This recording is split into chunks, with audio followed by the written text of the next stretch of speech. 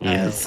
And I feel that in a lot of ways the bust out factor that Kenny has can be intense, but ooh, Jint getting that hit is going to be able to get the confirm and likely kill off Spider-Man because he has resources available. He does. You better kill him off. There we go. Yep, gonna use the up arrows to get the kill. I like it. Tagging back into Cap. Not a lot of time for the incoming though. Ooh, how many months? 10 months. Nice. Nice work, Rambam.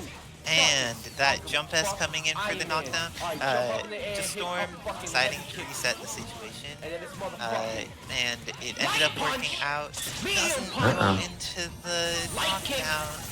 Oh, but Ryu's out there. What was Ryu doing here? This is a terrible place. Oh my god, Ryu is dead. And Cap as well. Interesting. So just solo Taskmaster now for Jint. Jint definitely understands the fundamentals with all his characters, but this is not going to be enough unless he gets his X Factor combo properly. He doesn't know he couldn't get that third launch. I was going to say something, but I was going to see Isicera. Oh, no. What? Wow. That connected. Oh my. Presses a lot of buttons, and people have various feelings about this, but he wins pressing a lot of buttons. He does win pressing a lot of buttons. I mean, it's similar to some other players we know, right? That can definitely press buttons and still win. Yeah, it worked out for him. It's kind of opposing styles, if you will. Isicera with Jint and Kennybo. Like you said, Kennybo likes to press a lot of buttons. Jint very selective about his button pressing usually. Yeah, I feel like Jint's playstyle is more reactive in general. Yes. He makes some hard reads, but a lot of the things he does is like, okay, what's going on in this situation? What can I do? What can I force? And what I can't I force? And just like, it feels like he's very calculated in some ways about how he approaches things, but let's see if the calculation will pay off against this X-23. Didn't get to see much of this matchup last time. Oh, that's going through. It's not going to hit her. That will hit. Nice. All right, let's see. Ooh. Got the low from the opposite side. I think that Jint was expecting the air S to hit, preventing the previous cross-up. Yes, indeed. Because of that, the 2M hitting from the opposite side was just like, wait a minute. Ooh, using that lightning sphere incoming, though? I wonder who came up with that. No, I'm not going to say anything. But anyways, oh! Very nice. Looks like Storm is going to die. Jint has to see if he could take on the incoming for this X-23. Oh, went for the roll. Out of there. And out of there, though. To escape, but her buttons are very fast. She's fast. Oh, gosh. Oh, we're just rolling out of there. Didn't opt to try to punish, though. Jint might have been able to get over in time to punish. Throwing out lots of shields to try and avoid things, but just a single hit is enough to change it all. He's so looks fast. like this is going to be the end of Captain America, and level 3 is available to hit Ryu. Oh, let's see if we Not can going get to it. kill him, but is going to make his life very bad.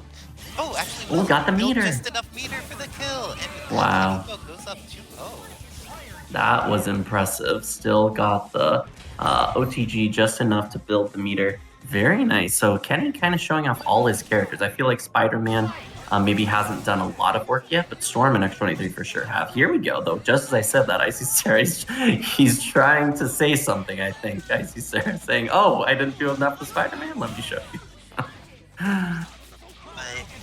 Right now, there's plenty of space on screen. A lot of where Kenny has thrived has been when things have been relatively close in, where it feels like a lot more of the space game has been in Jint's favor. When they get in close, a lot of the scramble situations have been favoring Kenny. Oh, and those 100%. vertical arrows. It's interesting to see this combination because vertical arrows not commonly seen assist because not that many people play Taskmaster, and it has very unique properties to have to get accustomed to dealing with. So, it does.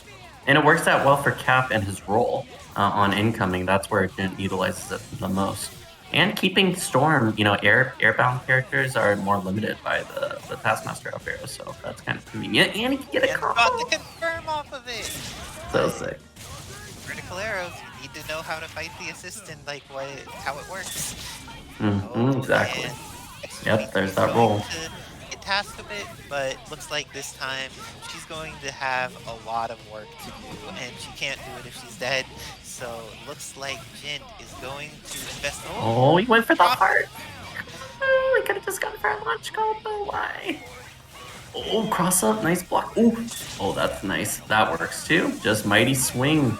Why not? Mighty swing is an OS after all, Isicera, so might as well go for it, right? Mighty swing or throw. Yeah, and I think that because she was passing through it could have also been shield skills depending on timing, True. and all of those options are like very okay. Very good, because he can cancel out with shield skills too. Ooh. Okay. In those in-close, more scrambly situations, gets that overhead with the S, and now is going to have PAC, so that way only needs to use a single meter here for the kill, Very and nice. has incoming mix-up. Going a lot for that fallback S. It's definitely one of Storm's strongest tools.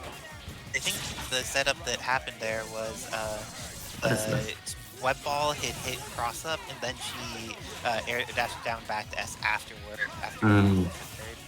That is tricky stuff then. That web ball assist. Oh, getting punished? Nope. Spider-Man's not on the screen anymore. Very quick recovery there. Again, the fallback S. Such a strong tool, and Kenny Bo, knowing that it is, taking full advantage. Alright, this is... Whoa. It just killed. Okay, what is Jin going to do with the solo Wandering Warrior? We've seen some Ryus putting in work in the last couple weeks of Marvel. There was a major tournament won by Ryu very recently, or a TNS won by Ryu very recently. So, Oh, really? yes, Ray was back on his Ryu train and putting in work with the character. Interesting. I'm gonna have to watch that back now. Need to see that. Definitely worth checking out. But let's see if Jint is able to take this Ryu momentum. Has the kill on Storm. Dead. Punish? No, punish. Oh, wow, what a confirm from downtown. That's it. Yeah, this is the end of Jint's Ryu. But because he got that one game in, we're on Pasadena rules. True. And that means that he still has more chances to win. Jint is going to have to make some adjustments because Kenny Bo has been getting his offense going, and when he does, it has not gone well for Jint. But when those vertical arrows paired with some other space control tools have been going off, he's been very solid at just like turning that into a good situation. And now Spider-Man's confirmed on, isn't going to quite have the meter to kill. Oh, that reset though with the cartwheel, the simplest of mix-ups there, but working out very effectively for Jint. Sometimes all you need is a simple mix-up. Oh, nice, catching him low, the classic. He's gonna have to go for a reset here though. Interesting, using the meter. I wonder what he's trying to do here, just burning a bar, going for the reset after, okay. Got the hit, and that pressure was very good for a moment, but Jint decided invest the resources, blow her out of it. This isn't the true string, even lightning attack into lightning storm, let's go. Marvel 2 stuff. When that comboed, barely. Kill off of it. X23's hitbox is pretty big in that move. It definitely is. True. And she... the backside of her air M crossed up as she was falling. Wild. Did not expect that. Some hitboxes in this game or something else. That's very true. There is a lot of meter available on Jint's side, and if the...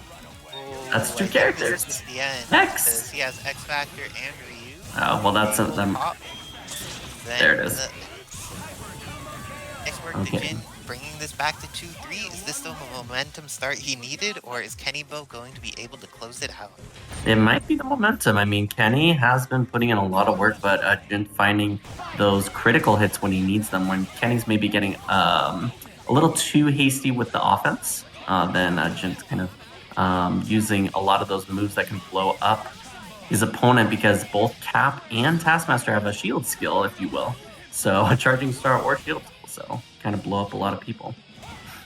Oh, but sometimes all you need is the throw. Oh no, there was no assist summon, but managed to punish the dry tag with what was intended to be a mix-up. Gets the hit on Spider-Man for the kill. Is going to have up arrows DHC, and I think it doesn't need a follow-up. The third meter. Yes, I like that follow-up. Mm-hmm. For third meter. Oh, the lightning attacks. I love the use of lightning attacks here by Kenny Bo. Very hard to punish lightning attacks, so it's definitely a good tool to utilize. It feels like Jint had gone for like a 5M or something there. It would have been pretty effective at that True. spacing, but Mm-hmm. sometimes you're not ready for it. And it looks like he's going to lose his Captain America for only a single meter from Kenny, and Storm with 4 meters like is just very dangerous. If you summon an assist, if you do anything that's too catchable, yeah, I'd like to see Jint make an adjustment off those fallback S's that Kenny is relying on, but not so far. Try to get a finish off that. What is... Alright, just gonna DHC, try to chip out Taskmaster. He might... Okay, he's gonna X to save Taskmaster. Ooh. X is worth it there because if Kenny gets the kill with that, he could go back into X2030 and then get Dirt Nap going. And True. Don't want to have to deal with any Dirt Nap nonsense unless it's absolutely necessary. Oh, and those lightning attack again! There's just been a lot of use of changing direction after poking in the direction of an assist. Oh, there we go. Finally caught him out of the air with that stand M. The drops are there, but Wandering Warrior still here. Hit with the following L, but was too far away for his crouch. Oh, there it is. This is gonna be close. Oh, we didn't even get to finish the combo though. Oh, that's enough. Just Team Super right here. Doesn't even have to worry about anything else. There it is. Oh my god. Kenny Bo takes it 4-2 over Jint. That's true, Rock Mode. Storm Air S is very godlike, as both Isicera and I were alluding to. I, as a Storm player, definitely am very aware of that tool and lightning attack. I love how Kenny was really using all. We're going in though, Isicera. I'm sorry. We're DEAD versus Rambam. Match 1. Let's go. Rambam hasn't been playing in the Wednesday night fights for a little while recently. It's nice to see. I was gonna say. Back in here. Yeah, that is nice to see. Zero, Doom, and Dante, very strong shell. Versus Nova Spencer Doom. DEAD's been playing this team a hot minute, so he definitely knows what he's doing. This is a very top-tier battle, as it were, Isicera. Oh, for sure. I feel that Rambam has a team that beats the vast majority of the game teams in neutral, because he just front loads it for 0, gives one of the strongest horizontal assists, one of the strongest vertical assists, and just like has such good axes of controlling the screen, and will just kill anyone because it's 0. So even though both of the assists have a lot of hits to them, he still builds the bar, kills the character, and they have such nonsense. Has this pressure in the corner, maybe able to just turn it into an unblockable. Oh, didn't over. Gave him a chance to get out, and he got crossed up in the mix. Uh-oh. Let's see. Oh, Seed in front. That was tricky. I like it. Maybe get a snap here? I'm not sure what he's going to do. He's going to try to kill, I guess. I don't think he can, though. Maybe X Factor. Let's see. Nope, he missed the OTG. Oh, he can cancel. No, I couldn't cancel that. Didn't X Factor, nothing. It was a happy birthday, Isicera. I'm having some technical difficulties with my stream at the moment, but looks like the opportunity for Rambam to just get value, but with Spencer alive. Yeah, Spencer's still alive. Not a character you want to leave alive. Monday, I believe, out of everybody has shown us why you don't leave this character alive. Nice cross-up, though, by Rambam. Ooh, the quick jump heavy with Dante. Very effective tool to cross up your opponents. Highly recommend using it. Very difficult at times to block, especially in those last-minute situations. Ooh, chucking the energy javelin up. Let's go.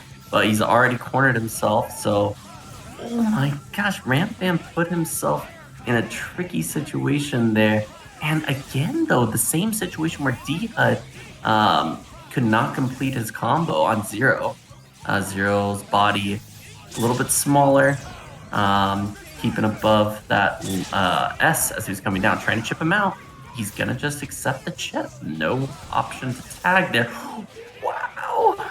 That was pretty sick, but did not complete the combo. Again, these drops are hurting DEAD a lot. It's so true, but one of the things that's really fortunate is that there's not 2 meters for Rambam, because that just allows him to influence neutral so much more. But it's even less fortunate for Rambam that he's getting hit and the Doom Dry or tag in the combo is going to kill him off, and ideal incoming mix up with Spencer. Do you think Rambam's going to be able to block this incoming? I don't think it's gonna be blockable, but we'll see. Oh, he tried to double jump out. Didn't work out though, still managed to clip him. And the Nova Assist X Factor coming up. There it is. That should be enough. Nicely done. DEAD with a very nice game 2 here to tie the matchup. That's what I'm talking about. Let's go. DEAD bringing the heat. Yes. But let's see how Rambam answers back. Both of them seem to like having that amount of space at the beginning. Don't want to get in a situation where some mashy nonsense is going to happen. I think they'll just outplay the other in neutral. So true. Let's see. Oh, holding on to that Buster, coming down with the normal, trying to check Nova there. Okay, gonna keep him cornered. All right, I like it. Oh, right out of the air. Looks like this is going to be the end of Nova. Because of the way it started, he's going to have Sogenmu available for the incoming mix-up as well. Let's see what Rambam does to... Yeah, exactly. That's basically all you can say at that point, Isicera's. Big sigh. You know how these mix-ups go. Typically very difficult to block, and sure enough, with the clones as well. Very, very difficult to block. Extra hard difficulty level. And still, Rambam has all of these resources left, so he even gets to use Sogenmu in neutral for fighting Doom there, forcing that X Factor situation where otherwise he might have gotten blown up. Oops! Don't know if he wanted to Tiger Knee Photon Array, but it worked out. He's out of that situation now. Let's see. He might be getting some misinputs here. The low to the ground plasma beams don't look like what he wants. Yeah, I think you're right. Sometimes we get some squiggly things on Parsec, need to be ready to adapt when things drop. Oh, but there's an extra chance, and if DEAD gets the hit to kill off Zero, which he has the opportunity to right here, having an incoming mix-up on the other 2 characters. Oh, no! Little too early there. Yes, that's it. Nicely done. Rambam finishing the situation there with the X Factor. Yeah, unfortunately, DEAD did let him go there, as you said, so did not work out for him. Oh. And one of the great things there for DEAD is that when you force Zero to tech a throw, even if he makes the correct read and techs it, he loses Buster Charge. Yes. So it changes what he gets to do in neutral afterwards. Nice job with Rambam for disengaging afterwards, making sure that he re-engaged once he had resources and was in a situation to take advantage of it. Just really smart play. Appreciate both of these players. Oh, but no. Drop. The up lightning did not work out in the combo, maybe as he had planned or not planned.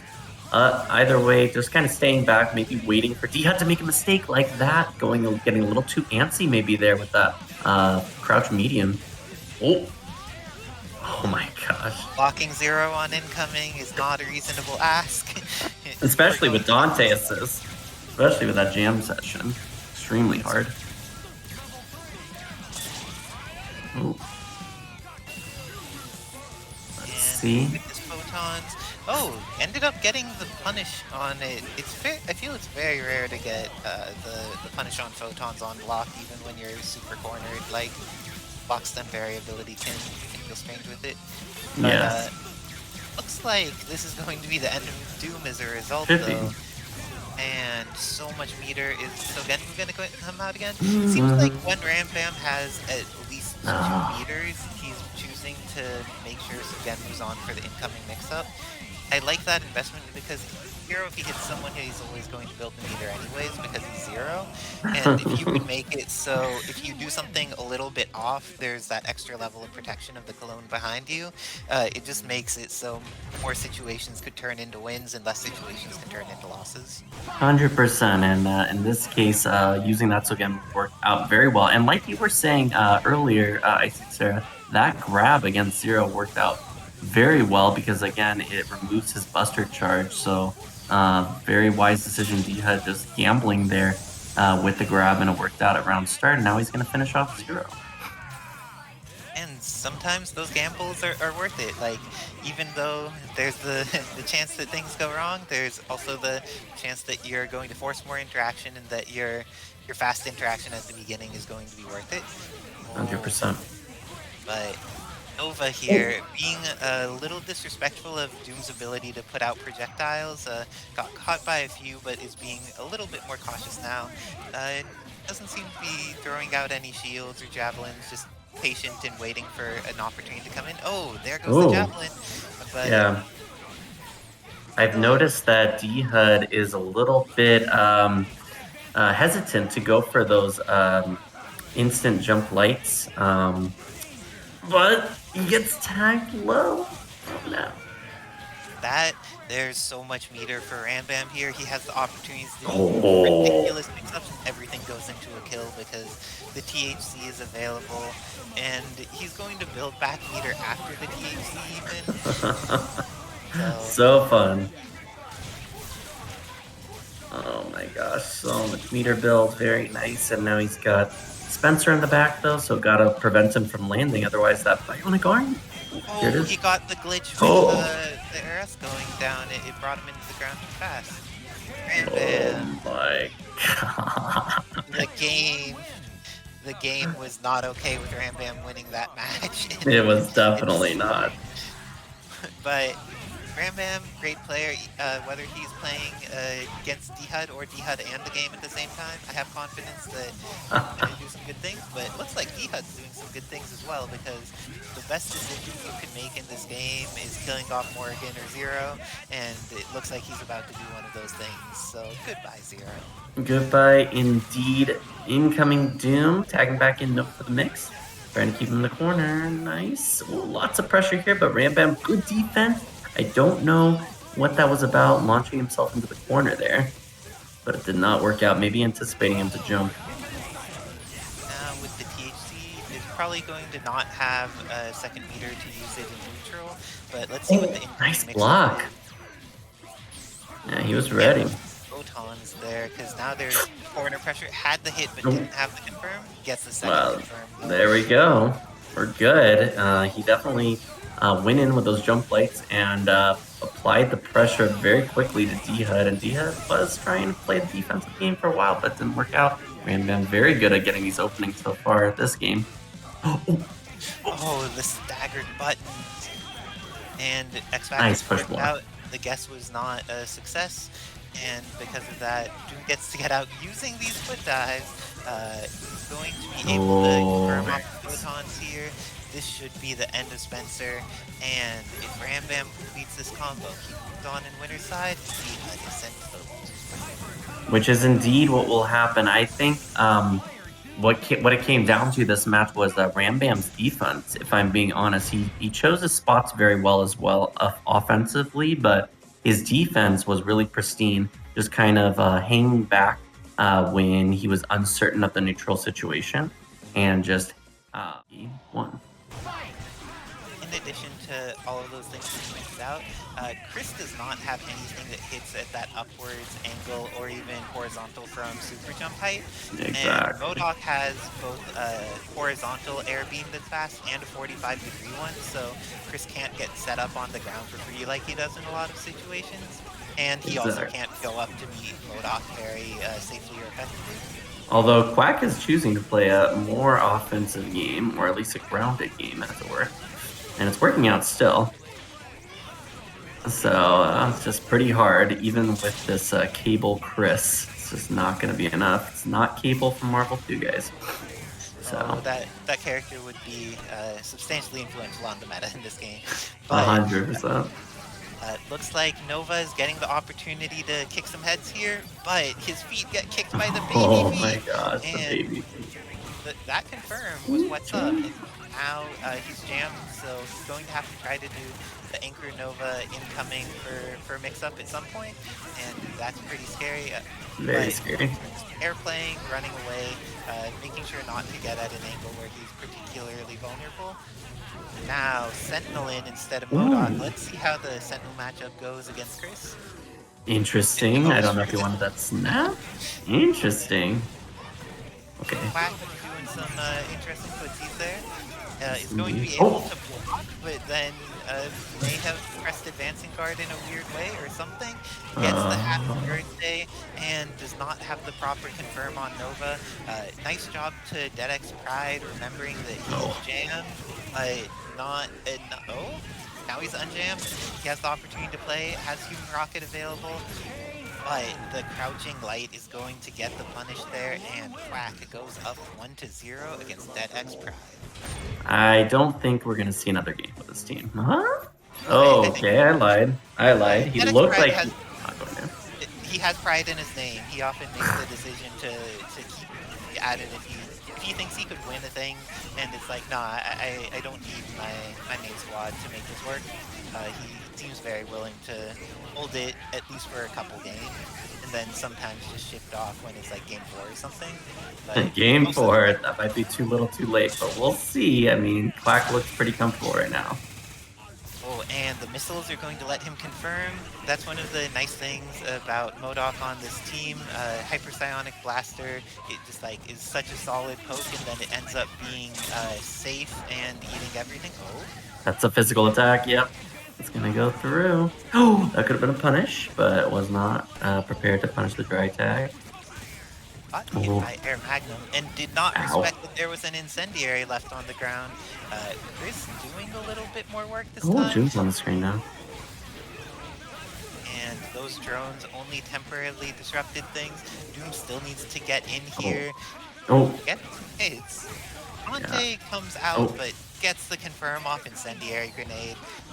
We know that this is going to be a dead character because Chris hurt. Looks fell like back too far. DEADxPRIDE needs to spend some more time chilling with like LivinLegend or Jumpman Jam, who had a really good set with just the other day. But looks like Chris is getting another chance to live and has been getting the value out of this character. That he has. Ooh, Doom's still alive. But gets the confirm, and now Nova, after a chance to kill Doom, is instead going to die to him. That's a very unfortunate. And Photon is fast enough that it's going to chip. Nice. Quack giving some extra opportunities for DEADxPRIDE to live. And this math, that's interesting because Chris isn't really an X Factor 3 character in a lot of ways. Doesn't have that huge speed bonus that a lot of characters do. Yes, exactly. So, but snapping him back to the anchor position is going to be detrimental possibly for DEADxPRIDE's team, where I'm sure he would prefer to have Dante on the anchor position. But we'll see. Dante now has an assist to work with now with that machine gun. And the machine gun assist is pretty good for Dante, but no assist is good for you when you're dead. So, looks like Quack's going to get the kill with the Hyperpsionic Blaster. What type of incoming is available? Didn't have time to set up a real incoming, and Sentinel just lost all of his life. I'm sorry. Ow. But I'm sorry, X, please. Yeah, don't press a button. 8 seconds left. Okay, it's positive. Avoid interaction to the best of his ability. Yes. This is not a lot of time for Chris to try and win. Oh my gosh. Quack goes up there. It looks like being up 2-0. DEADxPRIDE still going for the rematch is very willing to just like try it through with his Nova Chris team. And Nova gets hit out of his attempts to throw some javelins, and it's looking pretty scary for Nova in a lot of these.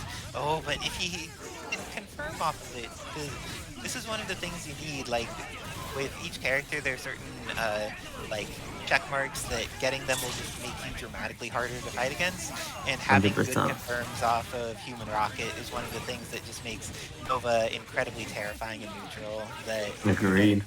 Need to be respected, but looks like the Hyperpsionic Blaster going to be safe. Gets shot afterwards. MODOK has been losing a lot of life, and Sentinel is bleeding hard. Bleeding hard. I didn't even notice how bad Sentinel was bleeding, how much damage he had taken. But now Quack is doing the right thing, I think, here. Trying to stall at the top of the screen until he can get that right raw tag into Doom, who has the most life. So gonna try to rocket here with Doom. Maybe just hang back, let his characters recover some red life. Interesting decision to alpha I don't counter. think that was the desired behavior, but the confirm there was the desired thing. Nice work to Quackbot. One of Wow. those players that's making some lemonade there, because that looked really bad, but he managed to figure out what to do with it. Indeed. And he's going to have pressure with these drones. Block? That's He not couldn't block. oh, He was in the air. and with that, DEADxPRIDE is going to have a good incoming mix-up on Sentinel. X Factor is going to be essentially gone, but this is still very much anyone's game. Definitely is.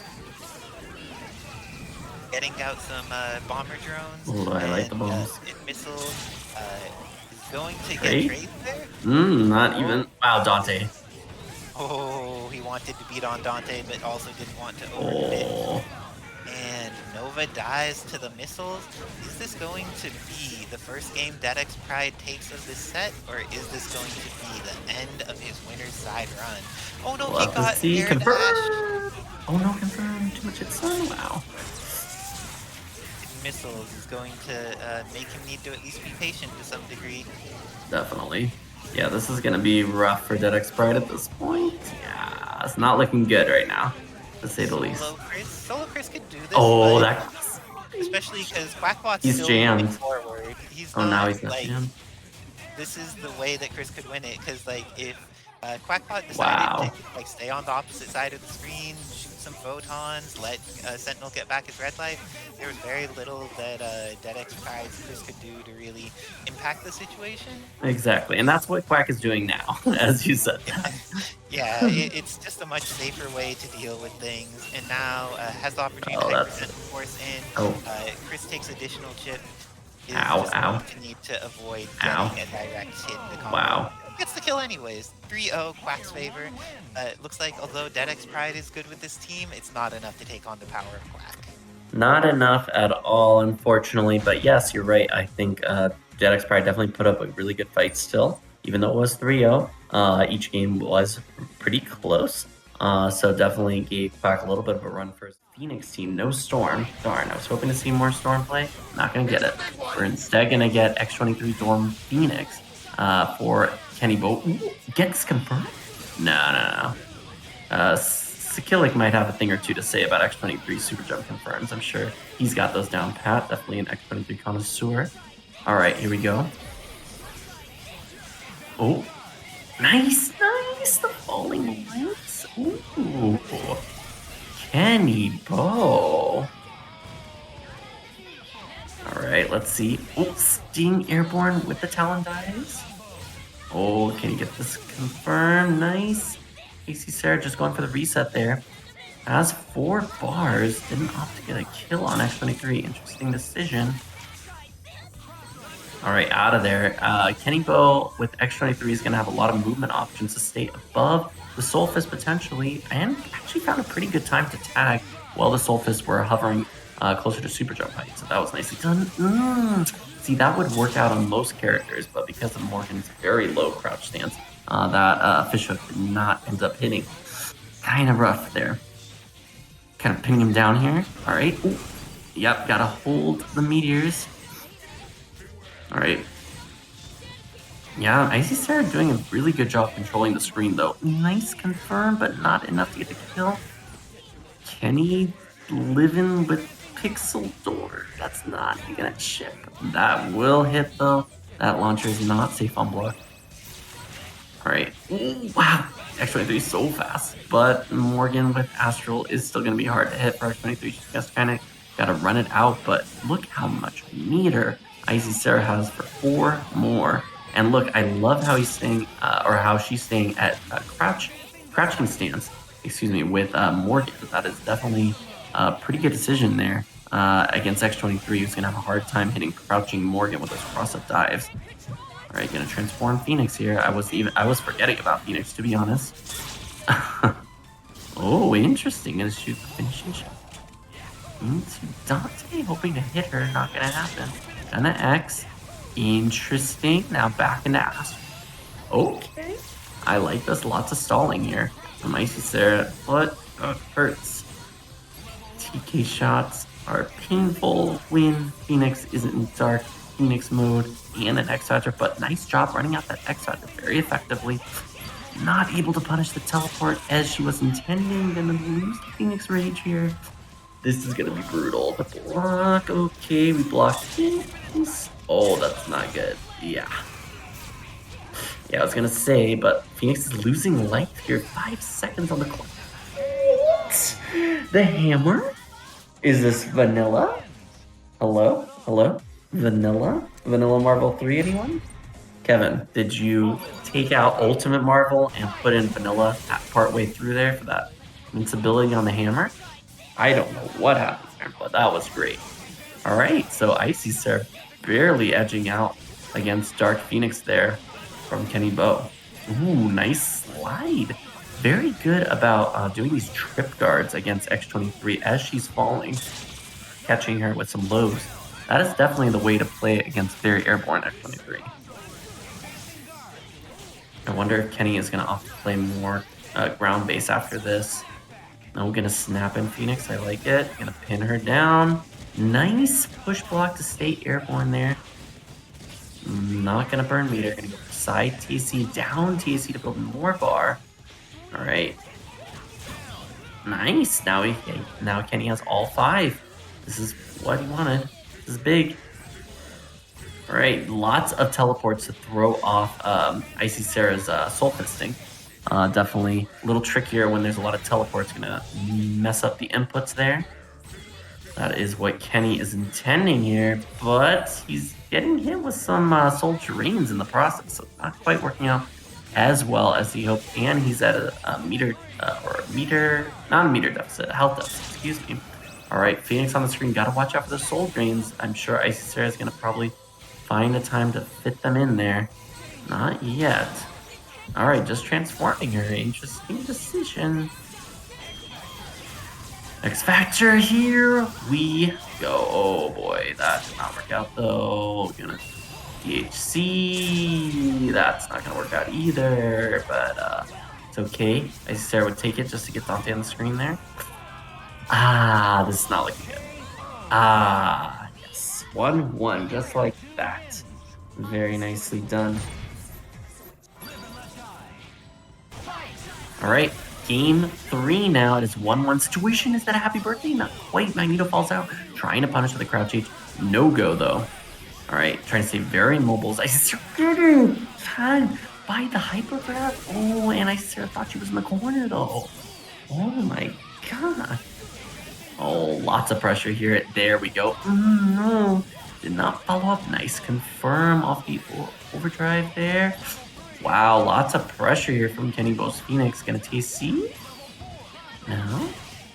Oh, I forgot. Had the OTG assist with X23. Manages to get X23 on the screen. Very interesting. Okay. What's gonna be some damage? And now Kenny Bo with 5 bars. But Isicera also having quite a bit of meter as well. I would like to see some Soul Drains maybe from Isicera to hopefully cause Kenny Bo to lose some meter here. So he's not sitting on 5, but not going to happen yet. Just trying to keep him pinned down, which I respect. Nice. Trying to wait for those teleports. Very nicely done. Astral up? No. Trying to save Astral for Phoenix. Okay, there we go. Got her pinned down, then upping for Astral for maximum chip. Ooh. Okay, Phoenix gotta hold this. Lots of pressure from these Soul Fists. Oh my god. Shang Tsung in the building right now. Soul, your soul is mine. That's right. Phoenix refuses to give her soul though. She is the most powerful mutant after all. Level 5. Oh boy. Get Magneto, is that gonna hit? Is something hitting? What's happening? Hello? Oh, wow, that was such good pressure there from Isicera after pinning Kenny Bo down with all those supers. Managing to get the teleport into jump each. Wow. Let's go. Alright, 2-1 right now. Isicera up backing for her life. Does not want to deal with X23. No confirm off the talent dives. Okay, trying to...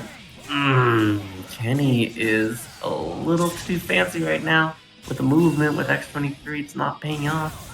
Is this going to be enough to kill X23? It will be. Burning that meter for the happy birthday. Definitely important there. Black Phoenix is going to bust out right now. Wow. Okay, that's safe. There's a lot of pressure. Nice block. Scoop. This should be it. Where's the super? Okay, that works out. Caught him tagging forward. All right, Isicera is going to go up 3-1 now. And Kenny Bo going back to character select. I wonder if Kenny is going to switch teams here. Spider. He got that Berserker Barrage. Oh, wow. Okay, I like the assist now. Maybe he's going to affect the neutral a little more here with the Web Ball. And the Berserker Barrage, 2 grounded assists, maybe making it harder for Isicera to really get her offense game going. All right, gonna block, hopefully. Nice. All right, Astral on deck now. Boom, there was an assist getting punished. Okay, Spider-Man on the screen. Shows a pretty decent time to tag. Yeah, not gonna be able to call that Wolverine assist very easily while Morrigan is an Astral. Or even in general, really, against Morrigan. It's gonna be pretty challenging. Yeah, I think that is the problem that Kenny Bo is going to run into here is against Morrigan. Doesn't really have the best assist. Okay, Kenny Bo proved me wrong. Just catching her with a web. Oh, I respect that. It looked like Isicera knew what was going to happen, but that tech forward S, I don't know, might be too slow. Oh my gosh, those Spider-Man and Wolverine losing a lot of life. Nice chicken blocking, though, from Kenny Bo. Hopefully... Oh, no talent dive to finish it off, though. Unfortunate. Okay, trying to stay airborne. Trying to catch Isicera, but Isicera very nicely done. Is it going to be enough? It should be. Very nice. Okay, Kenny Bo down to Wolverine here. Against Morrigan with yeah, I didn't have enough time. I didn't even have enough time to finish that sentence. Against Morrigan with Astral Vision, Wolverine doesn't stand much of a chance typically. This is why we've seen in the past with Justin Wong, for example, versus Chris G, where Justin felt so strongly that you're right. All right, this is gonna be cool. I want to see. I haven't seen these two play for a little bit. And he's playing Iron Man, though, 0. Yeah, I feel like he's been doing the Iron Man more often recently. Okay. Trying to play more classic Joker, if you will. I like it. Alright, just kind of hanging back. Technical challenges, no worries, Isicera, I can hold it down until those are resolved. Flying away. Trying to shoot him with some magnetic blast, keep him zoned out. If he doesn't play too much on the ground, it is very hard for Chris to really pin him down. But I like how he's jumping with the air machine gun. Yeah, trying to catch him at those angles where Magneto sometimes wants to travel with the magnetic blast, but this is not working out actually for Joker. They're actually both very similar health. Gonna opt to DHC right here. No. Wow, very late. Maybe trying to catch him, pressing a button. He's gonna go all the way through to Sentinel. No. Keep Iron Man on the screen. Okay, that's an option. Ooh, maximum Wesker. Let's see, random cross up. Nope, not gonna happen. Very nice defense there from LivinLegend, or from Joker, excuse me. Ooh, repulsor blast not gonna work out. And gets tagged by Akuma. No finish though. What's going on? Okay, with the assist. Very nice. All right, let's see what we got for Magneto. Interesting. Really tried to gamble there with a lot of his resources to kill Magneto. It didn't work out. He might be able to get a punish. Okay, he's going to opt for an X Factor here. He's going to say, tag back into Magneto for the mix. Wow, this is very fast-paced. There's a lot of crazy decision-making happening right now. But he's going to finish off Wesker. All right, let's see. Oh, interesting. That one drone hit him, but not enough time for him to confirm, maybe. Wow, pulling him back into the drones. Tagged by the magnetic blast. What is happening? That's a lot of damage. Okay. What's he gonna do to get out of the situation? Interesting decision. Wow. That was such an interesting decision. Just a little bit of that shrapnel hit him to get out of there. That grenade did not finish him off. Insane. Okay, nice defense here from Joker. Magneto's barely living back there. Get the command throw. Can he get the command? No, he didn't go for it.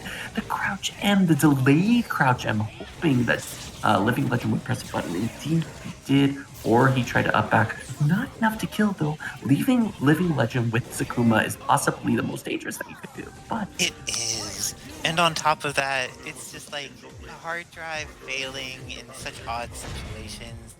That move has some unfortunate challenges to it.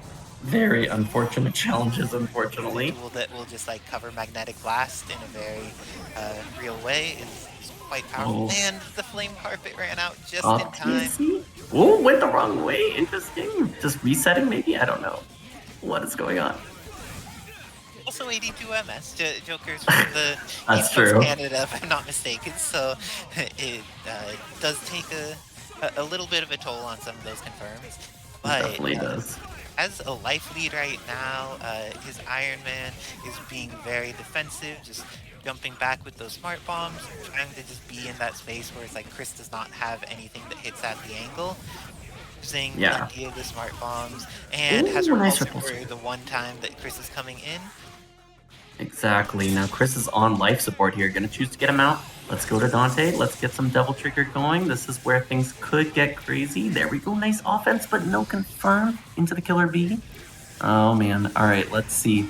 Living Legend getting in there though. Not building bar here. Now he's building some bar. All right. Should be enough to still finish off Iron Man. Indeed. Gonna for some acid rain. Oh, nice backdash there to get out of the situation. All right, not gonna get a punish, I don't think. Yeah, a little bit difficult there to get a punish at that range. Yeah, the timing when you advance in guard or when you just let block, or if you just let block stun in, gives you different opportunities to deal with shockwave. And remember, folks, your advancing guard has the same number of frames each time, so learning when you could use that to make it so things like hypers that have a long duration for you to react to, so you could get a very specific timing on how to punish them, is worth learning for each of the moves that you run into like that. Oh, agreed. But the drop there and gets the immediate X Factor. Nice work by Living Legend, recognizing that a problem occurred and then investing the resources needed in order to make it dramatically more in his favor. Because now has Sentinel in the corner so much chip out half of his life. This is a bleeding robot, but we're gonna see the drones. Yep. Oh man, trying to tag and assist, but Living Legend very aware there. And just hanging back, not taking any risks. Nice defense here. Not jumping too much, but getting clipped by that falling light. Oh man, lots of pressure here. And this is a time... Oh, that dive kick did not confirm, but Joker's about to be out of X Factor, and this is an interesting situation because manages to get the air H, and with that should be the end of Akuma. It should be.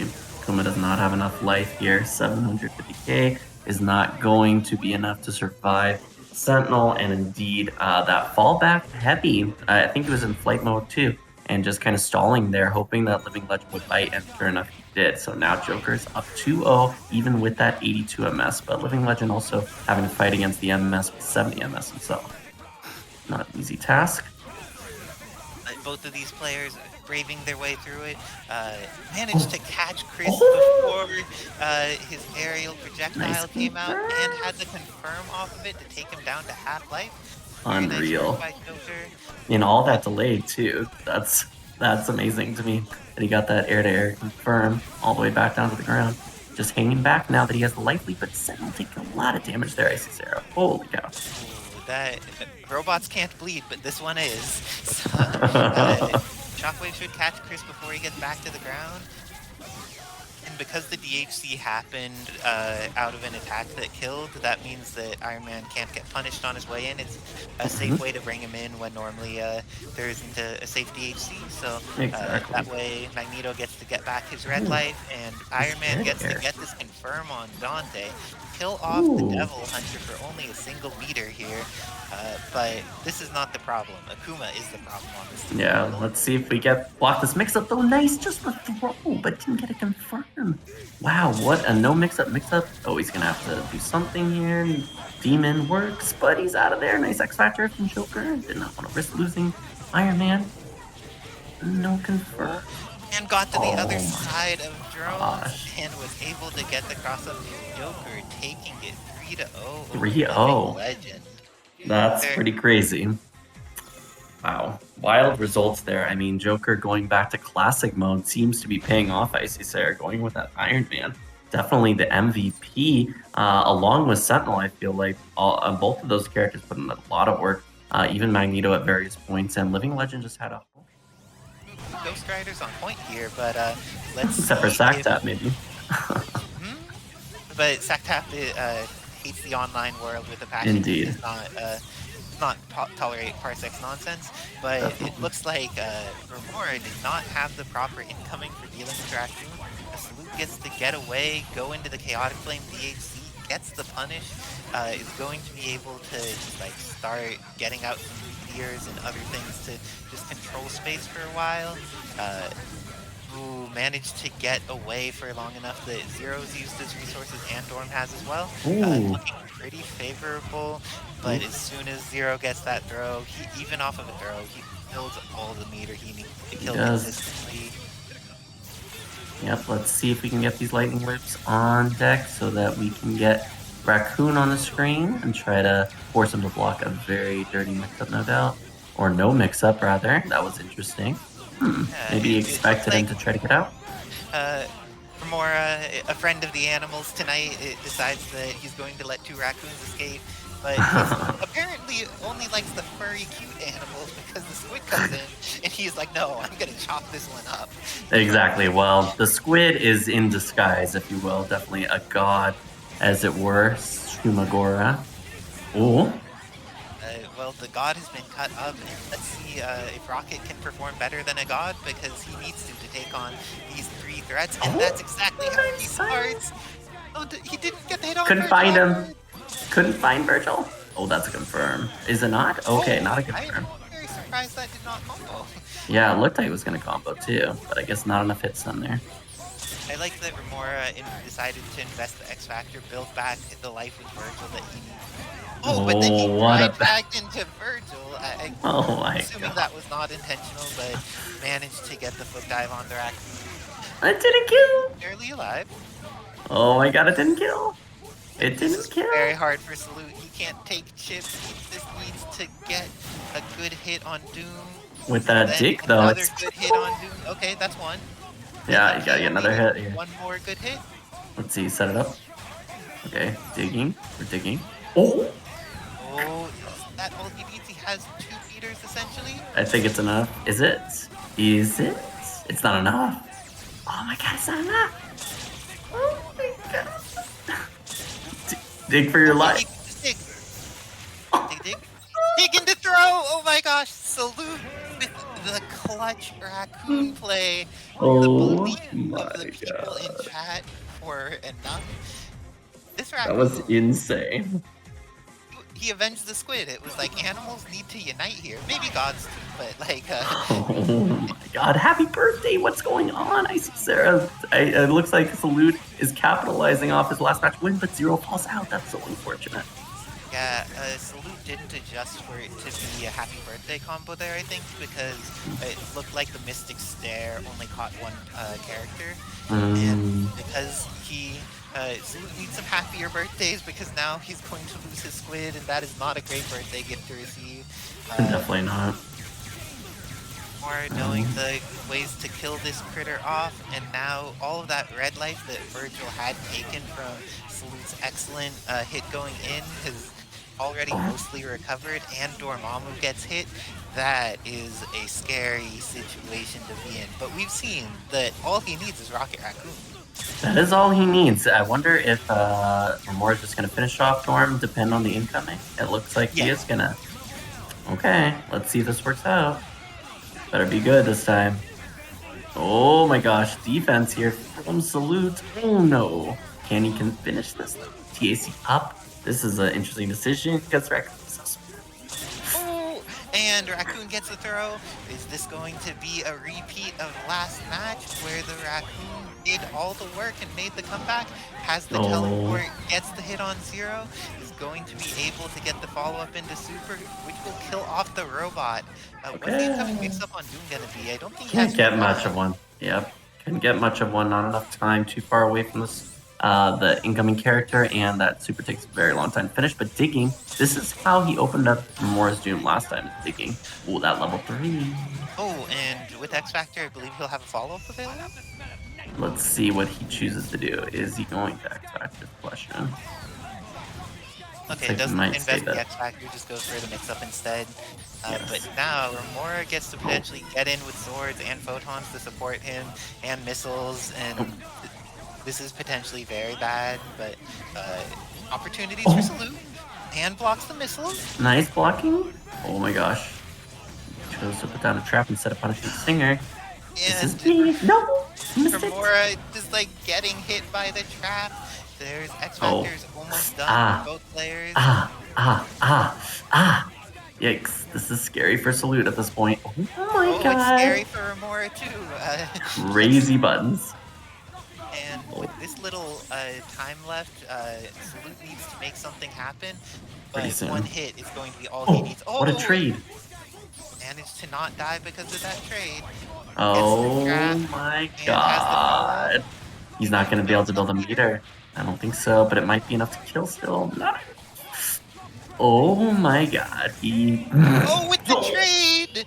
The Spitfire twice traded with Plasma Beam for the kill. Why is Salute protagonist? 3 Salute up 2. Isicera. This could be the game. This is match point for Salute. This is potentially Romora going to loser's bracket so early on. That would be Salute it. had been talking in chat about I'm a go 0-2. He's not going 0-2. How this squid and this raccoon and this such a humble guy. But Romora got the hit there. It really has been Salute's Raccoon doing the vast majority of the work, though. He has getting that snap. Ooh, and blocked that. Nice block from Romora, knowing some of the weirdness of these characters. X's, when he sees that the Raccoon is in, has realized he does not want to fight that character anymore. And now it's all up to Salute Dormammu. Let's see what Dormammu can do. Oh, it's got an X. And the X worked out. It's going to be able to kill off Vergil meterless and has the incoming available to just chip this amount and on Doom and foot dive is all you need, Isicera. That's all you need as Doom. 1 foot dive. Got a little too anxious to open up Doom rather than relying on the chip. The chip game, like you were talking about earlier, doing a ridiculous amount of chip to Doom, chose to teleport behind him and risk getting foot dive, and just like that, Isicera, we are going to 4. So Romora was not ready to go down. Romora is a great player, and just because he lost twice does not mean he is out of this. Let's see what Salute does to reclaim momentum. There is a power that is invoked here. Zero is going in and gets the hit immediately. This time though, it's not the active happy birthday on the Raccoon like last time, and being able to kill off Raccoon without fighting him had been so valuable. Even though he's going to get the reset into the kill on Shuma here, what do you think needs to happen around this Raccoon, Goken? What do I think needs to happen around this Raccoon? I think I would personally snap in Raccoon. Okay, thank you. Romora listened to you, it's like, this woodland critter is too much, I need to get rid of him. What timing? He doesn't want to have a solo Raccoon problem, understands that if Dormammu is still alive, there can be no solo Raccoon problem. And exactly. Snaps Dark Lord out and gets the mix up on Uh-oh. Remora with a perfect hit? Yeah. Salute has done so well in being able to clutch out those first 2 games, but you need to do so much more than 2 games if you want to. Oh, wow. Wait a minute, is that a mod? The PRFCT? Yes. Oh, that's so cool. I haven't seen that before. That's so sick.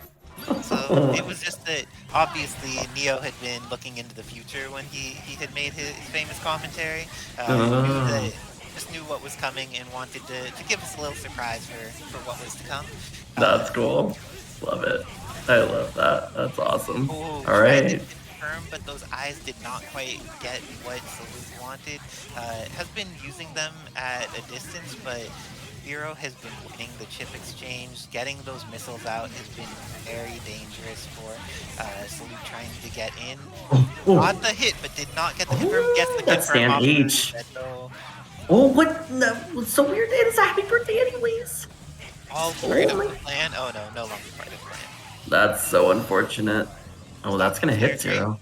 Oh, it's Oh, that's... and Genwu Zero does not hit behind him. It hits the entire screen. Oh my gosh, what's going on, Isicera? There's so many things happening so quickly. Every character was getting hit. Every character is bleeding. Oh my god. Lots of resets going on, lots of changes of hits, lots of assists getting hit. It's some madness going on here. Definitely madness.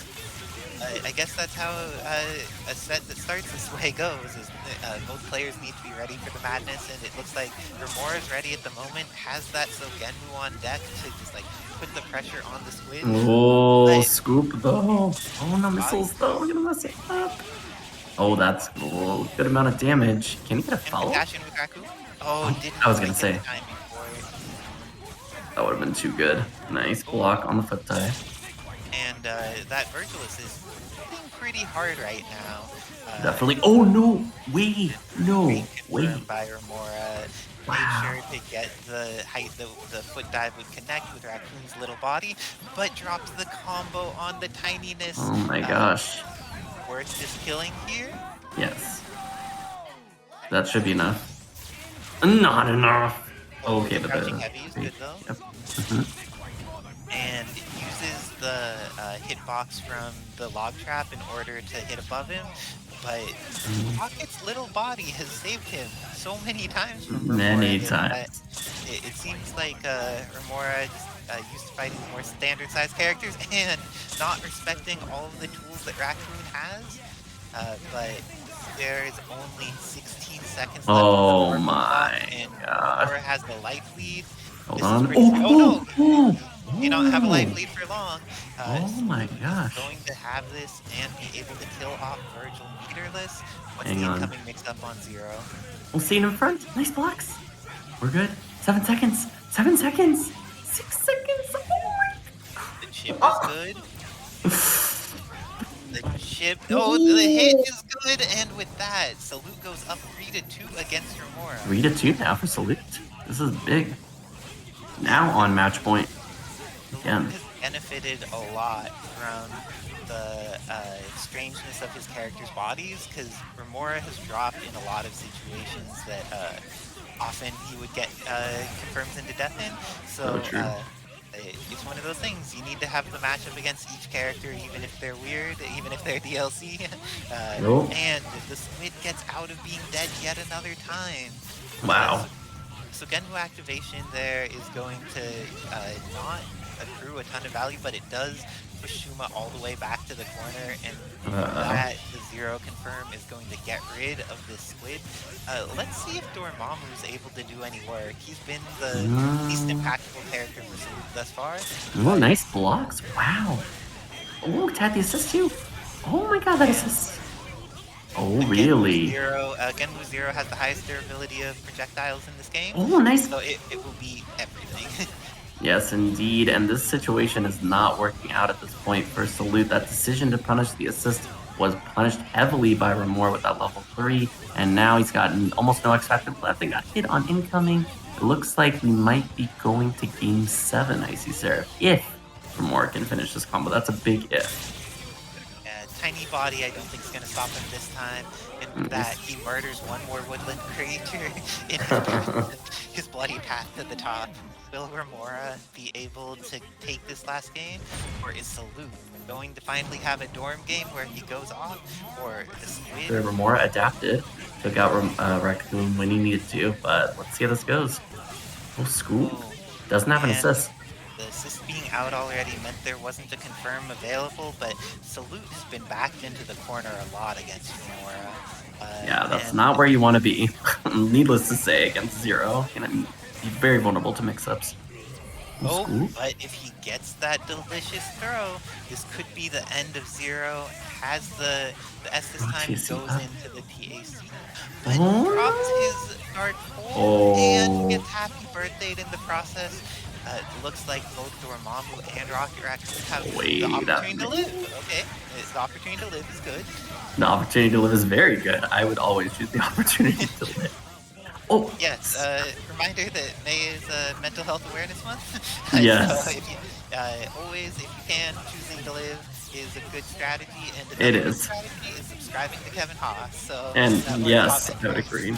Definitely do that. And another good strategy is to snap Oh, Raccoon or and kill him at Zero the level 3. Raccoon sees that the Wow. trap gets thrown, makes it so Salute has the two options. He could invest X Factor to save the Raccoon, and it'll be X Factor 1, and that's a scary situation for not having resources against Romora's full team. Is this going to be the first time that Dormammu pops off? Because We're he gonna has find out. had some challenges, but Dormammu against Doom is very much not a situation Doom wants to be in. That's And for sure. Volcano, so many hits, but none of them confirming into a dead Doom. Oh. And Chaotic Oh. Flame. Oh, Vergil, this is hit. Vergil was very out of there, apparently. X Factor Okay. being used is a huge win for Salute, though. Still Yes. has X Factor. Oh no, he has X Factor, but he doesn't have a squid.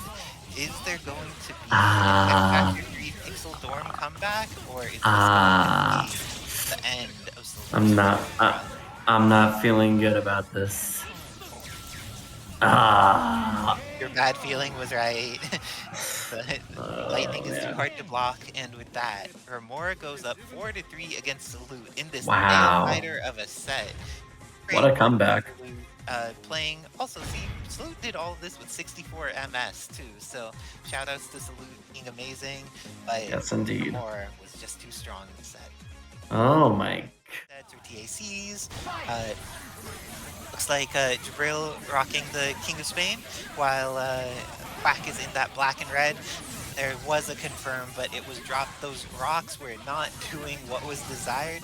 And there is actually variation in this, though, because Jibrill is rocking... Oh, no, are the names... I had the names wrong? Okay, sorry about that. So Jibrill rocking the red and black Magneto. And that means Quack is running the rocks while Jibrill's running missiles. Both of them have definite strengths in the matchup, but looks like getting to hit that foot dive, Quack still needs a lot of meter. This is one of the situations where it's really advantageous for him just to waste time, because the more red life Magneto gets back, the more meter that's going to be built when he gets killed for Phoenix.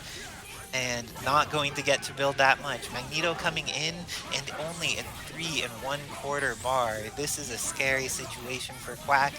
Is going to need a hit with at least one of his characters, because he would need to block a very, very long time in order to make it through this. That is not the blocking that was needed. Quack goes down in this first game against Jibrill.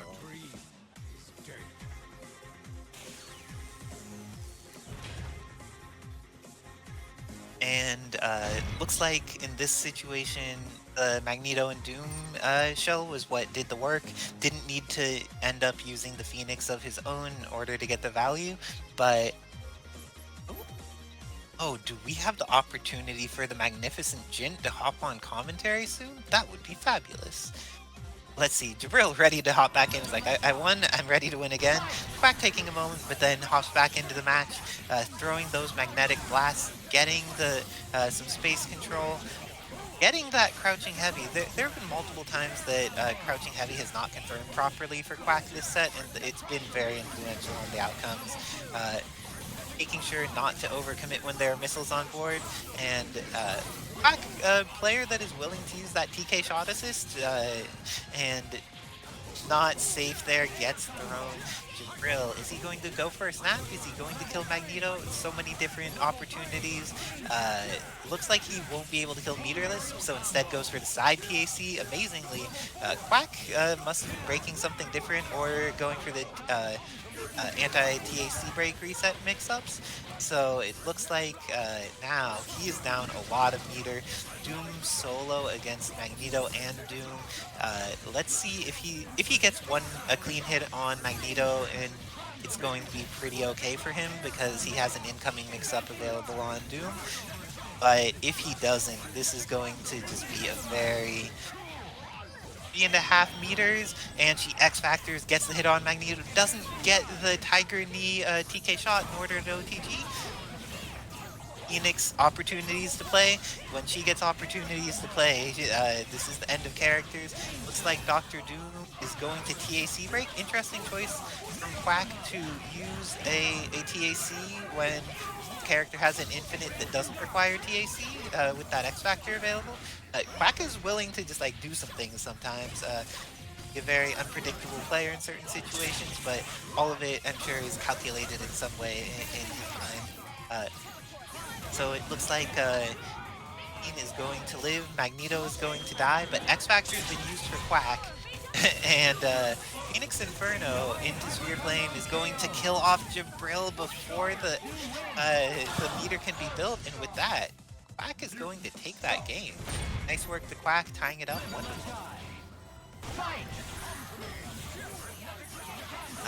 Going back to some magnetic blast zoning from both players. Phoenix's TK shot projectile on explosion will just eat everything, so that's why Disruptor acted in a kind of funky way there. And magnetic blast confirm on Dr. Doom. This would be a great situation to snap potentially, and let's see, instead goes for the reset, making sure that Quack is afraid of all the options because your TACs are more likely to hit if you go for the TAC reset once. You can see it. Looks like a lot of interactions that are leading to almost kills.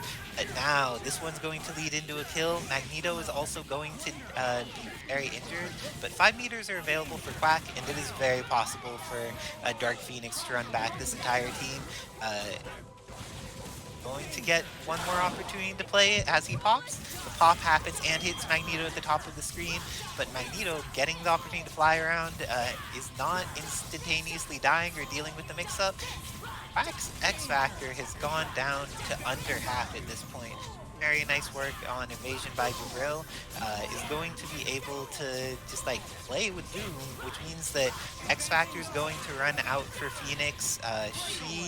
Once she gets low, she'll just be in chip range, so even if she kills Doom, other Phoenix could potentially just like Phoenix Inferno X Factor her, which is very scary. Doom is probably gonna die here. Okay, Doom does die here. He, no wake up level 3 or anything rash like that. These people do not match that hard. Nice work to them being conservative in the situations that are needed. Hits with the dive kick, but that healing field is gonna get hit by the pop and is going to get chipped. No, he's going to dash over and get hit by the stand light instead. Jibrill going up 2-1 against Quackbot in this mirror match.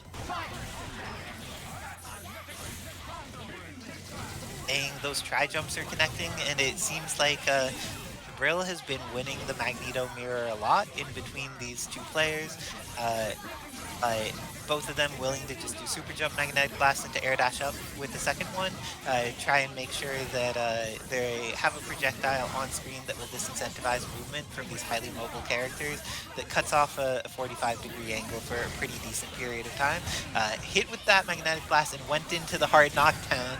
Very nice work by Quackbot converting that. Doom is going to lose so much life and needs to eat that chip. Very nice work getting the Doom assist positioned in such a way that the rocks are going to use the disruptor to start the block string, but then still extend it from there so Magneto still has advantage.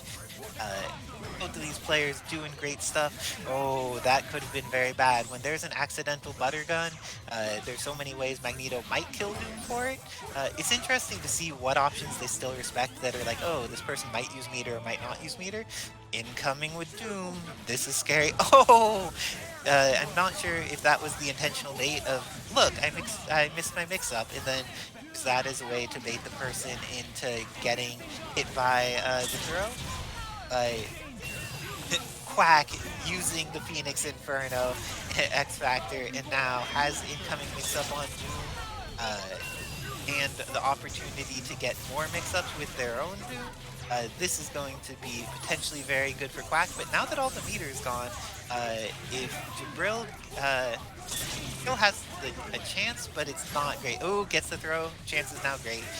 Incoming mix-up for Phoenix. She has 1 bar to try and guess through, but even with that 1 bar guess, there's a chance that the Doom mix-up is too scary. Let's see what she does to try and survive here. The diagonal TK overdrive by Quack, knowing that he could anti-air with Doom against that, will be fine if it's photons, will be fine against a lot of buttons because it's so fast and big. Very nice work for Quack keeping this competitive. Goes for a snap, just gets the hit and is going to kill Phoenix with it.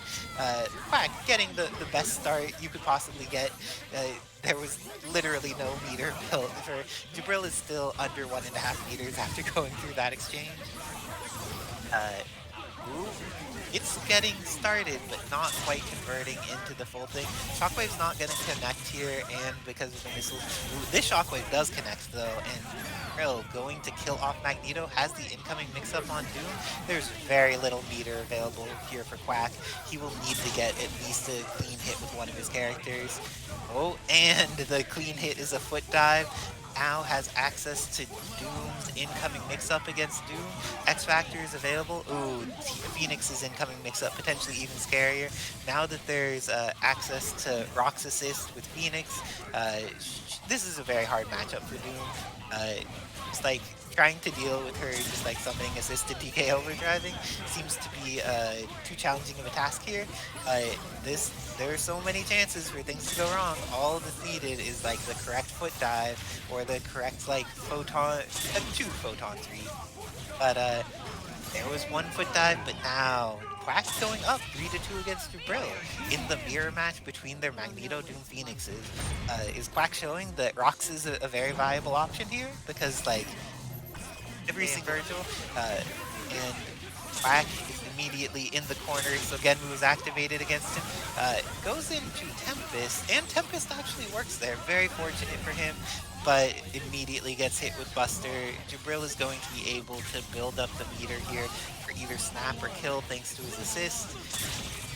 Ends up deciding to go for a kill instead of a snap. Quack had used the Tempest. Because of that, he has less meter going into this. If a point character gets killed, there was the potential for that to turn into something even worse. But Zero has Quack in the corner. This is bad for Quack. X-Factor's been used. Doom is in a combo. There is not really the meter Phoenix needs. Sometimes Jibrill just going to his main team is the thing that's needed. Oh, but Phoenix gets the chance to get in. TAC broken from all the way there, because this is how this game works. Dante going to get hit a decent amount, but this is a pretty ideal situation for Jibrill. Oh no, it had been an ideal situation for Jibrill, and now Quack's Doom is going to get rid of half of Dante's life. Decides to go in with Phoenix for the matchup against Dante. Her buttons are incredibly fast, so if she gets close to him, it just ends up being hard for him to deal with. But let's see, she blocks the Dimension Slash. There's no meter to chip here for Jibrill, because one of the things about Phoenix Inferno gets the hit but does not get a confirm off of it. And now Quack is going to lose Doom? Does not lose Doom. Doom's still alive, Phoenix is still alive, and because of this, Jibrill is running very low on meter at the moment. It could be anyone's game, but upwards TK overdrive is so strong, he keeps getting value out of it, and so many hits. But the happy birthday for Jibrill, even if you get a bunch of hits, you can't just get the hits, you need to convert them into the win, and Jibrill ties it up 3-3 when Quack had the opportunity to send Jibrill to loser's bracket. Let's see if Jibrill gives him another chance, or if this is going to be a game that Jibrill just has too much pressure and takes him out. And that's Genmu investment. Interesting choices. Quack is one of the players that, like, he has Phoenix on his team, but he sees Vergil assist out and is like, I'm gonna shockwave this demon and make sure to do the damage that's necessary. Using that very interesting hyper grab to change air movement. Quack has a odd array of tools that he chooses to use with Magneto. Very nice stuff in not just autopiloting. Also shockwaves against Dante. Both of the demons are bleeding pretty heavily now, but Zero is safe against Magnetic Blast in those situations because Sogenu has essentially no recovery and Buster has essentially no startup. Magneto dies as a result, and then Doom is going to come in with under half-life and get hit. This is all up to Quack's Phoenix, not a Dark Phoenix, but just his Phoenix at this point. If she gets a start though, it's very possible for her to kill these characters. Already bleeding, Dante's bleeding, but now she can't do that if she's dead. And with that, Jibrill is going to take it 4-3 against Quack. Congratulations to Jibrill. For folks wondering, you may be able to hop on the mic. Are you part of the Ha Avengers HQ Discord? If so, looking for commentators, because... Magneto mirrors, my favorite.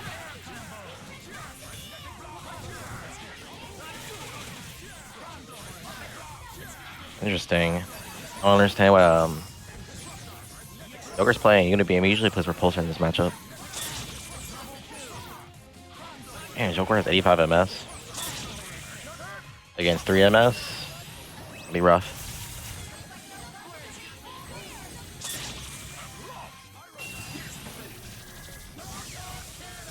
Well, Iron Man does decently well against Morrigan to stall out. I wouldn't say good on getting a hit. Already bleeding out. Yeah, he's gonna spend X Factor here. This is a horrible matchup. Wow, did that cross up? Who knows? He's busted.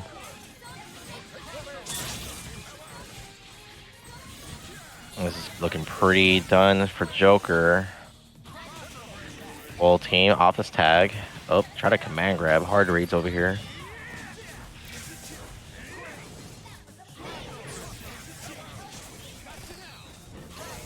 Well, Isicera doesn't really have to do much. She can just abuse meter assist. Probably just go to the next game. But no, Joker's gonna try.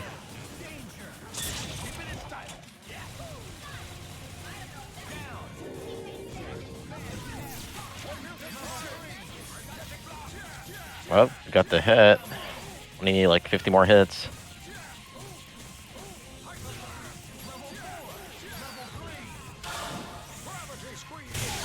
I mean, Magneto can do this, but it's gonna be extremely hard.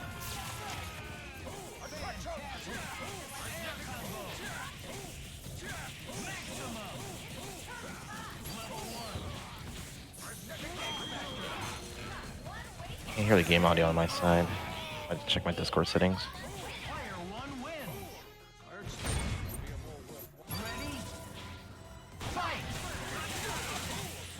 Yeah, can you guys hear me alright? Or is it too low? It's unknown truth. The XP on the mic.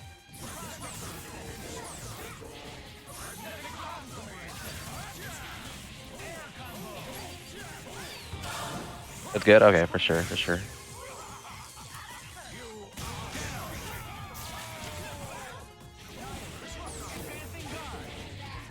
I'm just playing my curse team, just trying to have a little bit of fun. Been working on that team for a minute. I used to play that team on the side, but I used to play Dante second. But I don't know. Still got a lot of work with that team.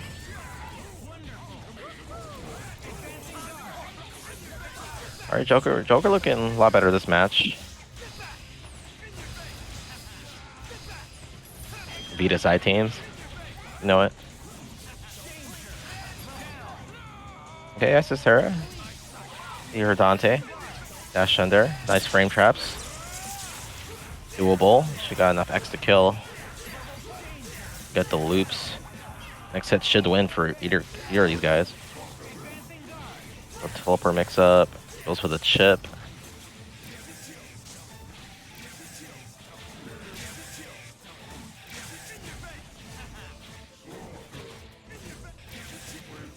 Oh, good grab. Good punish. This should be if he gets the loops. Flashback TK. 2 more. Tied it up here. That's not gonna kill. Level 3?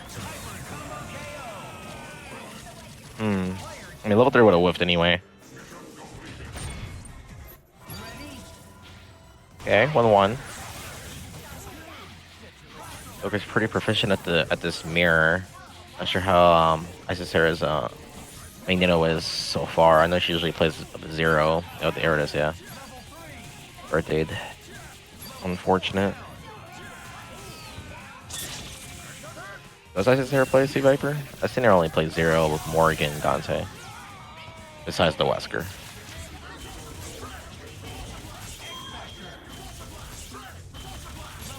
And repulsor loops.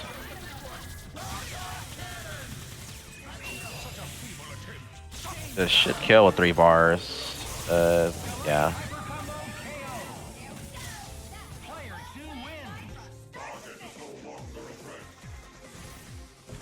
Alright, 2-1. Not bad from Joker, he's adjusting. Especially with the high MS he has. And Isicera's going a little bit into... Yeah, there you go. Just use the meter assist. Eventually, he's gonna have to go in and try to get the hit. Oh, unfortunate. I don't understand why she went in. Should be dead? Yeah, 2 bars. What? Keyword should. Dropped regardless, still got the kill.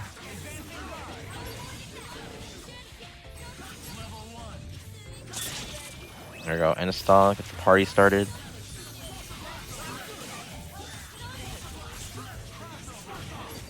Oh, good pickup from Joker. I don't know why he didn't X.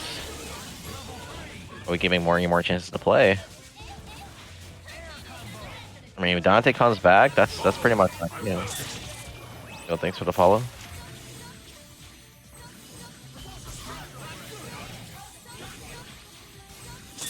So we needs to find a way to get Magneto in. Is that a whiff punish? Of course not. Frame 1 unflies. What am I talking about?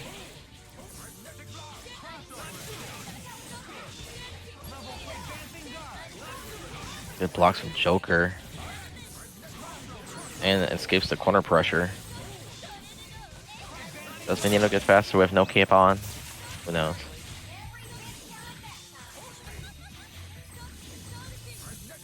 Hey, Joker is doing pretty good stalling out the install.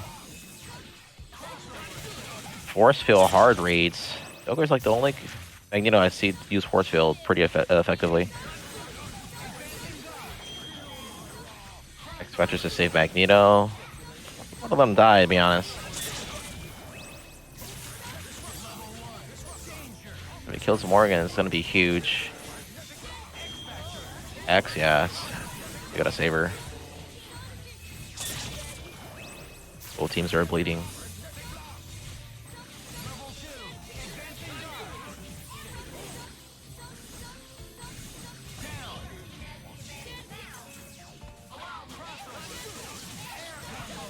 Alright, good. Good error. Oh, I crossed up. Time is going down. Looking good for Joker if he could stall this out. He's got the meter advantage.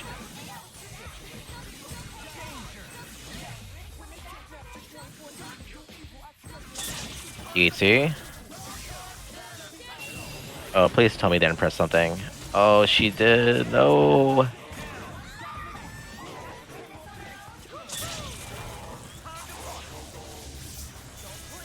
Oh, good punish, but it doesn't matter. The time is gonna be going down to Joker. Oh, wait, maybe. Wait. Oh, Joker lost. Unfortunate.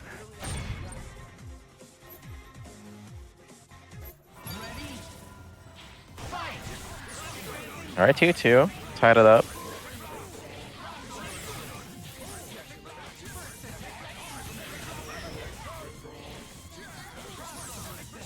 Alright, Isicera sniping out the assists more, getting the meter advantage. She understands now that she doesn't have to go in too hard. Good punish on the Sentinel drones. The Joker whiff? It looks like he whiffs with the... Yeah, he did. It looked like crouch medium, crouch heavy. Oh, miss input on the hypergrav? Maybe it was a force field, knowing Joker. Punish on the ESX. Don't want to get punished there. Oh, still got the hit on drones. Good for Isicera. She can install, just waste out the X Factor. She doesn't really have to go in too much. Right, Iron Man is a character that's really good at stalling out. It's not too bad on this matchup. Has experience against Chris G. Actually undefeated against Chris G at Reflex and at Canada Cup. So that's the Morrigan experience for sure. Tag. Rolls for the Proton Cannon. I don't agree. It's gonna be a punish. Yeah, I probably would have tagged, but doesn't have X.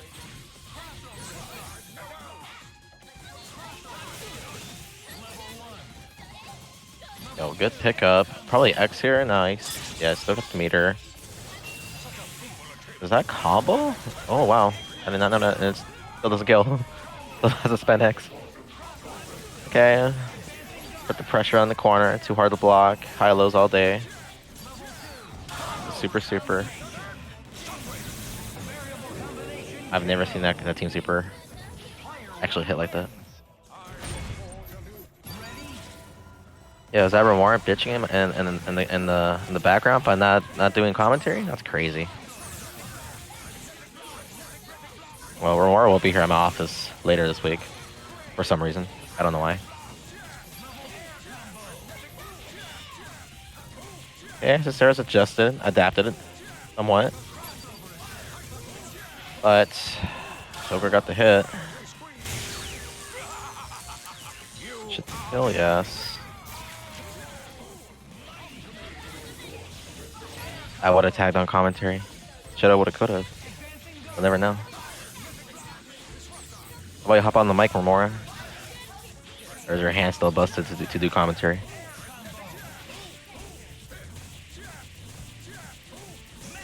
Oh, this looks like it's gonna be tied up. I don't understand why Joker's resetting Morrigan.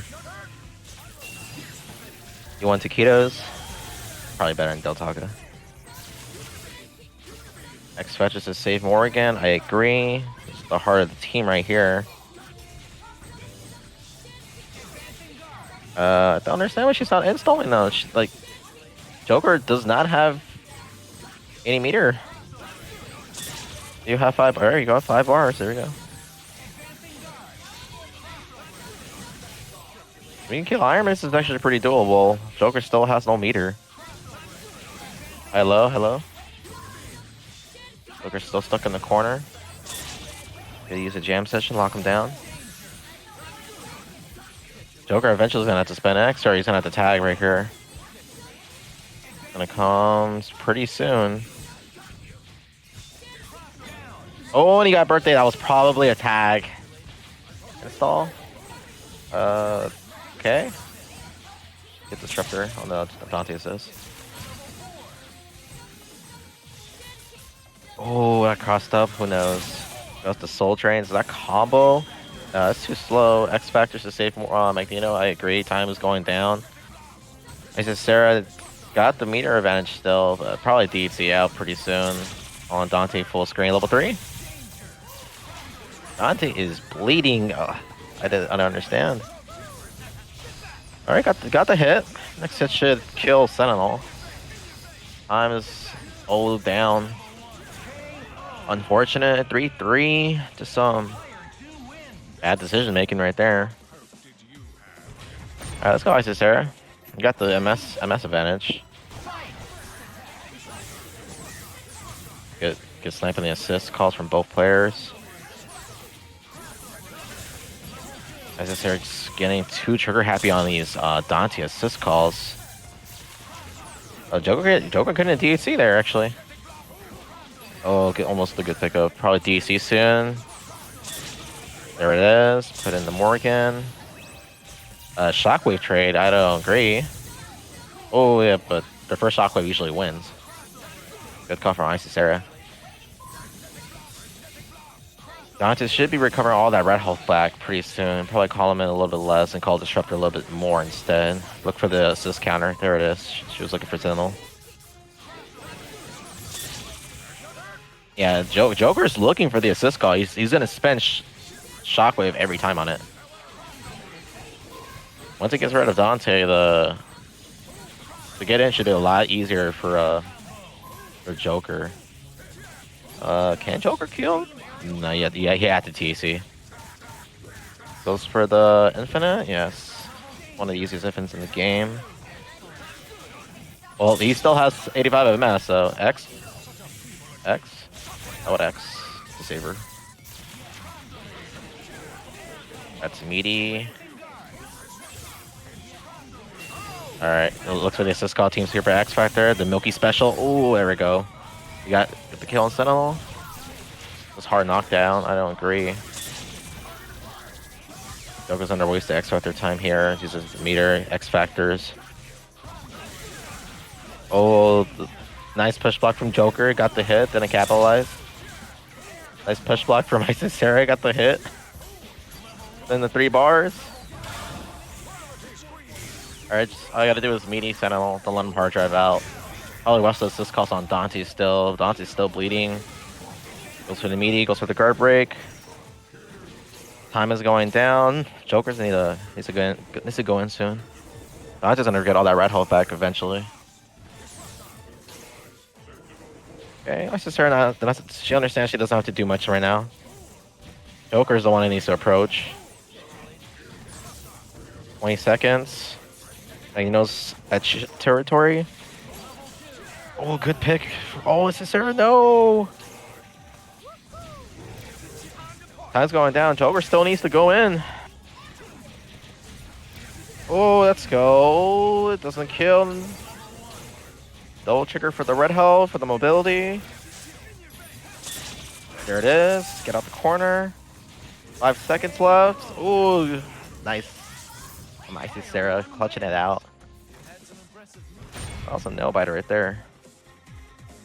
I guess that's Isicera. Joker, he had the reads. He was getting the punishes. That's how it goes when Kenny is swinging at some folks. But looks like Romora and MonkeySenpai going right into this. MonkeySenpai doing the Doom Dante variant, Team Rambam, and then Romora going with his standard Zero Doom Vergil. MonkeySenpai is one of the Zero players who seems pretty willing to adjust and change his team composition depending on the matchup and how he feels about how the player likes to approach it. Oh, if you get that hit on against Monkey's team where it's a throw, it's worth investing the X Factor to get rid of Zero because his other 2 characters are not as terrifying as like a Vergil or a Zero. It looks like MonkeySenpai is going to be able to kill off Zero here. Doom has lost the vast majority of his life, has to eat the mix-up, and is within chip range. Immediately needs to use photons, and the Buster catches. Oh, can potentially hit Vergil. Decided to be conservative, not overinvest when Vergil, a drop there may have meant Vergil came in more safely. But MonkeySenpai blocked in the air and was blocking one way, and then he got to the ground and Vergil was on the opposite side of him. That mix-up, the unintentional mix-up is something else in that way. Photons coming out, but so many Helm Breakers here. Romora going for them, but apparently was not ready for the boots to hit his face. MonkeySenpai going up 1-0 against Romora. Nice work, MonkeySenpai. Immediately going back into it. Romora, no adjustments, is going to get back into the game. He has a good game plan. He knows how to fight. But it seems like this use of Plasma Beam by MonkeySenpai is one of those things that needs to be respected because we don't see a ton of Zero Beam out there, but Zero is an obnoxious user of Plasma Beam, of Unibeam, all of the different good beams in this game. Zero can do something terrifying with them. And Arthur Dagger is included in that, of course. But getting those level 3 busters, both players are well within the range that like a really good chip string would take off the majority of their remaining life. Oh, and MonkeySenpai feels that, uses the jam session to get the pressure and throws out the buster. Doesn't care if it's hit or block, he just wants to make sure that Zero stops existing. Great blocks on Romora's part, but doesn't manage to get the confirm off of that crouch light. Fortunate for him, especially because now Zero's still alive, so Genmu's active, and the Busters are going to get a little bit of hits, but Plasma Beam off of the Sphere Flame bounce is going to be enough. Thank goodness they buffed Sphere Flame from where it was in Marvel 2. That move used to be incredibly sad, and now it is incredibly reasonable. MonkeySenpai with the correct air S into killing Doom and Vergil. The best way to fight Vergil is not fight him. Kill him while he's in assist. Someone summons Rapid Slash, kill it, get rid of that character. Looks like, or X Factories, that MonkeySenpai is a player who has beaten a variety of really good folks, so just because we haven't gotten as much of MonkeySenpai on stream as we have Romora, oh, and we're gonna have less of MonkeySenpai on stream at the moment. His team is getting killed, both Dante and Zero going to be evaporated. Romora does not want this to be a 3-0, but the foot dive is enough to get things started for a moment, not enough to finish them off, and now MonkeySenpai has used his X Factor, only has 2 meters available, and needs to deal with Romora's full team. This is a terrifying situation to be in.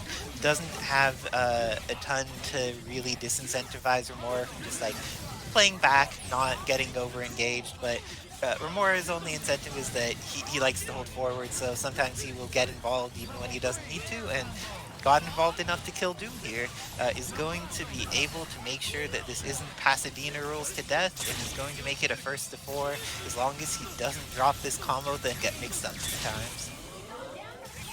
Looking good for Romora, going 1 to 2 against MonkeySenpai. And let's see, those types of games happen. A happy birthday happened. MonkeySenpai never got to use his Dante, and then tried to make everything happen with Doom. Let's see if it was just like sometimes those games happen, or if Romora has made those adjustments and now has that read on what he needs to do to take MonkeySenpai out. Level 3 Buster. It looks like this is going to be the end of MonkeySenpai 0. Romora has been pretty good with these kills, and Doom's incoming is not going to be okay here. Just because you could hit someone with a 0 incoming mix-up does not mean you could block a 0 incoming mix-up. That's not how life works, unfortunately. 0 players also just as mortal as everyone else when it comes to blocking his mix-ups.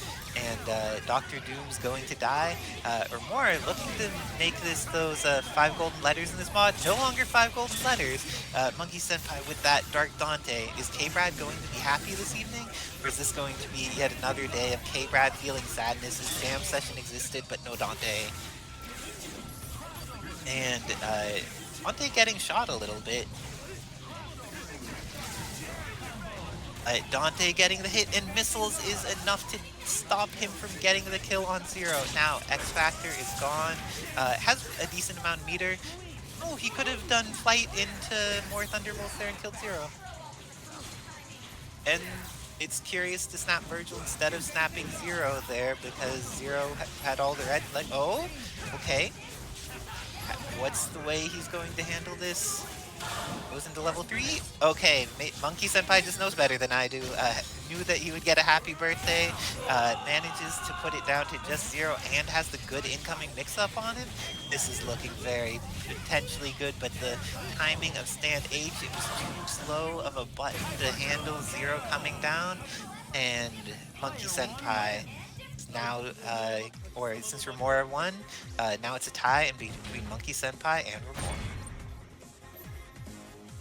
Also, if people like investing, I see that investing is going on in the chat. Use those channel points, whether they be IRL or from the evidence. Just use it and say what you think is going to happen with this Romora versus MonkeySenpai match. And MonkeySenpai able to get this momentum because he's 0. He may actually be able to build up enough meter here with an assist.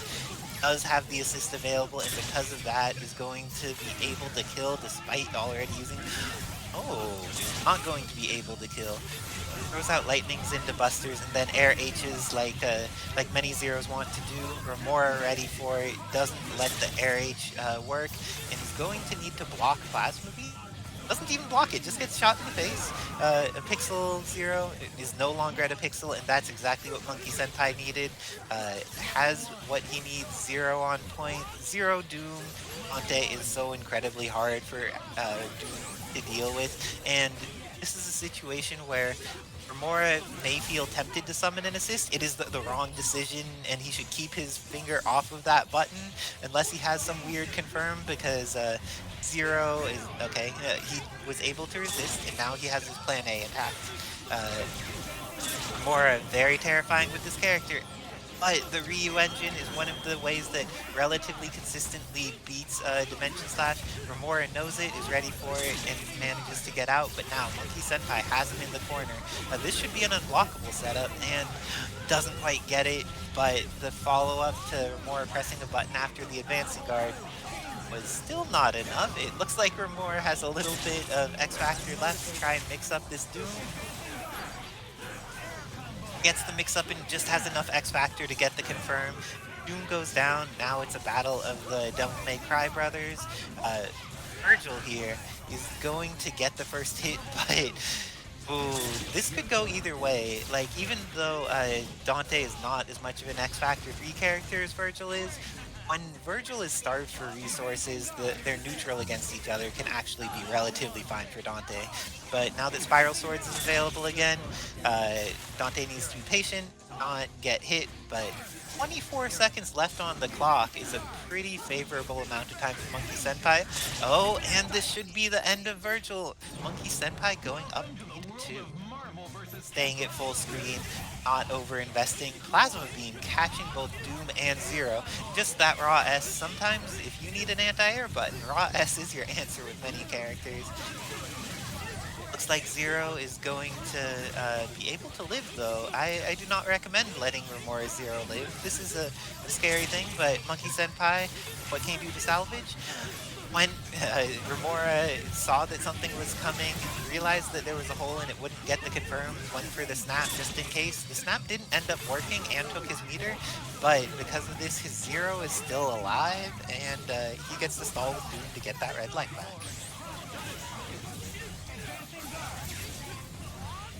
And 0 getting this hit for MonkeySenpai, even though Romora was able to stall to get red life back with 0, is still going to end up losing Doom, and in a way that gives MonkeySenpai a very ideal incoming mix-up against 0.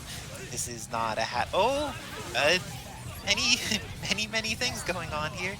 That was an amazingly timed, like, I would have had a hard time tagging there if I were Romora. It seems like he was able to find a way to end block stun very quickly. I'm not sure if he was able to land a cancel or something, but now MonkeySenpai has the Sogenmu for the incoming mix-up. Gets it successfully, gets Vergil knocked down in the corner, and has the confirm. If he doesn't drop this combo, he's going to send Romora to the loser's bracket. Getting taught by this monkey is exactly what's needed for Romora today, and MonkeySenpai goes up 4-2, taking the set. Congratulations to MonkeySenpai, but this is not going to be the end of Romora. You're going to see him in loser's bracket. There is still plenty of amazing players down there. In losers, we have Rambam. Exactly. That is very impressive. I will have to pay attention to those color schemes as well from Yullizhez. All right, strapping on the swords. You do not get to play neutral Isicera when Vergil has swords. Vergil just controls the neutral 100%. Ooh. True. I'm going to have slight bias in this only because of outfit choices, because I love the Artistikk's color choice overall, but I feel like Pink Doom, this is not the right home for him. Like, the other characters have like these rich reds, and this is what happens when you don't have color synergy. You drop your combo, and then the jam session kills you, and you have to get a 0 incoming mix-up with your anchor, and you don't block it, so... Yeah, that can happen. The Power Rangers strategy just does not pay off all the time, you know, switching those colors up, getting all those different colors for the team. This does not always pay off, and Strider is going to go down, but still got to deal with Vergil. Once Vergil's down, then you only have Doom, which is much more manageable. So let's see. Oh, and that Dimension Slash is sometimes exactly what's needed. Artiztikk may get the momentum here, has round trip on deck, has the hit on Dante. Would you just kill through an order? I think I would snap still. Yeah. Going for the snap? Okay, like that. And that Oh. agreed. Ooh, very nice Oh. mix-up by Artiztikk. Didn't quite get the confirm, but the first part of that was very nice and is going to have access to his own Spiral Sword. Goes into Blistering, not even letting the spirals go off, and then Blistering confirms there was not a proper respect by Yullizhez of how dangerous Blistering Swords would be there. Because of that, now needs to try and fight this out with Dante and I'm gonna step off for just a second. Sorry, I have to handle something, but I'll be right back. Hold it down, I said. will do. Good luck to Goken Respect and whatever he's up to. And Yullizhez is going to need some luck right now, though, because he has no life on Dante and gets hit by that Crouch Light, losing the last bit of it. Artiztikk going up 1-0, showing that maybe the Bubblegum Pink is the answer. I feel like the Bubblegum Pink is right for some other situations, but looks like he's saying it is right for my team. I have these color choices, and this is what's up. Gets under with the Buster, though, and is able to dodge. This is going to turn into pressure.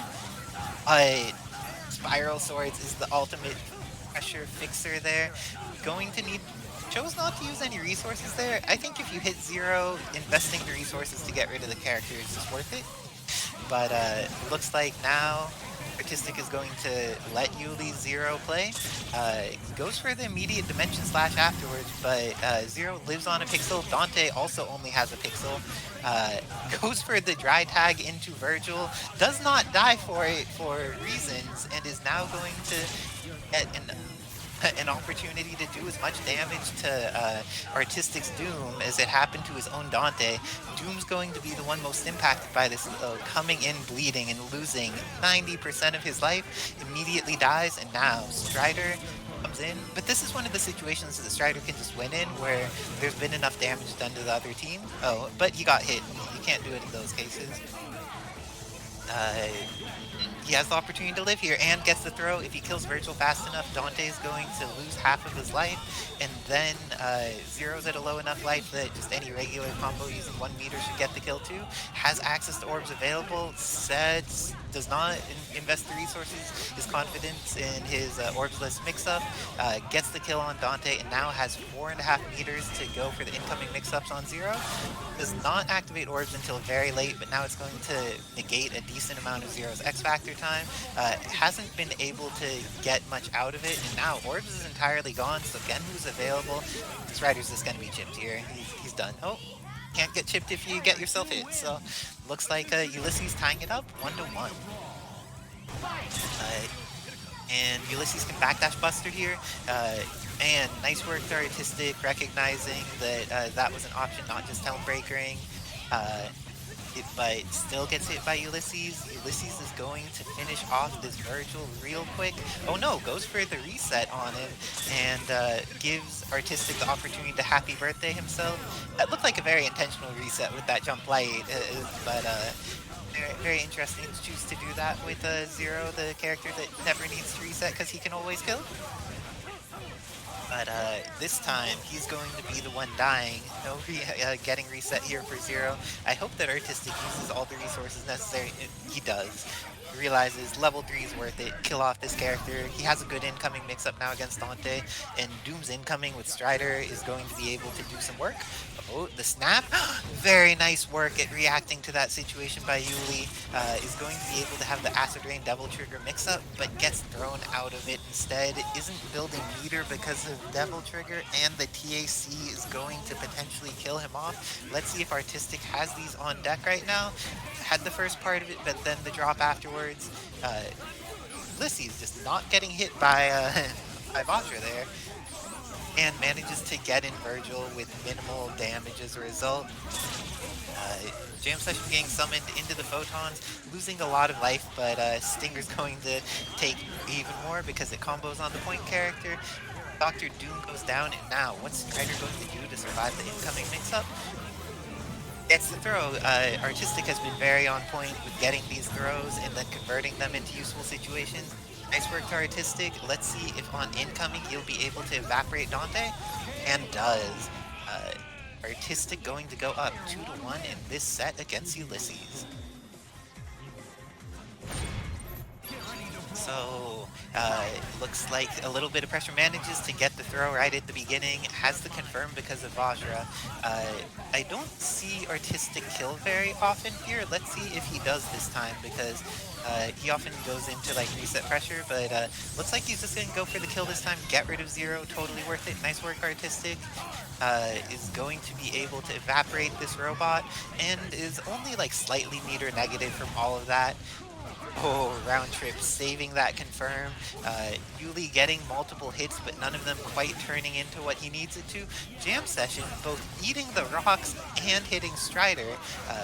Quite some hitboxes that this Demon Hunter has. They may be slow, but they are pretty enormous. And slow is the problem there, though, because if someone's pressing buttons in your face like Doom, you need a faster thing to compete with it, and Dante doesn't have it. Yullizhez is going to lose Dante, but he could still come back on this entire team. One good Helm Breaker into everything. Managed to block that entire incoming situation, got the tech on the throw, and is going to be able to get the punish. Artiztikk has no meter for orbs if Doom dies here, and Doom is going to die. Oh no, Doom's going to get snapped here. And Spiral Swords gets activated, managing to survive the incoming mix-up, but not the round trip afterwards. Spiral Swords is, oh no, just double trigger, goes on, has the mix-up on Doom, drops it, but now Artiztikk no longer needs to worry about getting chipped out, just about getting mixed up. He didn't worry about getting mixed up enough because Yuli got the hit. Is going to be able to build enough meter here to go for the kill, and with that, oh, you didn't need it. Lunar Phase does ridiculous damage on itself. So, powerful work there. Remember, folks, kill Vergil. It is worth it. This is a character that is worth killing. Yuli being like, whether he's on point or as the anchor, is still worth killing. Investing those resources right away. Zero is probably going to need to deal with a TAC here. Oh no, is Doom going to build enough meter for the kill? Oh, I thought there may be a little questionableness there, and it looks like Yuli was ready for it. Gets the mix-up on Strider as well, and leaves Doom in the anchor position, so Vergil isn't going to be able to just like drop X Factor 3s easily. Nice work to Yullizhez, killing off the ninja to the best of his ability, and the best of his ability is enough. Incoming mix-up available on Vergil, who doesn't really have the resources to get around his own Rapid Slash, and with that, Yuli has all the momentum but drops it. X Factor 2 Vergil is still terrifying. Oh, and now he's back into the anchor position. Even though Artiztikk doesn't have him as a primary anchor since he runs him on point, still a character that is worth being terrified of. Spiral Swords is going to hit Dante for a bit, but now resources are, both of them are just at one, but the rocks let the confirm happen for Artiztikk. Breaker works. That was a questionable thing by Yullizhez, wondering if he was attempting to like airplay or something to deal with zoning, but then it just didn't come out because the teleport. Looks like Dante is going to die here, but Dante is not going to die here, and Doom is going to get hit. Everything went wrong for Artiztikk there, but let's see, everything went right for Artiztikk there. He got the air dash down forward medium, and now has an incoming mix-up on Dante. X Factors available to avoid chip. Using those photons now is looking pretty scary. Only has a couple of things to disincentivize. Yuli's going to have the opportunity to double trigger, and now Thunderbolts are going to be potentially influential in this matchup because he could chip out so much of Doom's life during just this X Factor, or kill. Confirming off Thunderbolt into kill works too. And Yullizhez going up 3-2. Is he going to be able to take this match, or is Artiztikk going to make the changes that are needed in order to confirm here? Buster's doing some work, but looks like both of them are getting the opportunity to play this game. Zero is not going to die here unless something very good. No, it's a reset. This time it's enough though. What is the incoming going to be? He has just a regular round trip, no cross-up going. Nice job being patient and not overcommitting in a situation where Hammer could catch him. lots of extra hits, but Yuli willing to swing when he sees Strider there. I'm curious if he just like knows that the buttons are going to win, or if he just like is willing to swing regardless. But gets the hit on Vergil, and I like this X Factor, especially because since Vergil's in Devil Trigger for most of it, he built essentially no meter, and now Doom only has 1 meter to do neutral things with, and that's not it. So this is going to be no orbs for Strider most likely, unless Doom does some serious work to make it happen. And Yuli getting that hit is going to go for the fake TAC reset, be able to not get anything off it. Nice work, Artiztikk, not biting. He's not just like ashing mindlessly during hit stun like many folks do. And that S against Strider forces Artiztikk to use the meter. He wants to protect his homie. Make sure, regardless of whether you are a dictator or an interdimensional god or a demon hunter, you need to protect your homies in this game. It is incredibly important. Do it in the game, do it in life, take care of your friends. And Vergil's going to die. This is a pretty okay situation though, because Doom needs to eat a mix-up and didn't need to eat a mix-up. Dante is going to get caught by the photons, and Legion misses because Legion has some challenges as a move. Very nice block, but didn't block once he got to the ground. Artiztikk is looking to tie this up 3-3.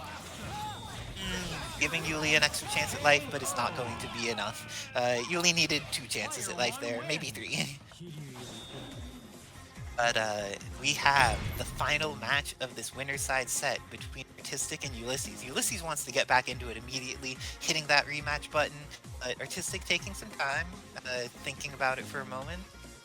Let's see if he adjusts his playstyle or anything to try and optimize for fighting against Yullizhez, or things worked last time, just keeping things, making sure that make the good decisions he made last time. Oh, gets caught by the Hodengeki, and then blocks correctly for the Tiger Knee medium lightning. Following up with the Helm Breaker, isn't going to get the combo, but is going to get the opportunity to play, and getting the opportunity to play is much better than just dying to 0. The lack of meter available on Yullizhez' side is pretty influential. There's a lot of things that Sugeki would have just turned into death there. Spiral Swords is going to catch 0 here. Can't swing on Vergil in those situations unless you have a hitbox already inside him, or one that's just like huge enough to get through that. But looks like Yullizhez is going to have to do this with his Dante Doom. Goes into Rainstorm. Yullizhez has been very prevalent with when he does that. He does air dash back into heavy. I'm curious if he's making the read that they're going to go for a forward roll towards the corner.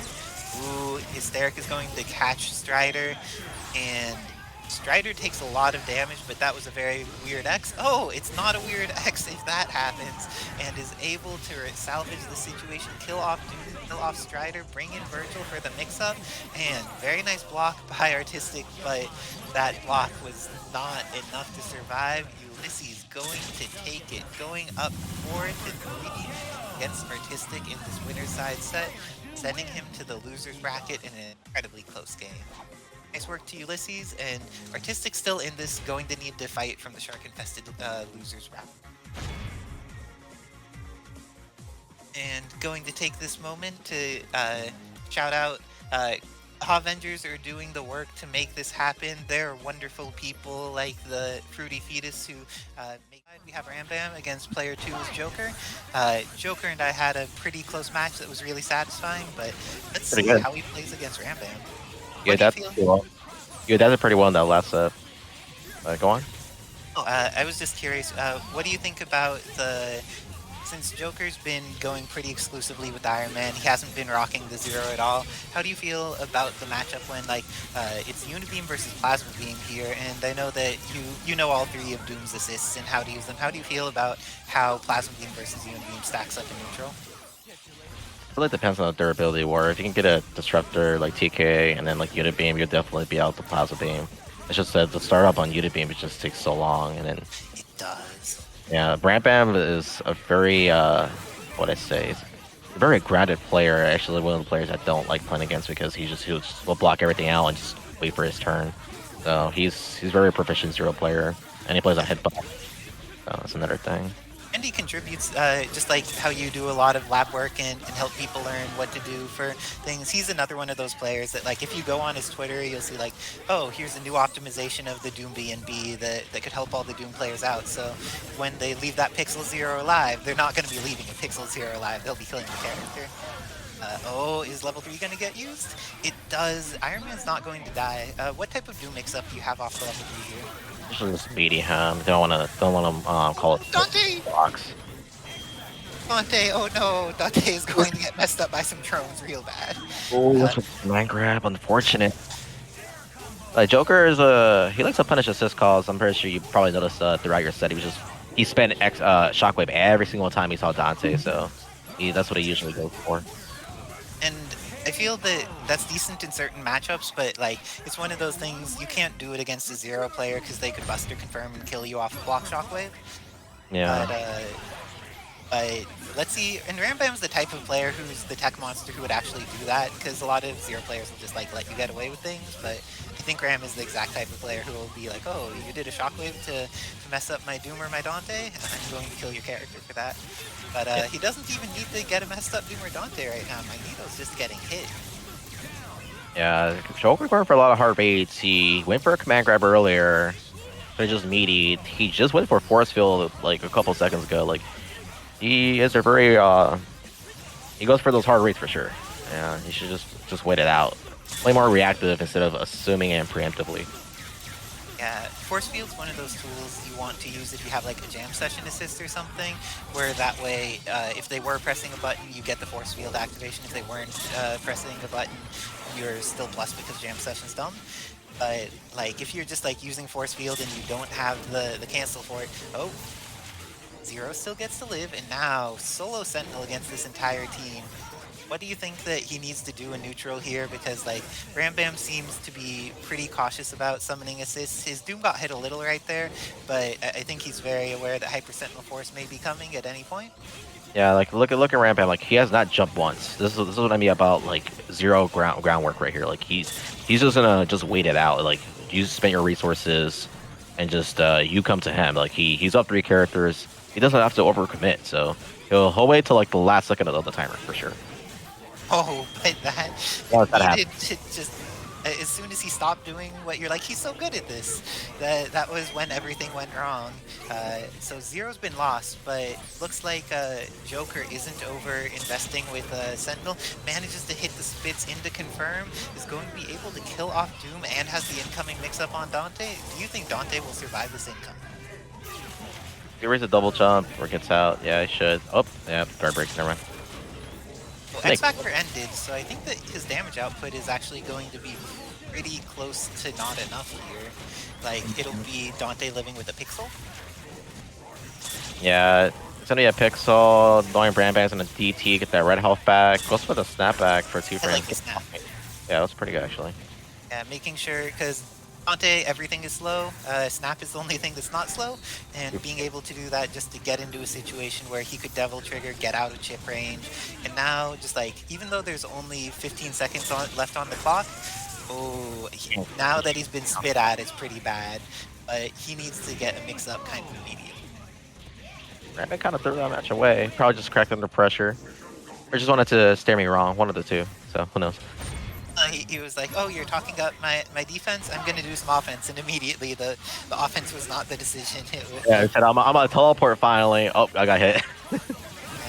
But this is example to everyone. If DXP compliments something about your play, do more of the good thing that he says you're doing well. Like, some people talk shit a bunch of the time, but when people say you do something well, make sure that you leverage the areas that you're a strong player, because everyone's strong in different areas, and you want to make sure that if you're extra scary at something, you make that, take advantage of your opportunity to kill characters with it. And looks like Rambam taking care of his opportunities here, getting rid of Magneto. Iron Man on incoming is going to be hit by the second layer of the mix-up. Rambam just too strong with that Zero Sabenu, but even with the drop is, all part of the plan, turning that combo into a happy birthday. It was a read, it was calculated. He knew. All part of it. And Sphere Flame, X Factor Sphere Flame is one of those moves that does so much damage that just like the speed at which the health evaporates is Yeah, it's ridiculous. Joker approaching a little bit more now. Yeah, I think he's aware that like when Rambam is full screen and has Buster Charge available, he could just kind of be patient with some Buster releases with a Plasma Beam here and there, and that like he could reaction deal with a lot of the things that Joker does. But Joker getting almost the confirm there. If he had killed Zero, that would have been exactly what he needed to get the real advantage in this match. But now Magneto's getting hit. Rambam has all the meter he needs. What a teleport. This time I worked out for sure. Like, you see, like, the scariest Zeros to play against are the ones that hold Buster the longest. The ones that just shoot it, like, once they get level 3 Busters, those are the ones you can kind of raid more and be more predictive. Yeah, I feel the... Oh, that was a very strange decision by Rambam. And Joker making sure the strange decisions are punished is going to get the kill on the character. I feel like the strongest Zeros are the ones that they both have a good balance of being patient, but then also know when level 1 or level 2 Buster is going to punish what somebody's doing. So they're both willing to like hold on to level 3 to access his power and dominate neutral, while also having the ability to use the lesser variants of it when they're the right tool to use. Yeah, so Rambam's gonna try to find a way to get Zero back in, probably DHC or maybe look for a tag safely. He's got the X Factor advantage right now, so Joker eventually is gonna have to go in. Those jump mediums, though, if there had just been a confirm there, would have been the end of Doom. But now, I assume that had been a heavy hot on Geki, but it just didn't end up quite working out.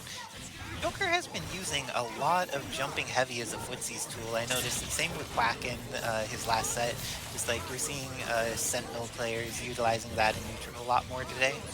Yeah, that's nullifies projectiles. They've been using jump H onto S. You know, it's a good poke and for the air to air. You know, just to keep the opponent in check.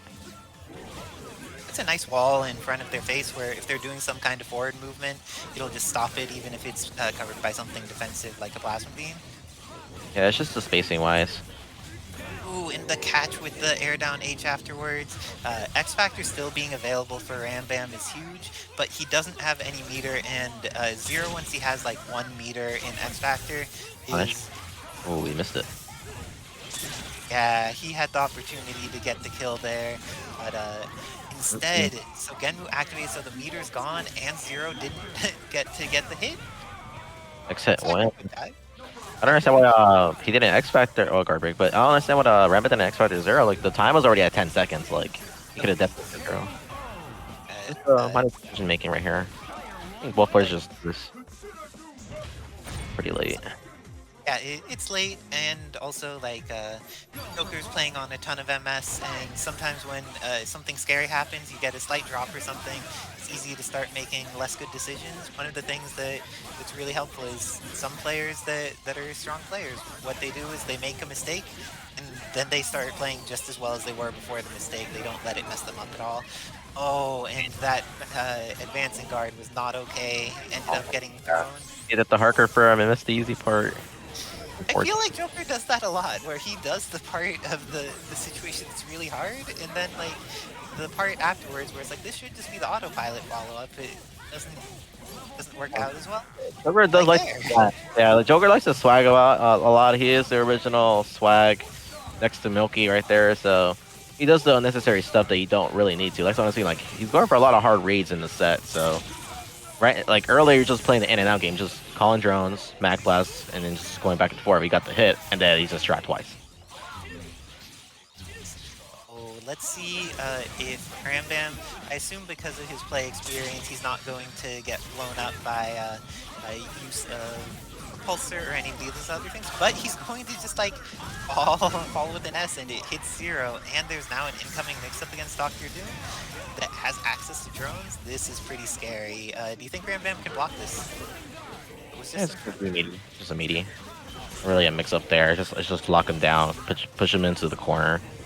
And make sure if he tries to air dash up or foot dive that you punish both of those options, assuming that Rambam's going to be more of a buttonsy player. I think that the type of player that Rambam is, he doesn't press a ton of buttons, so I don't think that specific type of mix-up is that solid against him specifically as a player.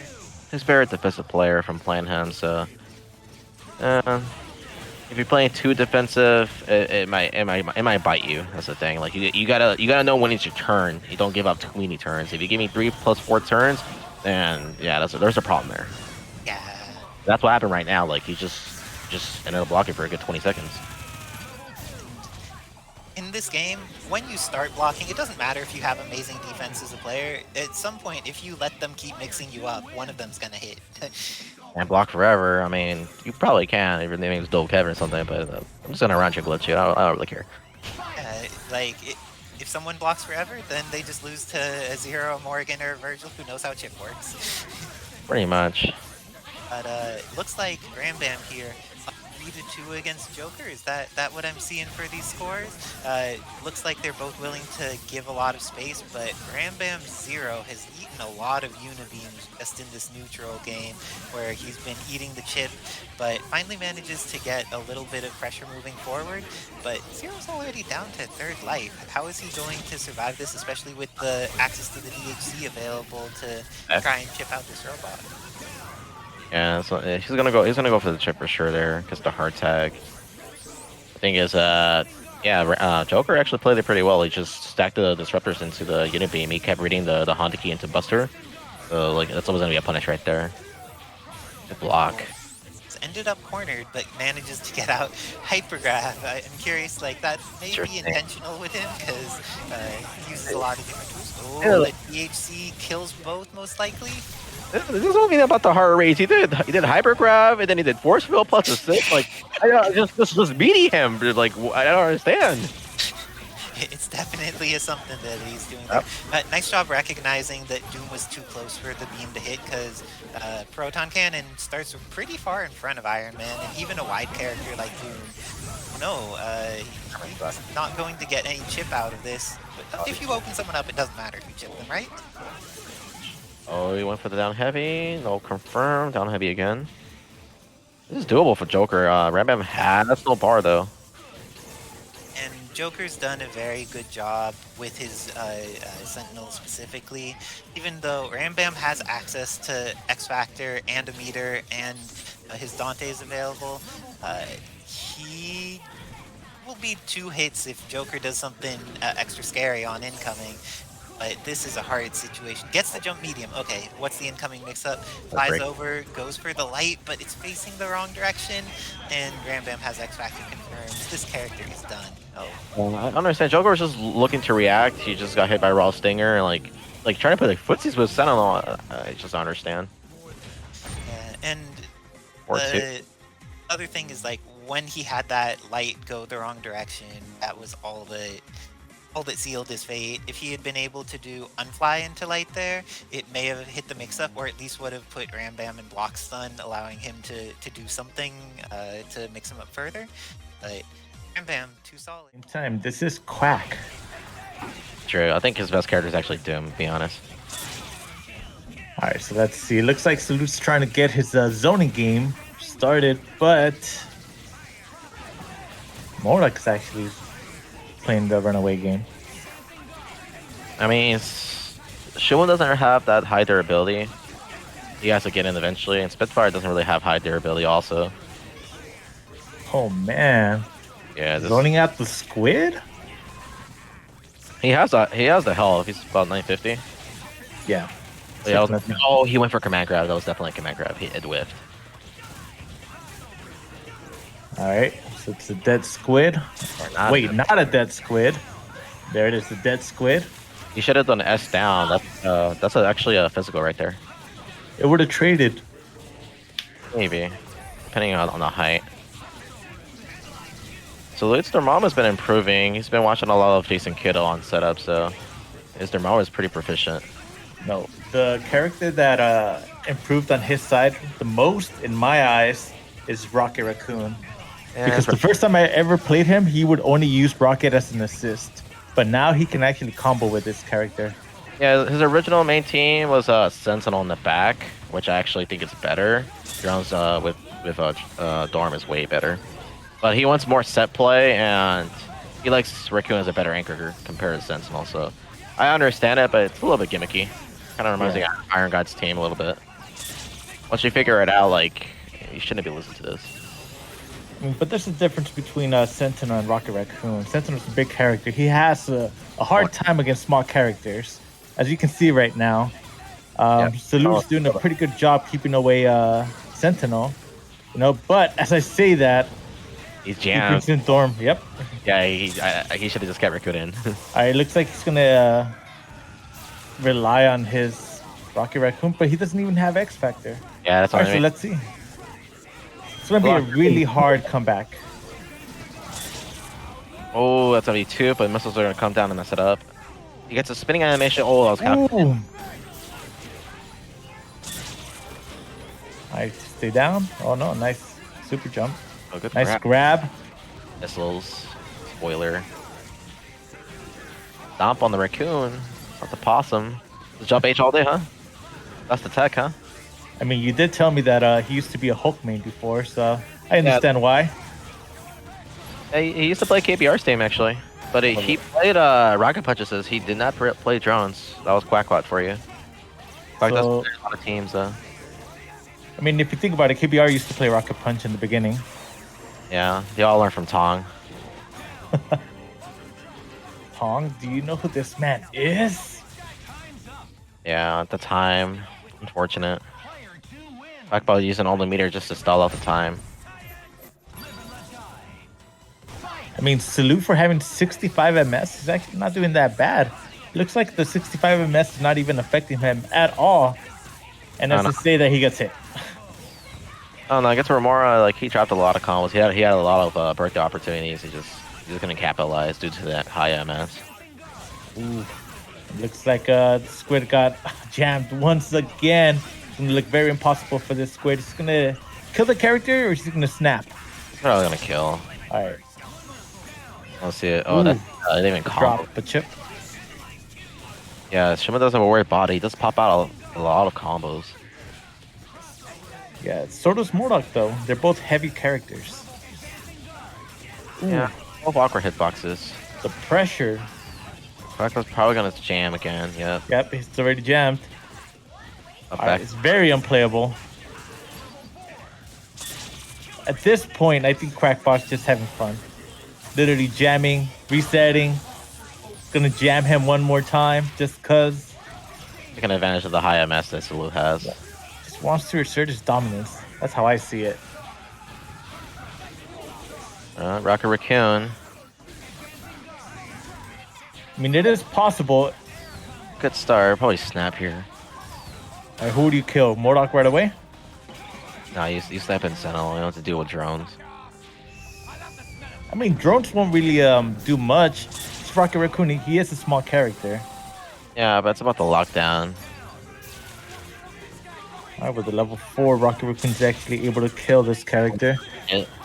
Ooh, good X Factor cancel. Should be able to kill MODOK, but unfortunately does drop it and actually pick them up once more. Actually, he's able to kill MODOK. Alright, let's see the setup. Hard drive, that was a cross up. Good stuff from Quackbot. That was a good X Factor. Using the down 8 and nullify the projectiles from lockdown. Yes. Quackbot does play Raccoon, so he does have experience on this character. Quack plays every character. Yeah, you're right. He said, ran them all, first at 3, $100 Romora. Romora's like, nah, man, I got a duck. Yo, who made that meme? That picture of the clown and... From the It, and it shows Cannibal destroying Romora. Yeah, dude, that's hilarious. I think it was Corky J, actually. Oh, Corky, you would do Romora like that? Man. Corky is savage. Alright, it's just gonna be zoning out of here. Got sandwiched by the missiles. Alright, looks like he's gonna jam him. Yep. Of course, let's go for the jam. Should he be able to kill? He did. Oh no, he actually did. I'm surprised. I'm used to seeing him jamming people just because I block low. And there's no no point in jams. You just go for the kill. Ooh, baby legs. Yeah, I think solution is X Factor MODOK. I mean, this is the main problem. The heart of the team. Yeah. Every time I have to play Quack and he uses MODOK, I have to kill MODOK right away. Yeah, pretty good. MODOK is it's a big. castle for my team. Ooh, he's gonna be able to X Factor. Ooh my God, he actually is gonna let the what? Oh, nice grab. That was a good punish. Salute got a chance here. All right, should be able to kill Sentinel right here. Oh no, not really. Oh, he doesn't do enough damage. And Quack was gonna tag. Well, Nah, he's not. It was on a tag. I'm pretty sure. He's not gonna office tag. He's never been to the office, so why would he? Quack does his office tag. I got a better matchup now for zoning out. Ooh, good block. I don't like Spitfire. Log Trap would be a lot more effective here on against the MODOK. Oh, nice volcano. Oh, nice block. Just double overhead. Tried that shit light. Ooh, I actually thought he was gonna get a happy birthday right there, but unfortunately, Dormammu was gonna die right now. So it's gonna be very hard for Salute's Rocket Raccoon to come back. That's the meter advantage. Yeah, Quack's not even gonna deal with it. He's gonna just tag out. And Quack recognizes that because the time's going down, so he might just win from life lead. Salute actually needs to go in. I don't understand why Quackbot's going in. I mean, if Quack wants to be a nice guy, he would just give him a happy birthday. Oh, never mind. He just mash crouch light into rocks. Oh, we got our birthday now? Oh, he skipped out. He can't kill, it doesn't matter. Nah, it doesn't matter. Yeah. Why we don't play Anchor Raccoon? Yeah, he's just on the tag. Damn, office tag. You're right. Feel like if you had Sentinel, oh no. Been telling him to go back. Maybe he's trying to play Strange also. Okay. Good stuff to Quackbot. Convincing 3-0. Salute with the 65 MS. Isicera, we're waiting for you to come back so you can relieve us. Yeah, I'll probably just do like 2 more matches and chicken on. Yeah, you're right. Yo, what's up? Oh, thank God Quack's here. Actually, I'm gonna get off and hit Whoa. You can take over. Actually, I appreciate No, it. no. I was saying what's up, man. Yeah, but I was gonna get off. Actually, I was. Next time for sure, I'll appreciate do some commentary with you. Next time. Much love. Right. Sneakiness. Oh, he's gonna off. I thought he was gonna stay. What the hell, Quack? You can never predict what Quack does. It is scarily wondrous in that sense. So right now, Isicera and Jibrill are starting to go at it. I know we skipped a few Marvel seconds. Yeah. It looks so much that Isicera definitely controlled the match and took Jibrill to give him a chance to take out a fight. She's not bad at the Magneto mirror. A lot of experience. He's really strong with Magneto, but the thing is, the way she approaches it doesn't necessarily mean you're going to get an instant kill. So you usually against Isicera, you get one chance of a survival against more mix-ups. At least. Everything else then, but she's really good at getting the hit. That's what she compensates for. Yeah. But right now, Jibrill manages the first kill, so it's going to be very interesting to see how Morrigan's going to deal with the Magneto. And also deal with Phoenix going to be eventually dark. As long as you have Morrigan, X-Factor into Shadow Blade, into Soul Drain, that's really all you need, to be honest. Not when you have 2 other characters on deck. So she has to get past the other 2 first and have to keep Morrigan alive. There's always that chance. Isicera needs to watch on these assist calls. Throughout today, her Dante's just been getting punished every single time. Yeah, a lot more than usual. I mean, she's usually willing to throw it out just to make sure she can just continue to apply pressure. Her Morrigan solo is a little weird, to say a little bit of my understanding. Yeah. So having a Dante assist is more essential to her game plan, just to make sure she keeps pressure on. She's not like Christie where she's just all over the opponent and how she plays. Yeah, her Morgan's probably her best character in my opinion. You got to keep her alive. And it's a very careful style of play with her Morgan. Yeah, I like watching high Morgan gameplay. I watch a lot of RF. I watch Rockwell when he doesn't like to duck. You know, he should be in the chat right now. Dylan's Dylan also from NorCal. And I really hope I can play Rock mode again in person. Well, I'll be a while, so. I think my best chance is what X Factory if he decides to come down again. Maybe. I know he's been busy doing other stuff, IRL. So Yeah, I get it. we'll see. We'll see where Raccoon plans to come out again. He did really well at the X Factor. He beat Artiztikk and he beat Chris G. And he shut off a lot of tech that a lot of players should really capitalize in learning.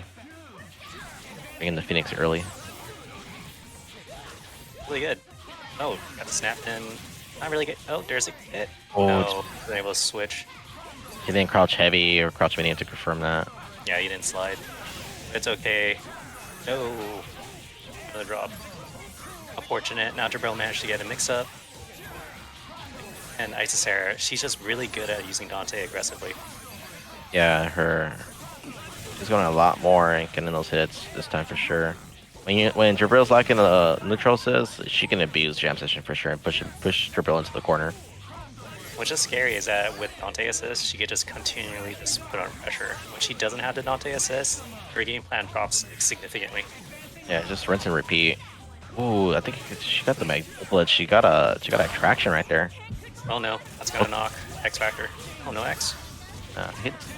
If you're close enough to the corner and you get the burst from it, it's a full combo every single time. Now you X Factor. Yeah, you just want death now. This is gonna be rough. So you blocked the first one, but she didn't block the second one, and you got roasted. I think she tried to push block. I think I saw a crouch light there. Maybe she could have the X Factor, but we'll never know now. Yeah, feathers are too difficult to see, like, on the spot. Oh, first hit. Oh, what an anti-air dash under Jibrill. Second hit in, Jibrill takes control of the match. This Dante is probably gonna die. I'm sure Jibrill isn't the type to want to keep characters open with a combo. He likes the TAC. Jibrill does have the Morrigan infinites for some reason, so he does have a pocket Morrigan. Yeah, but he's always going for a way to kill, so it's just guaranteed that he's gonna try something. Alright, Magneto's bleeding too much, so he shipped him back to the other Morrigan. A little bit more healthy, but she lost some red life because she took some hits earlier. A lot of people hate watching this mirror. I actually prefer watching this than Zero Mirrors. I get to see the interesting patterns they like to go for, what their soul drains are looking like. And like, I agree with that. Yeah, so like this is to other people it might look boring, but I don't know, this high zoning level plays for me. The only thing I don't like about this is you're basically watching pinball if someone gets touched. So it's choose your poison. Watch someone just get zoop zoop, or watch someone just get pushed around like a pinball. Pretty much. I mean, you gotta pick and choose your preferences. Alright, there's a hit. Is that gonna kill? No. Zero Mirrors are quicker. Yeah, I mean, Kinda. Buster Lightning just pray for a hit, I got the hit, okay. With Morgan Mirrors, like you gotta choose your patterns. You gotta like check the life lead, resource management. Do not burn axes. There's a lot of factors to it. And usually most of the time isn't like a free incoming mix-up to see what you can do. Usually a lot of patience. Thinking about the long game at the end of the game. Clockwork mirrors or more. Oh man. It'd be funny if the still play this game seriously. He's down at NorCal. I think he's been playing against Clegg Madness on the side, and No, he's SoCal. is he back in SoCal? He's been in SoCal. Oh, I didn't know you moved He's back. he's busy with work. Work from home life, man. Oh, good stuff to Daniel Maggiano. He's working on a Project L. Trying to make sure that a really damn good game comes out. Yeah, he did work on Power Rangers Battle of the Grid with I think Shady Cave, I believe so. And that's still an amazing game. I definitely recommend giving that game a shot if you like Marvel style combat. Yeah, pretty good game. If you like playing Vergil, you can hear the Quantum Ranger say, "I need more power," And it's a lot more balanced because they have a shot to make it balanced. It took a lot of influence from Infinite and Marvel 3 to make that game. Forward, back and forth, flights. Oh, Ooh, what you gonna do? that's gonna be a hit. Ooh, that's dead. Oh, wait, No, what happened? what? So confused. Yeah. Oh, Okay, this might be it. One mix-up. This makes one mix-up. she's going for the chip. Yep. Oh, what? One. Oh, she won Wow. just by a pixel. By a pixel of health. That sucks. Yeah, just as a reminder, when you do draw games, they do it based off percentages, not how much actual health the character has. Yeah. Good. Oh, Ooh, I don't know about that. X-Pac. Of course, the X wasn't able to capitalize on the mix-up. Jibrill now is going to easily punish this. Isicera cracking. I think Jibrill has his motor turned on. Oh, and he goes for a dirty mix-up. Dante managed to save him, but unfortunately he gets hit again. Yeah, she went in a little bit too hard. Just got checked out, more or less. Nope. Oh, Yep. Taking care of the problem. Doesn't even mind using a meter. Pretty much just has strong confidence that he's going to build it up pretty easily. Yeah, I mean, Jibrill's not even an approach, so he didn't even meaty. He's just gonna make Isicera come to him. He has the meter assist to work. Yeah, luckily there's about 70 seconds. Ooh. It's still doable Yeah. though. Yeah, it's very doable. Probably hit Morrigan, snap, Phoenix. Going for a dirty mix-up, but it's down to X Factor, so it's going to be weird. That's going to be basically a lot of Dante's game plan. Just try to get chip. Yeah, Make sure that Morrigan pays like at least something. Unfortunately, though, went a little too deep, and Jibrill easily punishes this. oh, He tries to go for a dirty TC reset because he just didn't want to burn the meter. I don't agree with the double trigger use, but she's got to get something started here. She's not gonna build the meter to snap in Phoenix now because of DT.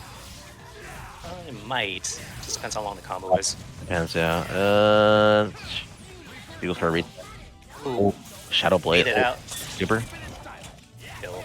She's gonna kill Phoenix twice now. Last hit, still Kevin though. Oh, the tag, yep. Want to save Morrigan. Oh, anti-air from Yep. Phil. And then the air to air. Phoenix has insane buttons, so now she's just gonna go for the kill. Yeah, super. Super. Yeah, that's gonna be it. Yeah, she burned X Factor too early. It just sucks she had to make herself safe, so. But not bad. Getting even a game against Jibrill against this team is still pretty hard. Like, it might be a side team, but he plays it pretty proficiently. Yeah, he's been at this for a while, so there's no surprise there. Yeah. Good stuff to good set. Jibrill moves on. Isicera moves down to loser's bracket. Let's see. They cry against Zero Doom Dante. That's not Rambam. It's Monkey this time, so we get the same team again. Yes. How do you feel about the this matchup of Zero May Cry versus Zero Doom Dante? Because I feel like Zero Doom Dante wins the point war pretty substantially, but that of course when you play Zero May Cry, there's a chance you lose zero and you still win the game because your plan A is intact. I feel like once you get cornered, the player playing Zero Jam's gonna win for sure. But from full screen to mid screen, there's no reason Zero Beam should to lose to full screen jam session or rapid slash. In that department, the more grounded Zero will win for sure all the time. That's why Rampant's pretty proficient, and Monkey's trying to adapt more of his playstyle into this team.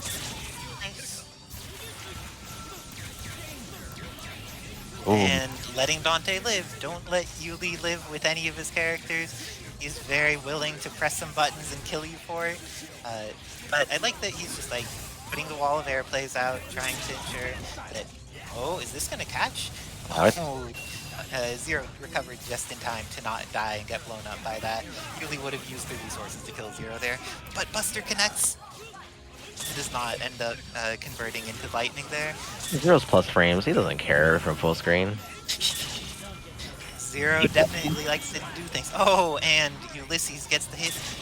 Oh, in that situation, what's the most stable way to... Is there something to do to make the super jump light most consistent? Because seeing Yuli drop that because he's out of the like double trigger that makes the conversion easier. That on 3. He's just on 70 MS. I'm just good with that. It's better just to dash up first and then go for the confirm. He was a little bit out of range, so the closer you are, the easier it should be to get the hit confirm right there. But he was a little bit off right there. That makes sense.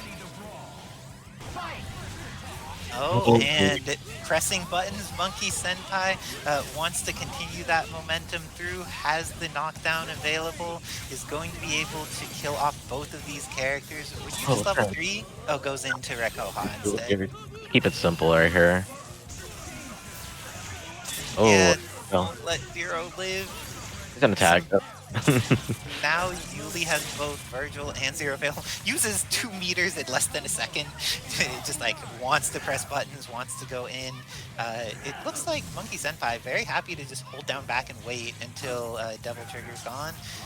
But you can't tech throws and block and do everything forever. Yuli's going to get potentially a kill here with access to the assist. Yeah, he has access to the Sogenmu combo.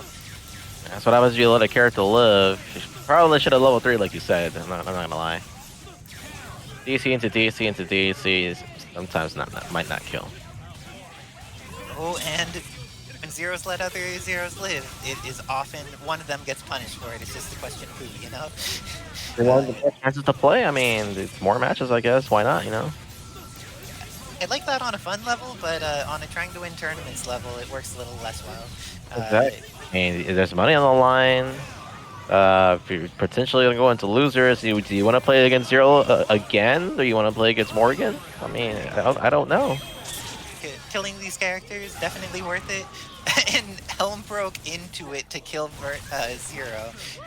I think that's pretty reasonable by Yullizhez. Interesting situational analysis, willing to take getting hit by $1 million because he knew he would get the kill on Zero and an incoming mix-up, but didn't turn that incoming mix-up into a win. And MonkeySenpai going up 2-0. I think he'll be able to do this with the Pasadena rules before Yullizhez even gets one.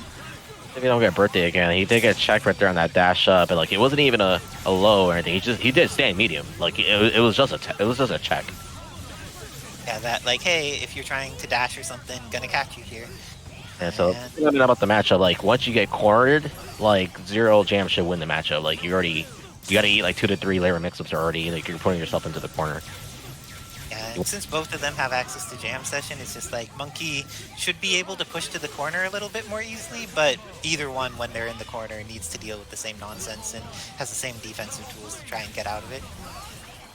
Yeah, pretty much. So this is looking like a 0 game for Yuli. This is what he needed. I don't understand on the snap. He's not playing Vergil. So this is what you give more chances to play right here. Yeah, I agree with you. Don't snap, just kill Doom.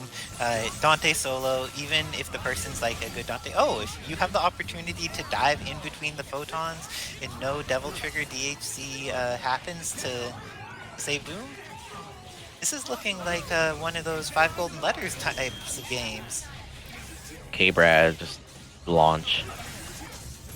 Oh, no more perfect. And this is a potential confirm with X Factor. Didn't you could have done one more Thunderbolt and then gone into the Killer Bee there? There you go. Like that. You listen to him? He's probably listening to you. He knows. MonkeySenpai immediate adaptation. Like, oh, I could kill them there. That does sound better. Ooh, I don't think this kills Dante. Oh, he's gonna DHC. Should have got a full combo. I mean, X just ran out.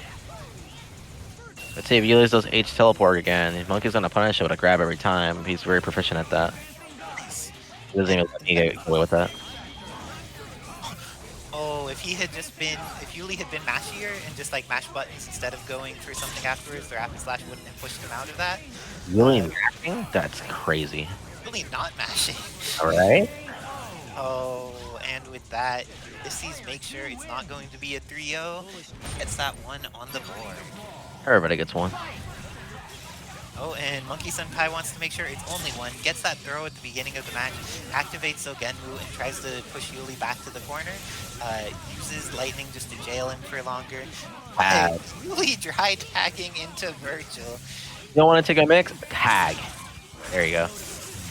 Okay, and I actually really dislike the use of Devil Trigger if you're at full screen against someone who has Plasma 0. Like, Not bad. I mean, you're not getting meter, but like the fact that you can whiff and just do judgment cuts to zone out, and just having to double jump to double wall jump to avoid all the Honekis and the chip pressure. It's okay. It's not bad. You gotta pick and choose when you want to do sword or Devil Trigger. That's the thing. Just if you only have 1 meter and you're full screen, like I feel like your Devil Trigger needs to convert into something pretty useful to be worth using your last meter. True. I mean, if you can get 0 back in, that's pretty much what it matters. 0 does build a meter for you. Oh, and 0 Heading to Sogenwu activate, has the kill. Oh no, instead has the hit on Dante, just locks him down, wastes almost the entirety of X Factor time. And Zero still gets the opportunity to play, hasn't lost his first character yet, and still has X Factor available. Yullizhez is cycling through his whole team. Yuli, if you don't stop him from doing it, he's going to make sure to get as much red life back for his team as possible. All the tags necessary, you know? That was probably a tag right there. Yo, Stinger level 2? That's the new hit, the new tech? That, Punish. went for the foot dive. And when folks see Hysteric, unless Dante cancels into Devil Trigger, you could shoot him out of that very easily. The missiles don't really have durability. Let's get hit low. Yuli up backing or something? I don't understand. Could have also been pressing the button. But Well, if Flash is red, that means it was a counter hit, and that means he was pressing something. He wasn't pressing anything there. and got the crouch light hit, but it was at the very last hit of jam session. So because of that, didn't have the opportunity to do normal confirm. I guess, what do you do with Doom there? Do you dash cancel the light, jump cancel the dash into jump light in order to confirm off jam? Pretty much. That's what Milky usually does. Oh, and Yuli getting hit here while he's in Sogenwu doesn't build meter for that, but his Zero survives, and Zero surviving is much better than building meter. What? Oh, I guess. Let me show you my Zero, he said.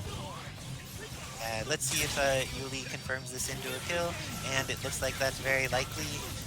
Should run out of Sogenwu for the incoming mix-up, but it's still a Zero incoming mix-up. Nice job blocking. Got hit by the Buster, but it looks like Yuli was not overcommitting there, didn't autopilot into the Lightning, because if it had been on block, the Buster Lightning would have been very bad. Oh, But, block. You saw crouch medium. It's not a crouch and hit. That was a push block for sure. Agreed.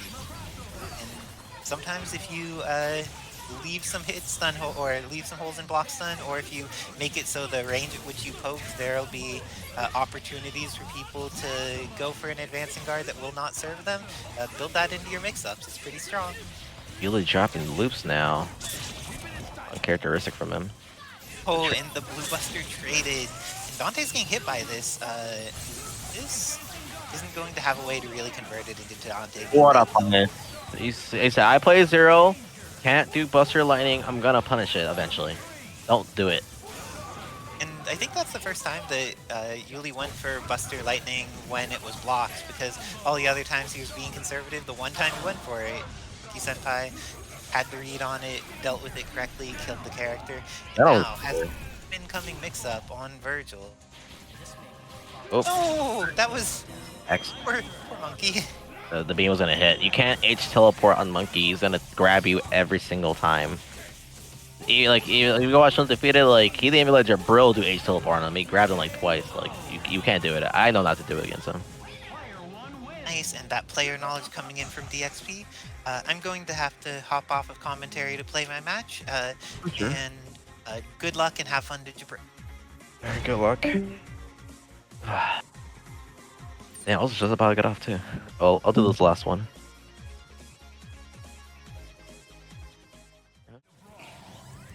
Rambam and Quack.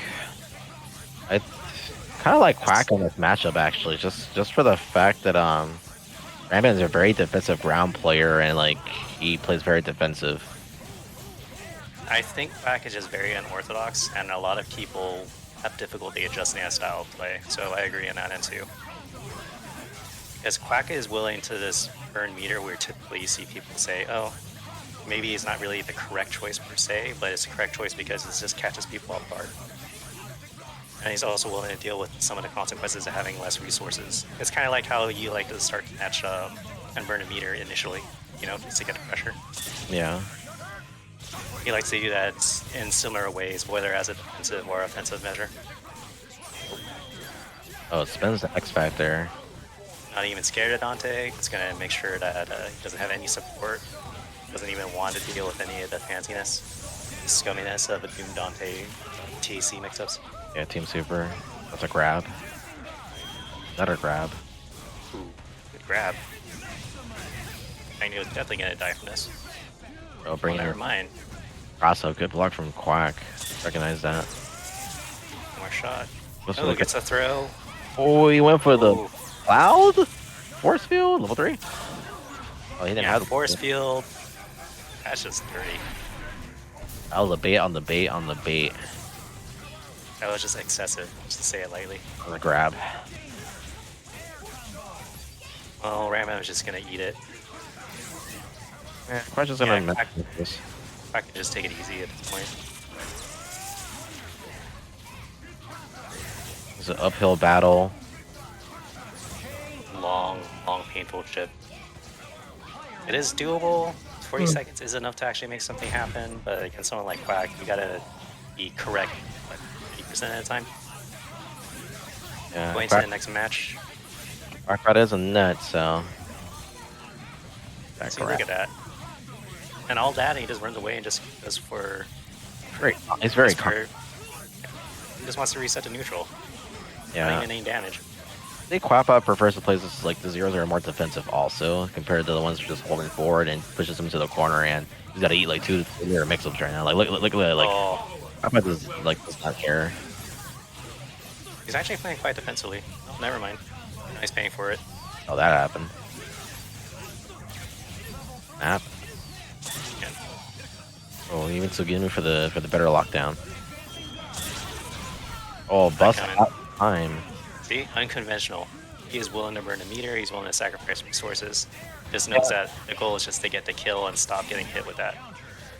And Phoenix is just an insurance policy anyway. Like, if you He can doesn't really need it. Ooh, Yeah. that was nice.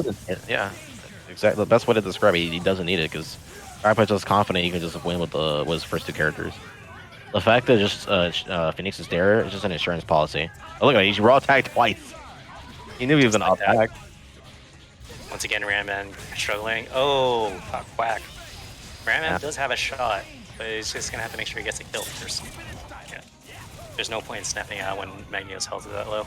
Yeah, giving more chances for Quack. Knowing Quack was in a super again. Plus. Okay, Ramman's definitely putting under pressure, but he's just being pushed back, Quack being very defensive. Oh, Oh, that was his chance. snap. That's gonna be a DT. TK Vortex? No, we can't. Rampant, hold on to X Factor way too long. I don't like this. But he's trying to look for that perfect moment. Unfortunately, the moment's not going to come. Oh, skipper. there it is. No, wrong. Didn't do the jump. Yeah, you bait out the X. You got an X eventually, I mean. Oh, he doesn't. Oh, Oh, those missiles are coming. So, great block. idea, but Fox, I would've Phoenix is just gonna. Yeah. didn't have the life. Unfortunate. He even just did an air dash forward. But I think it was worried about the Phoenix assist coming in and just stopping any approaches. I mean, Ramban just waiting out too long, giving up a lot of chances here. He managed to get his moment. It was just hard to figure out what to do next. Yeah, Ramban unfortunately was up back in there. And Quackbot doesn't like the TSC. He's gonna just down TSC, get the 3 bars, and just keep it simple. Dang, that is super simple. Simple works sometimes. Don't have to be too optimal. Zero just died in like 10 seconds. That's stupidly quick. Alright, going with the slaps, building up the meter. Probably gonna get hit. Oh, stop Ramman for trying to do a foot dive. Yeah, Quackbot sent some danger and he backed off like this. A lot of players there, they would have spent X and they would have tried to get the hit again. Like, they would have got greedy. Quackbot, nah, he said, okay, I messed up. I'm gonna back off and just reset to neutral. I do here. Oh, You got- yeah, I you can gotta- probably kill. You can do dash S, you got TC. You didn't get the full dash. Just like that. 3-0, very convincing from Quackbot. Very confident play. Going past the dinner rolls, Quack instantly moves on. And now we're going to our next matchup, which is Artiztikk and Romora. Interesting match. There should be some bags. For sure. Investments. Investments, I don't know. 50-50. Remora's hands like messed up. I know. It's his training tool. And it's okay. Just like almost cuts off a chunk of his finger, but as long as it's his stick hand instead of his buttons hand, can't use that to delay Marvel a single night. Yeah, that means he's not in his final form. So therefore, Artiztikk can take advantage of this. It's true. Artiztikk, the type of player who knows how to take advantage of these situations and is able to block out a lot of Sogenmu, resets neutral.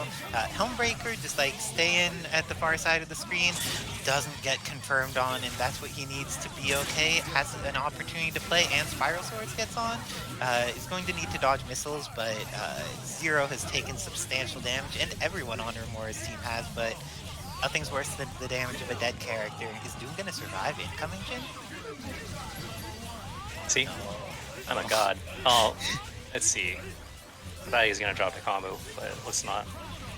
That enough? Yeah, he builds enough for 2 meters, so you get the kill, or you can just go for a dirty reset if he wants to. But it looks like he's gonna go for the guaranteed kill.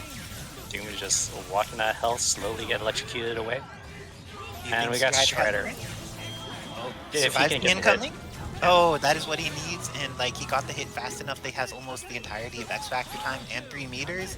This is looking really good for Artiztikk. He's going to have an ideal incoming mix-up on Vergil, and the opportunity to just say, I'm not dealing with this because he has orbs. This is... Yeah, it's just enough to take advantage of it. Oh, he gets a hit. And X Factor's X-Factor's gonna run out. though. Oh, Romora is definitely trying to go Got for a another throw. hit. He got another hit, but it didn't confirm, and now Spiral Swords means that he's going to just He be is able to dead. dash through and kill off Strider. Poor Strider. Yeah, Animal Planet is actually weak to Butchers, so that Strider's Animal Planet isn't going to work anywhere for this match. I Romora think takes first set. Strider's Animal Planet is almost discontinued status at this point. He has a hard life going on when it comes to using his animals. But Harangeki, on the other hand, much stronger tool, is able to get this. Get a end. happy birthday. That's even Artiztikk more would painful. summon the assist. Good idea, but both characters got hit. Switch out of no, doesn't even need it. Skittles just did enough damage. That's extra Yeah, that's good. gonna be. This is That done. should be the end. And Strider takes the hit, is going to die very quickly. Oh no, doesn't die very quickly, but is able to have one more chance to live. But sometimes you can't X-Factor on that wake-up timing. The projectile's inside you already. Just done. There's just, yeah, those out of options. Momentum was too quick to recover from. He did that one frame link of hitting the X-Factor timing. Nice job utilization of the light from Romora. It appears that is just trying to breeze through all of these games as quickly as possible, get rid of Artistikk's chances of winning, and the start of that is getting rid of Vergil. He's doing a speed run like Juana did in Multiverse of Madness. But right now, oh, manages to dodge the mix-up, except dodges or gets hit with the little slight overhead. And I like And that it's snap on escaped. Strider, because Strider had been really scary. It was only through good fortune that some of those drops happened last time, and trying to get rid of him as a character seems worth it for Romora. Artistic setting, fighting for his tournament life. He manages to get a hit. If at first the foot dive doesn't succeed, maybe the third one will, you know? Yep. We could say it's a power of pink, it's a power of doom, a power of something. Yeah. And It could be the thing, power like, of friendship. Power friendship is very strong. Doom is definitely, for someone who's a dictator, he's a substantially better friend than most humans are. He comes out with the plasma beam to support, with the missiles. He has DHCs and TACs. Just like, for being someone who's a jerk, he actually is very kind to the people that are working with him. I mean, think of the expenses. How many missiles did he has to do? Think of the guy who has to like build the missiles for him. Back in that area where it's just like, dang, the missile construction guy needed to get paid overtime. Strider had 1 pixel left, but is able to survive, get back his red life because of the X Factor. And now Vergil's already incoming into an orb setup. Ooh, how do you feel about Strider coming in there? Once he blocks, he didn't block. He was Blocks happen, almost there. great decision. As long as Oh, no one more blocks shot? happen. No, never mind. He doesn't have X Factor. He has no way to escape from Chip. He almost got out of the Strider pressure, but Strider just really good at just doing a lot of overhead mix-ups. so it's insanely hard to block it. Once you get enough space, then you have enough time to breathe. Oh, I think that Artiztikk thought his round trip still had a hitbox, but one of the missiles on the way up traded with it. So when he went for the teleport, he was actually completely unprotected and just did it. But that's how it goes sometimes. Yeah, Doom got hit. But sometimes you just swing when they're coming towards you, and that's all you need. Artiztikk has the setup, but Romora going to save his Zero, put his Doom in harm's way, but he would rather lose Doom than the robot. And that's all you need. Get away. Good idea for Romora. It's a Zero can now afford to take a few more hits instead of just get something dangerous. Ooh. Yeah, like on Romora managed to get a hit, but didn't realize that it could convert, and Artiztikk was able to capitalize off that. Now that's a dead Doom. Doom being dead is very useful here. I would invest resources. That it would be worth. Oh, DEADxPRIDE summoned by his fellow officemen taking a fight with Romora. What has summoned you, DXP? I got some of the fetus. Alright. Later, guys. Ready. Oh, okay. That was a quick cameo. Going here, looks like Artiztikk definitely has a pressure. He has to watch out for Zero Buster whenever he's in range. He's definitely did a good job making sure that Zero can't just randomly punish Strider mix-ups. Oh, almost in a danger zone. A lot of work. Oh, in the corner. Happy birthday! Immediate. Do it. In the next factor. Oh no, this is not. Animal Planet. Animal Planet again. It was enough. Okay. I do not have any confidence that that move will ever do enough damage, even when they're pretty low on life. But that's why I call it Animal Planet. You're cheap. Well, dang. Those are definitely some store-bought bargain bin animals that Strider has. They may look like advanced technology, but not working out in his favor. It was enough that time, though. Yeah, thankfully, X Factor was enough to push it over the edge. And, well, if you don't have enough for one Animal Planet, you just get two, right?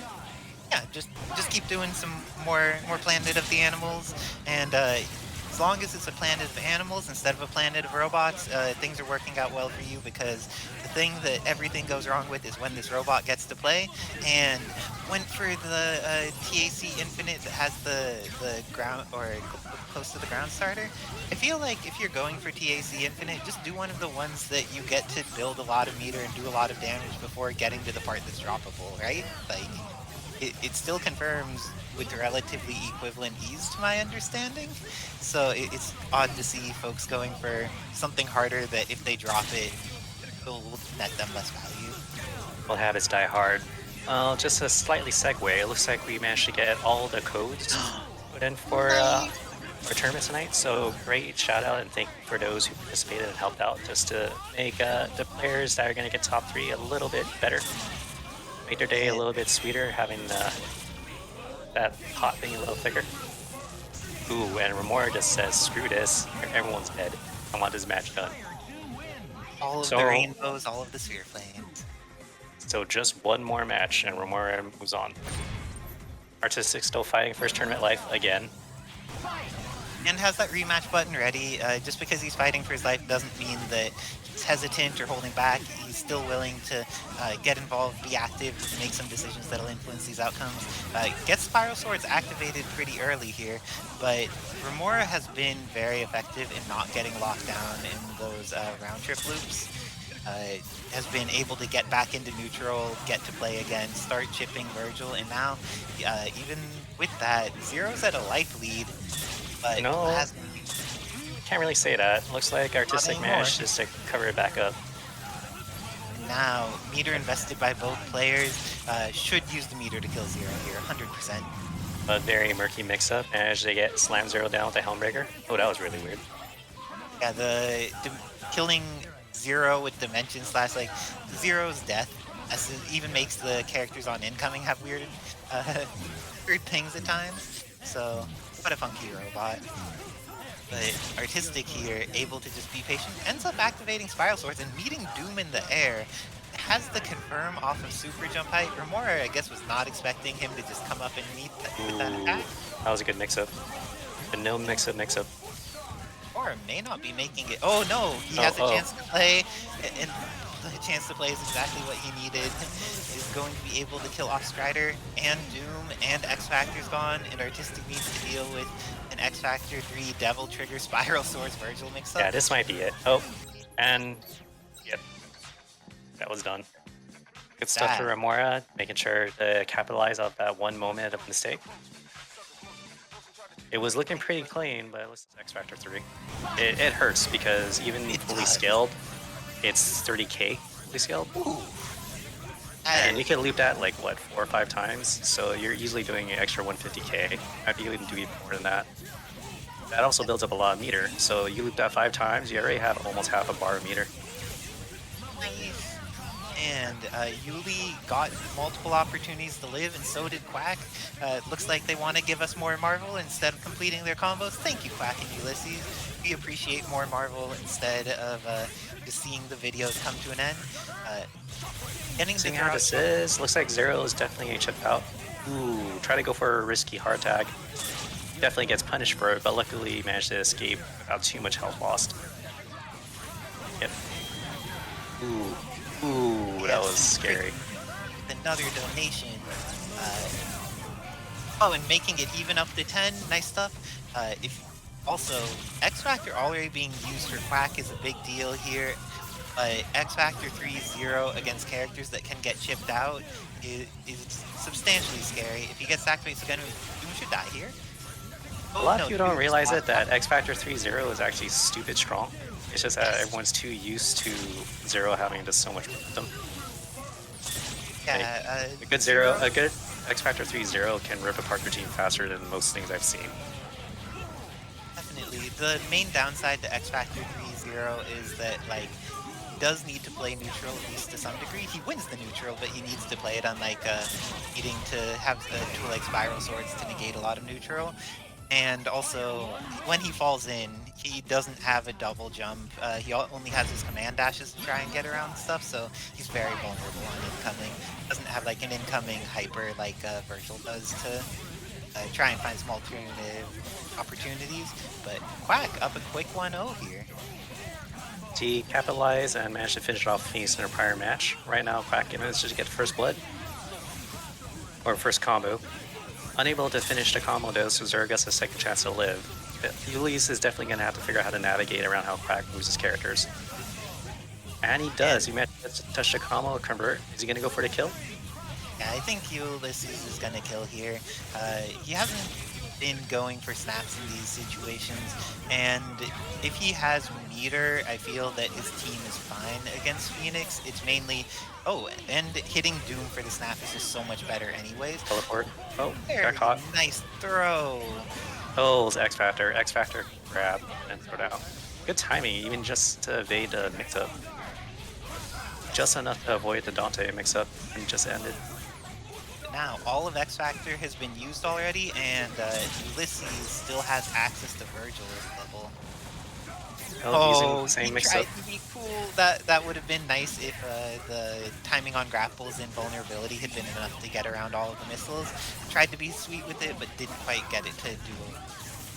It's a good idea because you're just going to use the animation since it's similar to a grab, but it's a little too short for something like missiles. You kind of have to do it towards what? Maybe the third or fourth missile? Yeah, it would have been one of the things where we need to do like backdash, grapple. Manages to get the confirm there and is going to be able to build all this meter. Has 2, so if he just like kills Phoenix relatively quickly, spiral swords to chip out the Dark Phoenix is very possible. Ooh, decides to burn her first meter. Not sure I get great at this. Hope you try to do something. And home breaks, there he spiral swords, and Phoenix dies. He's tying it up 1-1. Like once X Factor is used, Dark Phoenix's mix-ups are really powerful, and having Phoenix Inferno as a reversal is really good. But she can be chipped very quickly by a lot of the cast when she no longer has X Factor. Well, it's more the saving grace for a lot of people is that Phoenix actually moves at normal speed, and one of the things that make her so scary is because everything can happen so blindingly fast with Dark Phoenix that most people don't even realize what's happening until like it's almost too late. It's true. Oh, very nice block by Quack there. Ooh, catches also the hard tag. Unfortunately, not able to punish. but it's better than like taking more damage. So avoiding more damage is great. And Vergil here, I would very much prioritize dealing with Vergil because, as we saw in that last game, just if X Factor gets used, Vergil's one of the characters that has more tools to deal with Phoenix. Cool. Your engine there? Oh no, going to use James instead. I was trying to figure out what I was gonna follow up with that. Oh, looks like Yullizhez probably is gonna try to go for a snap because he doesn't have enough meter to kill. So let's see what he's gonna do. There's a snap. There's a mix Zero up. always had enough meter to kill though. Like it doesn't matter if he has 0 meters at the start of the combo. As long as he has at least 1 assist, he could always build enough meter to kill every character in this game. Oh, I'm surprised he didn't decide to use meter. Huh. Oh, and Vergil's gonna die. X Factor is gone. This is another one of those things where Phoenix can go dark but get chipped out, but that is not how it starts. Oof. So Phoenix gets the TK overdrive and wastes. Probably gonna do TC. Oh, and the counter just did enough damage to chip out Phoenix. It only does about 50k, but that's how much Phoenix health was just to trigger it. Dark is on. Got X Factor 0. I don't even know what's going on anymore. So again, Oh, this is gonna look ugly for. There it is. And Yuli is going to take this. No, this is an opportunity for Quack to come back. It's hard because Jam Session's available. But, Yeah, he's just trying to bait out Jam Session at this point. But it's kind of almost a done deal. All Zero has to do is just run forward and then I'll assist. And he Just did, like that. and he won. Yullizhez taking it, even though Phoenix went dark that game. It's one of those things where Quack's investment of X Factor, often it works out for him, but sometimes he gets punished for being a little bit more aggressive and assertive with it than someone who might be a bit more conservative with the use of that resource. Yeah, he had the right idea. It's just that he wasn't able to capitalize on it to get all the kills he needed. Because he definitely got some good hits, but again, it's pretty tough to actually get all the conversions you need, especially when something so chaotic happens within seconds. And Dante lost 90% of his life, but Is beating. Vergil dry tag, always the move for a Yuli. Water slide, dive. Once again, manages to land random hits on Vergil. Not enough to really do anything significant. Fortunately, that Frank is done. It's going to be tough to see how many he's going to do without a really good forward assist. Oh, once again, That's the X and just wait Factor. patiently. Wait patiently for the assist to end. Go ahead. Yeah, just like investing the X Factor here, Dante is going to lose so much red life. This is most likely fine, but if Zero gets to bust out an X Factor and Sogenmu has the opportunity to just end. Ooh, dashes straight to it. Yeah, this is looking very bad for Quack. Unlikely that he will build enough meter in order for Phoenix to come out. Probably gonna Phoenix Inferno. Does not Inferno and has a pixel. But Genmu's 0 is one of the few things that will beat that. She has. Oh, Once no, again. he just press light. All he needed to do was press light. Phoenix Inferno has invincibility, so that's why it'll always pass through most things. It is an amazingly good paper. Once again, though, people tend to not want Specific things with that move. And Quack deciding that Phoenix is not the answer. The gigantic head covered with some Elvis gear is. Do you think that MODOK's a better choice here? I have to agree. Right now, the way they're both playing, it's a lot more risk-heavy with Phoenix. So Quack can actually afford to make a little bit more maneuvers, so to speak. So try to go for a teleport. Fortunately, I didn't call it right. Definitely a good idea on Quack's part, but just didn't expect them to actually teleport behind him. That's just how it goes sometimes. But both of them have access to their resources. Double trigger, taking a moment there. Everything Vergil does going the wrong way. Vergil, your enemy's on the opposite side. You need to shoot towards him, not away from him. Yeah, the way Quack likes playing this team is actually highly zoning oriented, so it's going to be actually up to Yullizhez to actually get in and start doing something. Otherwise, he's just going to get slowly shot by missiles and or drones. See, talking him down again. But even with all of that, right now, the healths overall are pretty even though Quack's been using a lot of resources there. Yuli also using resources, just trying to push him all the way back to the corner, and Quack's Psionic Blaster got the knockdown on Dante there, which means it's a really long time before he could be summoned again as an assist. And the last hit ended up connecting with the shield, got rid of the hitbox for it, and because of that, MODOK was just able to get the punish on Zero. Nice work to Quack, knowing when to get those shields out. Definitely won the zoning war, so it's going to be really up to Yullizhez to figure out a way to get in before Quack actually starts his mix-up assault, and unfortunately wasn't able to. Quack gets a Johnny Bomb, he's probably going to do a snap. Gonna try to force Vergil. Yep. Stops him from doing his X Factor setup, and he's probably going to die off this, because most MODOK combos kill weirdest of ways. Yep. Ends up using his analysis though, so he doesn't have a big shield to support with Dante incoming. Instead, Doesn't need it.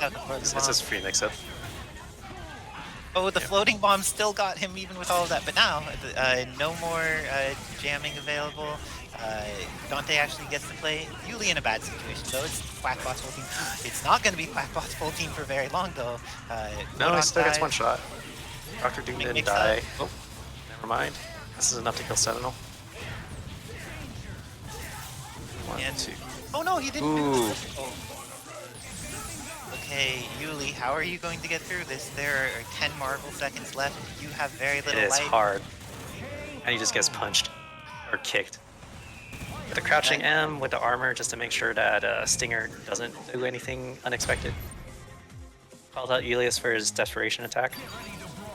And sometimes you need to do that. Put a disincentive. If you think there are 3 things that they will do because they are afraid, making sure that you cover 2 of them with options that are going to be relatively safe otherwise, like the armor on 2M, is a great way to approach thinking about moves that people are likely to do in scrambly situations.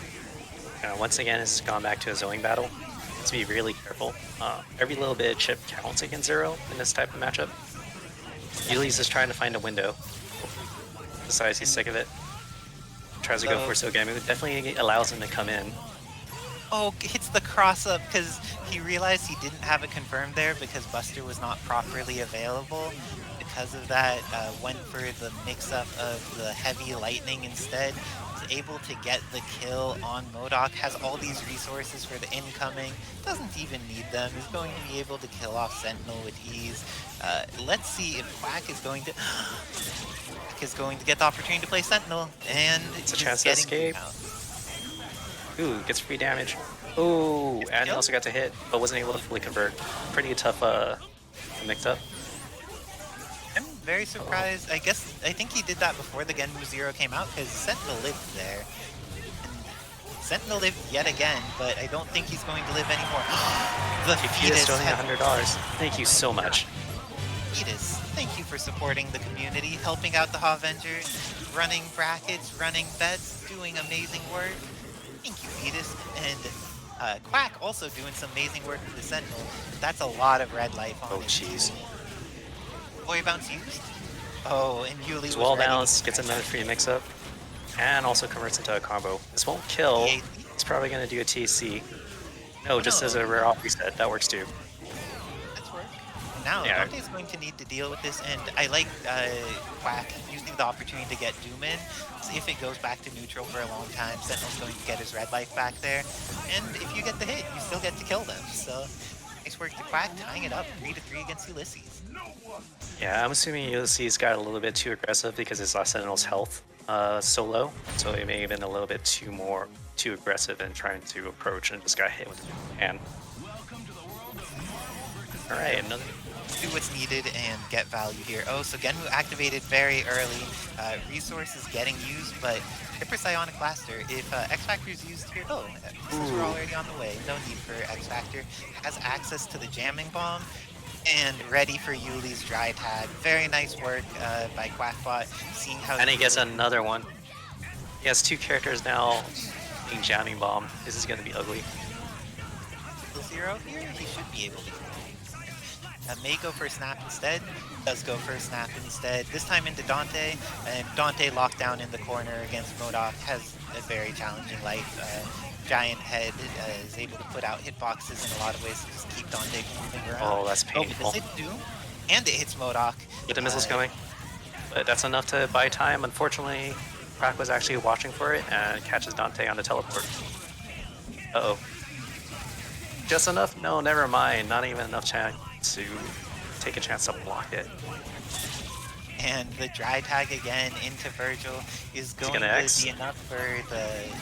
Ooh, invest the X? Okay. There's no but point anymore. And then Zero's, I think Zero's still, yep. nice work on Yuli remembering the Zero Jam, but does not respect the Giant's shield that's in his face. Even if he realizes the jam and has the correct blocks, does not have the way of dealing with the Giant shield in front of him. It takes a lot of training to start getting accustomed to how to effectively deal with Jamming Bomb.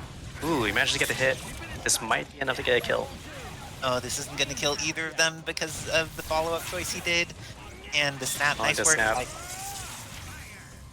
deciding not to get over-involved. Oh, Psionic Blaster as a tool will beat Dante if he does stuff on the same horizontal play, but also if he teleports, it just like it's pretty far behind MODOK's head. Okay. Well, just mysteries. Oh, gets it. And also avoids a little Sentinel Force. This won't kill, but it's definitely going to make everything bleed.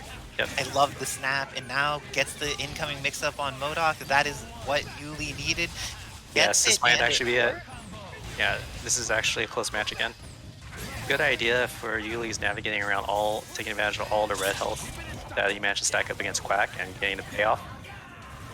Next hit will pretty much determine it. No, yeah. Coming mix-up. It decides to back off entirely, is afraid that there may be a hard drive, does not want to deal with it. There's 15 seconds left, and Quack seems very willing to just use the meter, but Yuli has taken no chip from any of that meter use. There's 10 seconds left on the clock. He needs to engage pretty soon. He needs to engage kind of immediately because this is not a winnable... Oh! Yeah, I saw that coming. Exactly what was needed, and Quack is enough. going to lose to Yuli. 4-3 in Yullizhez' favor. Played a little bit too much passively and allowed Yullizhez to actually work around and figure out some sort of game plan to deal with all the things that Quack was sending his way. Good job to Yullizhez. Quack is now added a tournament, and Yullizhez moves on to loser semifinals. And I'm So our next matchup is UN against Romora. See you soon. Good luck and have fun, Romora. It's a bitch. Hopefully you get around and muster energy to get around to editing those videos. It's a lot. Sometimes I'm surprised how some people are just so consistent throwing out content like Man or now J-Dog. Going back to the match right now, Isicera manages to get the first hit. Not able to fully capitalize, but is actually using it to help get meter and buy time. Switches to Morrigan. Definitely wants to try to get more fireball pressure just to make sure Zero doesn't get to do what he wants as easily. Isicera slightly ahead on health. Zero is now in, so it's gonna be a little tough. Oh, managed to get a touch. And also get the hit before the missiles come in, killing off Zero. This is actually gonna be a uphill battle for Romora because Morrigan can just slowly chip out Doom. He definitely has to bring in Vergil.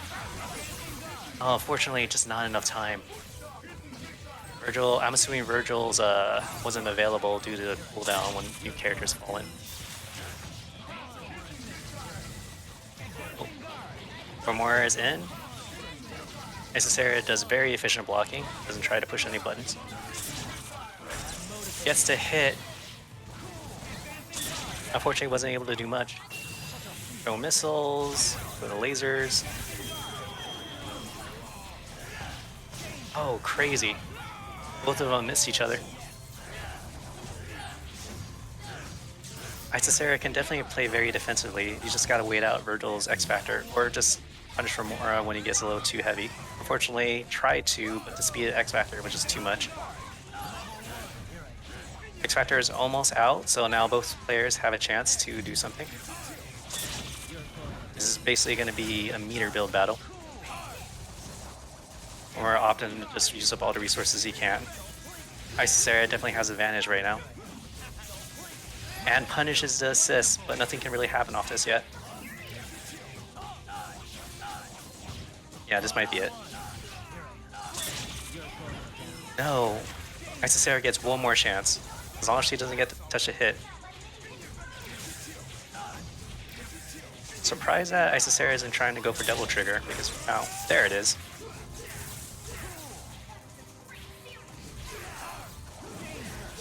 Gets a hit and is able to close it out. Catching Romora trying to throw out a round trip and just moving fast enough to hit him on the way down. Let's see what the stream is. I don't have the ability to look at stream and track the match right now. Apologies, folks. So going into the second match of the set, looks like Romora is able to get advantage and punish the assist, but not able to do much after that. Isicera gets to keep this advantage, though at the cost of Dante assist bleeding, so she needs to be a little bit more careful, but unfortunately gets hit by a 0 jumping normal. I'll probably die for this. Starts the mix up, or the continuation of the combo. It's probably dead character. Dante assist is about 6 health. Unfortunately, probably isn't going to recover that health because Romora got the next mix up. This is going to require Hail Mary to see if Romora is going to be efficient enough to complete his combo, and it looks like it will. Yeah, that's a dead Morrigan. Now Romora is just one mix up away from finishing this match.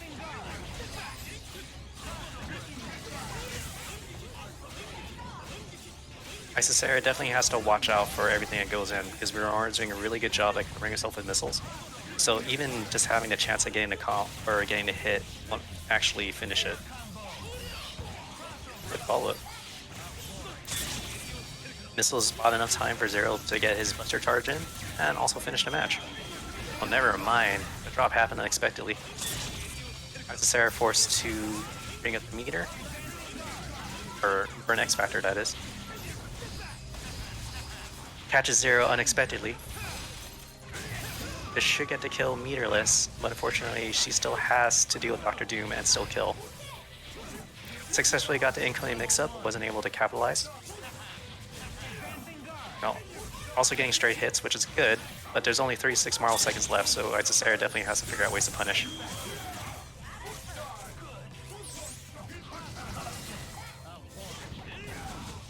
Ooh, once again.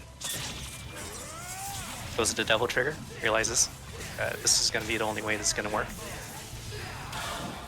Definitely has to go into level 3 because that's the only way to kill and burn X Factor.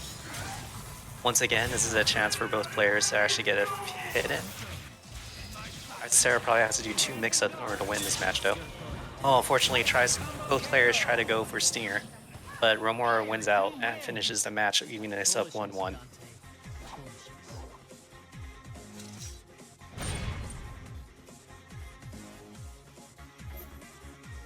Players taking a slight break.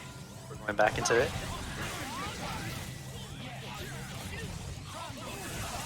Interesting start of match. Isicera tried to go high and Zero went straight. Right now everything's reverted to neutral. Romora is slowly pushing the pressure and just barely avoiding some certain hits of Doom. Also getting a chance to do a free punish on Vergil. Won't be a lot, but at least something to make slightly more apprehensive. Once again, missiles in order to make things hard for Morrigan. Right now, Isicera is slowly building up the lead, health lead, but that doesn't matter anymore because Zero got to hit. And once again, Morrigan definitely has advantage. Surprisingly, Dante was able to do something. He actually took a hit for the missiles unexpectedly and got it, and Isicera was able to punish. And clever movement with a flight, just completely navigates around the photon ray.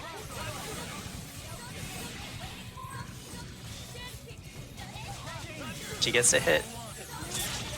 Isicera deciding to hold back and instead I'll try to capitalize on the combo.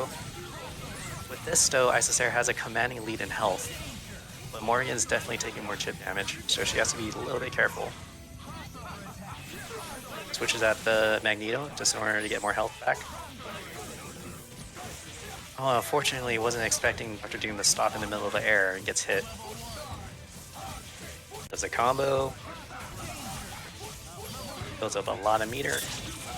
Definitely has to build one, just short from actually doing this meterless. Also catches Isicera on the next mix-up. Well, to Dante again.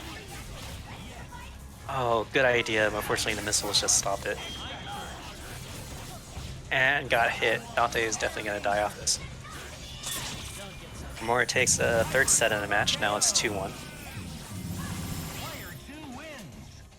Foolishness, Dante. Foolishness. Go for broke. Fire.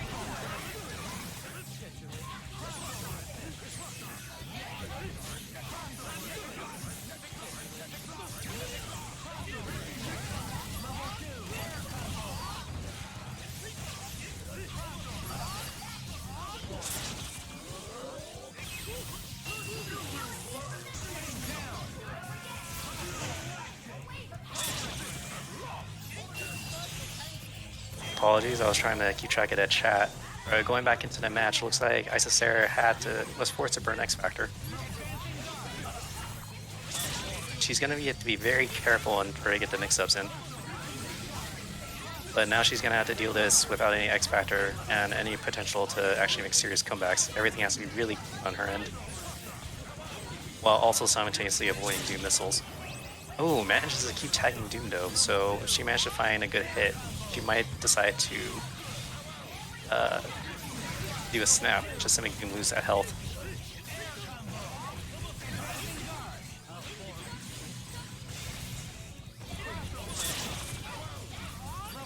Unfortunately, wasn't able to do everything, and Zero once again manages to get the hit. Probably gonna do this to get the momentum and just finish it off. Isicera has very few resources, and Romora definitely has enough to do enough mix-ups wherever he likes. So it's gonna be very tough for her to get out.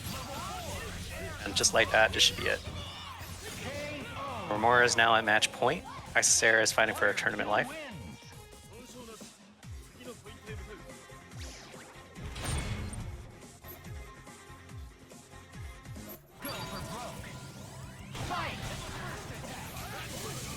Oh, great hit. Not sure what this is gonna do though, because it's gonna be pretty rough. Isicera opting not to actually use anything. Unfortunately, that's probably gonna cost her Morrigan. Such a shame though, because she got the happy birthday, but just wasn't able to follow up with the kill combo.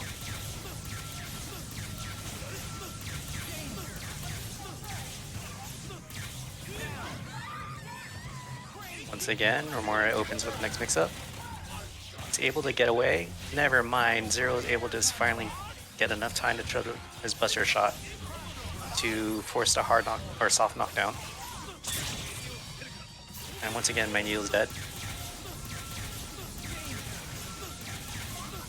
Another uphill battle. Dante still has a chance to do this, but it's all about how Isicera survives these next mix-ups. Unfortunately, wasn't able to, because she threw it on a normal. And this should be it. 1, 2, Skittles, the Doom. Yep, it's done. Isicera, Romora moves forward. Good stuff to Isicera.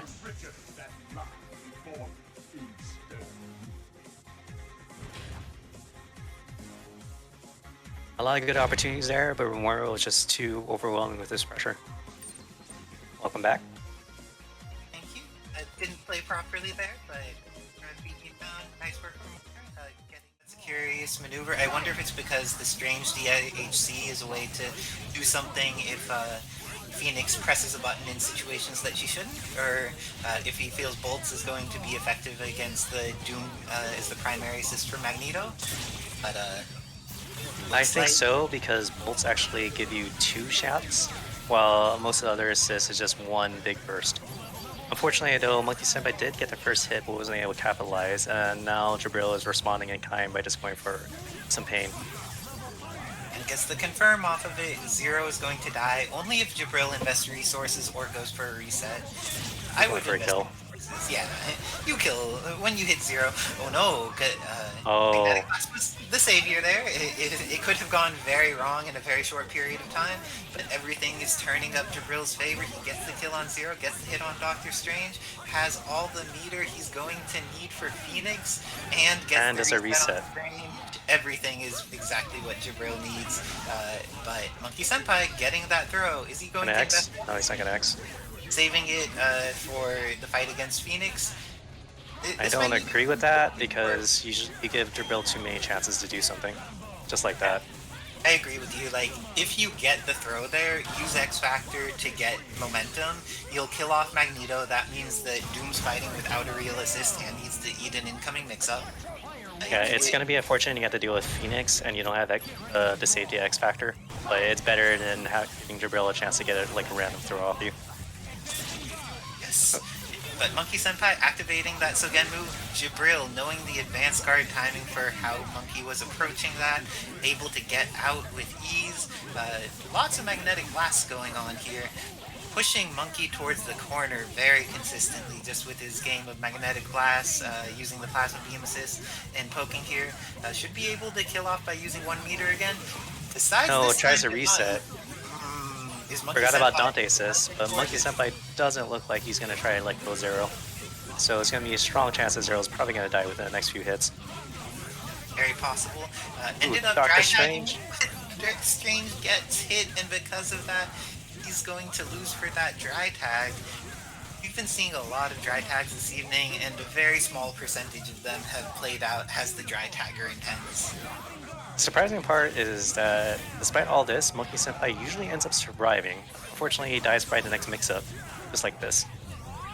1 pixel 0. Magnetic Blast. Wait for a Magnetic Blast. Magnetic Blast there is a thing that is useful, but is also a little scary because it's possible for Zero to do backdash into level 3 Buster. The Buster will eat the Magnetic Blast and it'll hit Magneto out of his approach to the ground. But usually, if he's at the right angle, it'll just fall on top of Zero when the Buster goes off. So, with Zero having so little health, it's usually pay off better. There's better odds that they get a payoff. He doesn't Sogenmu there? Oh, Sogenmu was already active. I wonder if MonkeySenpai had also forgotten Sogenmu was active. Because, like, when you have Devil Trigger active as Dante or Vergil, you see it on their portrait, and you know you can't DHC. Looking at Zero's portrait, there's no... There's no. It's actually surprisingly good because you get 2 DPs for the price of 1. It is a good assist. That's definitely true. And now X Factor used has access to Jam Session assist. May lose Zero a little faster than he would like though. This is a very scary situation for Monkey. Has already used up all of his resources. Jibrill has all of his still remaining.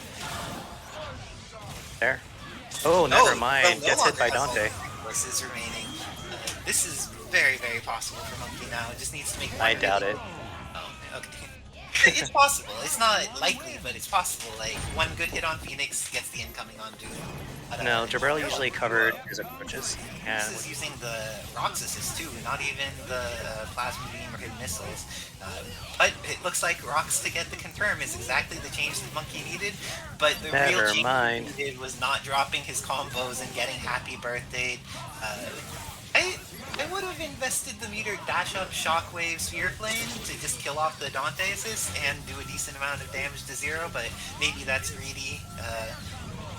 hard to tell. I don't think either answer was wrong, so it's whatever pays off. It's the snap. Oh, wasn't able to get the kill. Is the Nope. damage fast enough? It's not. No, it's not. Oh, it's And not he gets even hit. going to kill and Zero dies? That was everything possibly going wrong for MonkeySenpai. The damage wasn't enough. Now he's going to need to try and do this with Dante. Gets the chip on Magneto though, and It's still feasible, but it's going to be all about making sure he has enough resources to actually continue to do what he wants. Unfortunately, I'm not sure he should actually use resources to kill here. would you go for Dante ACs or no? Yeah, I wouldn't mind. I feel like against Phoenix players, make them prove that they're going side, and if they prove that they're not going side and you still have characters alive, that is a thing to be aware of. See, Well, the thing is, you always got to think about what players want to do, and then you just do basically what they don't expect. So if you know a player is not really thinking about that, you just do it, and it does end up being more accurate. Sometimes you even get away with it because most people don't even expect what do you call it? People to try TACs in general. It's true. But now, down to the solo Doom, and does Jibrill have the solo Doom proficiency to kill off Dante and kill off Doom? I think No, it's gonna hurt, but it's not gonna kill. So now Monkey gets two choices. Oh, just tries to choose the wrong one and get hit with a normal. Nice job blocking the cross up though. That one can be incredibly hard. And now, This might be dangerous. Corner and has more meter available. Not that much time left on the clock, so either of them getting just a little bit of extra chip in with photons matters. But Monkey doesn't need chip. He gets the hit, stays in this tournament, making sure it's not a 3-0, killing off Dr. Doom. It looks like the shift to Doom was exactly what he needed. The character gave him the first hit with his assist, and then also clutched out the game. Yeah, I think he's trying to use rocks as a way just to deal with any zoning pressure, and as a potential safeguard against Phoenix if he gets a chance to still have the resources. Because once Doom rocks come out, he's kind of invulnerable for a bit. He protects himself very well, and Phoenix protects herself well often, but not well enough right here. Is going to die to Rakoha, and Monkey has the incoming mix-up on Dr. Doom, but doesn't get to corner though, so Jibrill definitely has enough time to actually avoid it. But now this is MonkeySenpai's match to lose, because with Magneto and Dr. Doom, Zero has a pretty decent time to get away from it. Yeah, he can be very patient here, doesn't need to he didn't overextends. But Jibrill making sure that MonkeySenpai is reminded why overextending is not okay in this matchup, and punishes him for releasing that buster, and now has Magneto back in with Doom assist. This is definitely gonna be tough. Yep. Flips at toes because he thought MonkeySenpai was gonna try to jump. This is very good, is going to have all of the meter available, can do plenty of guesses on things and have them work out. Oh, nice work going for the snap, fastest option Dante has, doesn't want to get into a bad situation. Oh, if he had just flown there after the second Thunderbolt, he would have been able to kill Magneto. But Jibrill dropped his unfortunate. and hitting his second confirm, and has enough meter to just go into level 3. Jibrill is up to 1 against MonkeySenpai. Once again has a chance. Once again has a chance to close out the set. MonkeySenpai is definitely doing the right idea, but it just ends up making these small minor mistakes that just kills a lot of his momentum. Yeah, and the Doom adjustment definitely feels like it has made this dramatically more even than when he was trying to do the Strange version of the matchup. But yeah, Strange is a good idea, but it requires a lot of smart defense until you finally get a chance to breathe. And since Strange is always coming out and incoming, it just makes it really tough. And unfortunately, Zero's not get to come in anymore because he is dead. No. Doom gets a little bit more mobility, but unfortunately that's not going to work because Jibrill has that setup where he capitalizes even off throwing off projectiles. And goes in and steals meter. This is going... Oh, drops the combo though, and now Doom in the corner against both. If he could just like instantly mash stand M there, it would have worked. But let's see if the follow-up confirm. Would you still snap even though she has 5, or would you just kill in order at this point? No, it is team. You might as well go for a kill. And instead of using the triple hyper to kill, because triple hyper easily kills here, decides to go for the double down TAC instead. Feels like Jibrill is protecting his meter, wants to make sure that there's the opportunity to do it meterless, have 5 meters for the fight, but looks like the drop there means one more chance to live for Doom. Investing the X Factor, I don't know about that, but okay, get that momentum. Magneto's going to die real quick. Doom is within the range where he may just get chipped out even, but I think what MonkeySenpai is going to try to do is try to get a kill on Doom and then force a team super. So I don't know what he's going to do after that though. Yeah, see. That's going to do nothing though, it's too close. And so even if he got the hit, that's too close because Phoenix can do something in response to it. It's true. He needed to do a setup that made sure Phoenix got to the ground so the mix-ups would actually be mix-ups. Yeah, I definitely understood that was what MonkeySenpai was gonna do, but now he has to be careful. Okay, what's he gonna try? So now she's gonna turn. She's got to burn X. And she has the traps up. MonkeySenpai is getting hit by traps and traps and traps. They're not comboing, but they're still killing. Brill takes it 4-1 against MonkeySenpai, sending him to fight the winner of Romora and Yullizhez on the right. Who do you think has this match in Zero May Cry versus Zero Do Vergil? the one that has a 0. Yes, it is true that a Zero player is going to win this match, and it's true that a Zero is going to die for sure in this match. So there's something for everybody.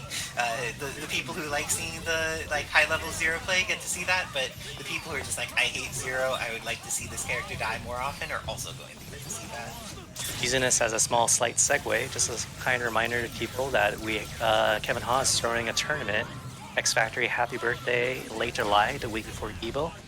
Just make sure to keep that in your mind if you're thinking about trying to attend a tournament, and hopefully try to pre-register before early registration ends and the cost goes up. It's going to be at the Riverside Game Lab, definitely a place that previous X Factories were before. People had a good time. And yeah, going back to the match. And Vergil is in. Zero's already died. Remora Zero has lost a lot of life, but ends up going for the snap on that, and because of this, Zero has another chance to play, ends up using Sogenmu, but gets his helm broken. Looks like he needed to, even though he's a robot and should be built of helms, it looks like the helmet he wears was not enough to protect him. Ooh, You gotta remember, it's a robot that takes damage from everything. So a helm breaker is equivalent to like a spike for Zero. Oh, dang, spikes are those instant kills, right? Well, he was instantly killed, right? Oh, it's true, and the snap went for the throw, expecting Romora to try and do last-minute Helmbreaker. Yullizhez going for that stinger, except then he gets stingered right back. Uses his Dante, but his Vergil survives, and Vergil surviving is all that's needed sometimes. What is going on? It's getting nuts. Ooh, that was a smart idea. Neither player has meter here, though, but now that Yullizhez has meter and the last bit of X Factor available, Romora is going to need to block, and this does not look like a very easy situation to block. Romora goes down to Yuli. That's pretty unfortunate. He got caught with the jump S as Yullizhez was going down as a Hail Mary, and he was just in the right angle to get hit, which gave Yullizhez the chance to change momentum. Interesting idea, though, with the snap. I think that was actually key to winning the match, surprisingly. Yuli is one of the players that uses snap a decent amount, not like style combo snaps. Like there are players like Loki who will do a lot of the style combo snaps, but Yuli actually uses snap for the purpose of snapping a decent amount. When he sees that there's a Vergil anchor, he does it a lot. Just like he's one of the players that takes a lot of advantage of snap as a snapping tool. Ooh, very nice work by Romora, almost getting the confirm off that really awkward situation, but we tried Full that. conversion. Yeah, going back just a little bit at the previous match, because I thought it was pretty interesting. He took advantage of the incoming to actually get his chance of free mix-ups, and that was what actually cleared the match. But going back to this one, looks like Yuli's Vergil is also bleeding heavily right now. I'm expecting a switch. There it is. It's Devil Trigger to do it. One of Vergil's many privileges as a character. When most characters use their install, you can't BHC into an install anymore. When you use Devil Trigger with Vergil, you still have Spiral Swords and can get in safely from your character. Oh, and you also got a super power up while you're at it, so it makes it even harder to hit him at anything.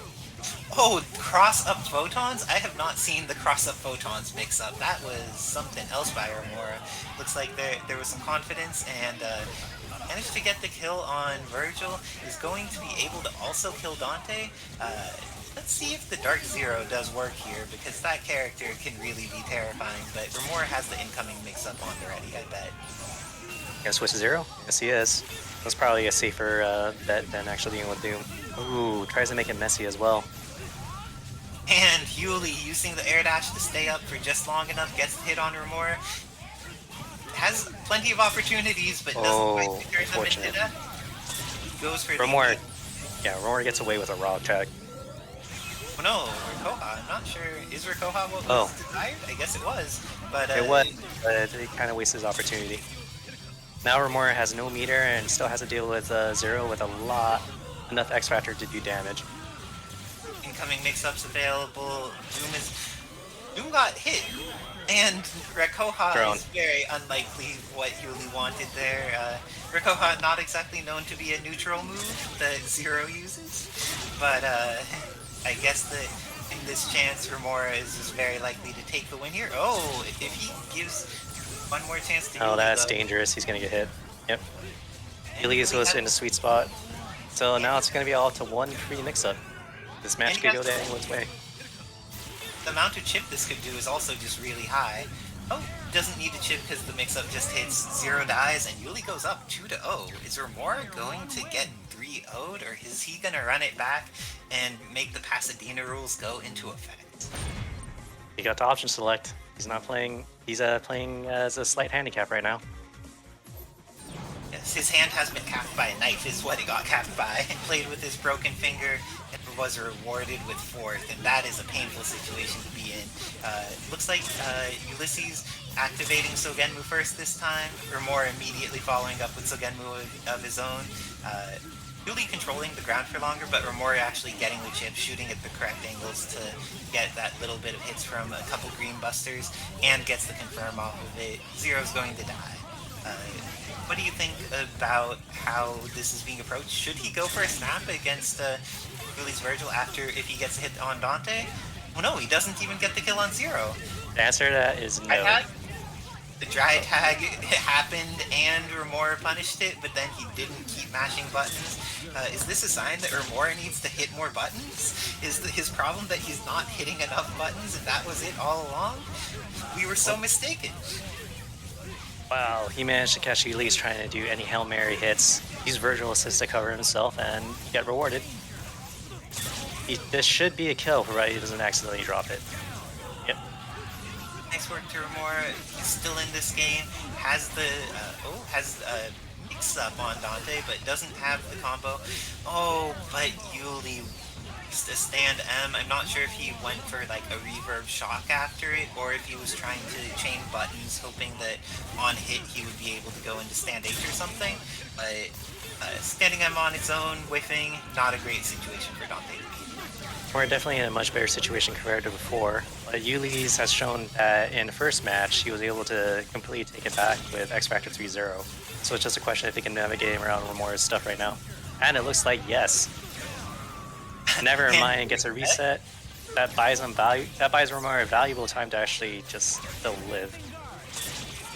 So Genmu is so good here. I think that he could hit that medium, and doing the mid-screen lightning loops. Does a Hail Mary. I'm not sure that's going to do anything. Yep.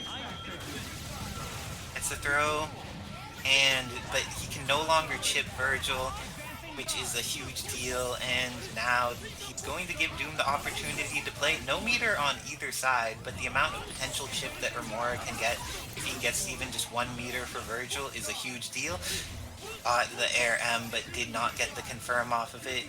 Yuli trying to do something, but he can't, and because of that, Romora gets 1 on the board, is not going to go down 3-0.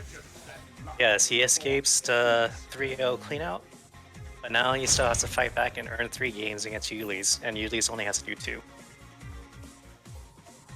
Honestly, the match is still pretty close. Even a 0 without any meter in that situation still had a chance to finish the match and do it clean.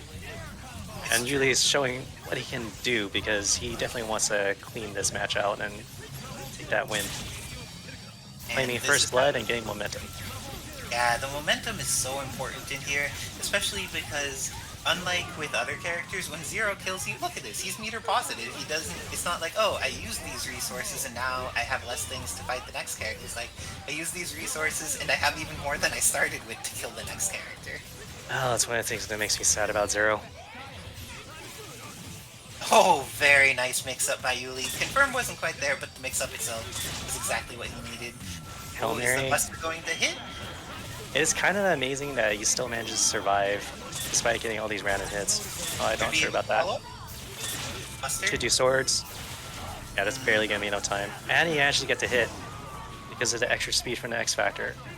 Romora now has a chance to use his momentum, but he still has to deal with Vergil. So There's that. X-Factor's been used by Yuli already, so like Vergil on his own against Doom Vergil, he's going to need to get either a happy. Oh no, he's going to Never get mind, it's done. Crouching L because they're doing the stare down. And Doom was the first to actually stick out his foot. And this should be it. Romora evens up the matchup 2-2. So, just got both players only need 2 more wins in order to finish this set and move on to the next final. Yeah, and along with that, Yuli has been dry tagging Vergil a lot whenever Zero starts to be threatened, but his Anchor Zero has been putting in work in the situations where he does it and then loses Vergil a decent amount of the time. Let's see how Romora adapts to that, because now that they're even, both of them have opportunities to try things out. No jam session available for Romora, and that anti-air jam session from Yuli just getting things started. So Genmu active now, and Yuli needs to just like eat some of this chip. Doesn't need to eat as much as it was likely, and because of that, extra chances to play, immediate X Factor to get rid of Zero. Mixed feelings on that, because Yuli still has Vergil, but what do you think? It's good for momentum because he has both assists, and as you see, it just makes it that much more pressuring. It doesn't really matter if Zero has to deal with X Factor Vergil when you have that many mix-ups available with Zero. It is a lot of mix-ups, and they are all very hard to block. Let's see if Yuli blocks enough of them that he gets to start pressing buttons. Okay, that's 1, that's 2. More definitely forced to do X Factor, and unfortunately he's paying for that because he couldn't block everything. Oh, but he gets a chance. Oh, this is very possible now. Yuli getting up into the air, doing some double triggers. Romora doing a great job of using the Light Buster in order to stall, but after it runs out, doesn't manage to fall safely. There's enough meter here that Romora. Oh, he was Wow, too just early. shreds at the health. Just that fast. Not sure about that. I think what happened there was Romora did it too early and didn't have meter, but Lee got the hit here. Bounce is already used, and no meters being built, so I don't think Romora can get the kill. Yuli activating Ooh, I don't know what to spirals. do about that. Successfully manages to block everything. That was a great advancing guard by Romora, got Vergil's enormous button to whiff, and if he's out of Devil Trigger, having an enormous button whiff means that he's going to die. And he has no meter. So that was really good for Romora managing clutching that out, despite Yuli's making it dangerously close to closing out that round. Romora now at match point. A lot of this is determined off momentum and how both players are able to deal with just dealing with really dire circumstances. It seems to be, it always goes down to the final end. It does. And that's what separates the players, because like everybody has drops sometimes, and whether you drop or whether your opponent drops, being ready to capitalize off of it is one of the skills that is just as important as having good combos or good mix-ups or good neutral. It still is incredibly valuable at all levels of play. Okay, is Doom gonna get a chance? Oh, it doesn't look like it. And goes for the snap, but the snap whiffed. Very, very unfortunate for Yuli. Oh, very unfortunate for Romora using his X Factor. Dante's Not dead. sure about this. No, Dante's not dead. I'm very No. surprised Dante did not die. You know, just because the finger lasers are weird. Like, it'll raise them up slightly, but because of how the swords are, it's very easy for them to kind of pull back down. And he made Romora use all of his meter. Now Romora is meterless against Dark Vergil. Yuli, X Factor too early. I don't know. jumping Oh, he right got it. after. Now it's all about the mix-up. Nope, not able to do it. Really tough to do it in the middle of an online match. Yeah, and now Spiral Swords is activated. Romora doing some very gutsy foot dives in situations that may fall into a Spiral Swords and dive, but instead gets Helm broken. Dr. Doom going to go down. This is probably going to be pretty even because X Factor's about to run out. Just the X Factor mix-up. Oh, Yuli manages to convert that into half of Romora's life and gets. Oh, the that's mix-up it. back. That should be the match. Unless Yullizhez drops it. And he drops it. But it's still enough. Ties it up 3-3. Yuli trying to make this as close as possible with Romora. both of these excellent players, showing that you need to kill their whole team. You can't leave that Vergil alive, can't leave an Anchor Zero, but both of them can also die very immediately. Sogenmu confirm? Oh, went for the Sogenmu mix-up instead of the confirm. I think he could have done either a dashing M there, or something else to be guaranteed, but went for the mix-up instead, and Romora was ready for it. He didn't even think, like, oh, I can be crossed up here. Just Dreddy instantly blocks, and resets on do for a Yuli raw as reset. well. It's really unfortunate if these drops, but it doesn't matter because Romora now has a chance to kill Vergil. And along with the Jint, made sure to get rid of Vergil's meter as well. Shot him out of the beginning of either Devil Trigger or Spiral Swords. Great thing, and gets the hit. Nice job adjusting the combo, but doesn't quite get the confirm off of it. But that doesn't matter because Dante is almost dead. So if Romora is able to get a quick kill on Vergil, he's going to be able to force something to make Yullizhez pay a bigger punishment than expected. Full screen It's Lunar working so Phase far. does not seem like what Yuli was likely going for there. Maybe it was. Yuli does a lot of things, but I don't think full screen Lunar Phase is an option that has any benefits to it. Using that medium lightning, just both of them just out of range and getting hit. Romora making great work of level 1 and 2 Buster to get chip damage, to stop movement. Just like, that has really been the separator in this matchup. It has chipped out or gotten the poke on so much life. Devil Trigger's gonna get hit there. It doesn't have that 1 frame recovery like Sogenmu does. Dante actually has some recovery time, and now getting thrown means that he's going to die to his own brother and build no meter in the process. It is sadness for Tourney. This might be it. Yullizhez is definitely paying for doing it so many attacks. Oh, and Zero loses everything, so now Yullizhez is only dealing with the X Factor 2 Vergil. This might be enough for Romora to finish it. Gets a hit, getting the combo, and gets to build a meter. Romora moves on from his match against Yullizhez to fight MonkeySenpai in the Losers Finals for the opportunity to fight Jibrill. Nice work to Romora. Yullizhez almost had it, but great work to both players. You like seeing matches that are this kind of close 3-4 goodness? Subscribe to the Avengers. He puts out content like these tournaments and also hosts lobbies. And I feel that MonkeySenpai's team it wins neutral. It's a more front-loaded team. I personally feel like front-loaded Zero teams are better overall than anchor-reliant Zero teams, but Romora trying to make sure that just because MonkeySenpai has some better assists for neutral does not mean he's going to get to win neutral, kill off the character to the best of his ability, but Zero just lost half-life. He's still alive. I don't know, is Half-Life Zero as dangerous as Pixel Zero? Oh, certainly. Especially in a 0-0 mix-up, because that means that MonkeySenpai can't play this as if it's a Mega Man game where one touch kills you. He can actually afford to take some hits and some bleeding. It is getting to the point where MonkeySenpai probably has to think a little bit more carefully. I believe Romora is just using his missile assist to make sure that MonkeySenpai can't just get a free ride every time he gets a hit. It's true. Romora very good at using missiles, both disincentivize people from moving around, keep them from getting combos, make sure it's his turn as many times as possible in a row. He has lots of ways that he uses the assist very well. Yeah, I think while he has Doom, it's more important for him to actually get like a free throw. Or even that. Just catch him on a hard tag. That's even better. Nice work, MonkeySenpai, getting that hit on Doom.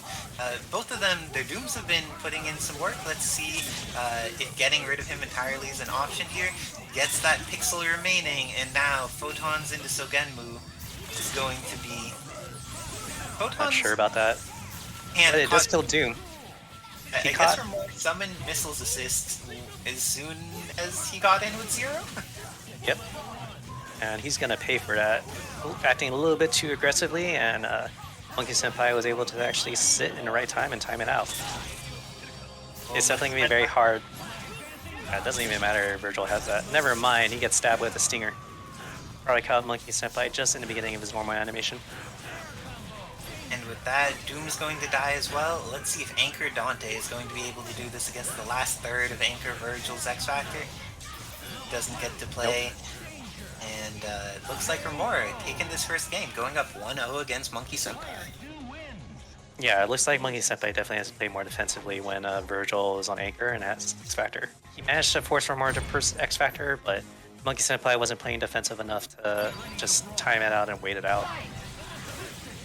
Yeah, let's see if Monkey's able to carry his momentum to victory more this time, because when it gets down to Vergil, that is the momentum, but he needs to close it out, can't let Dark Vergil come back on him.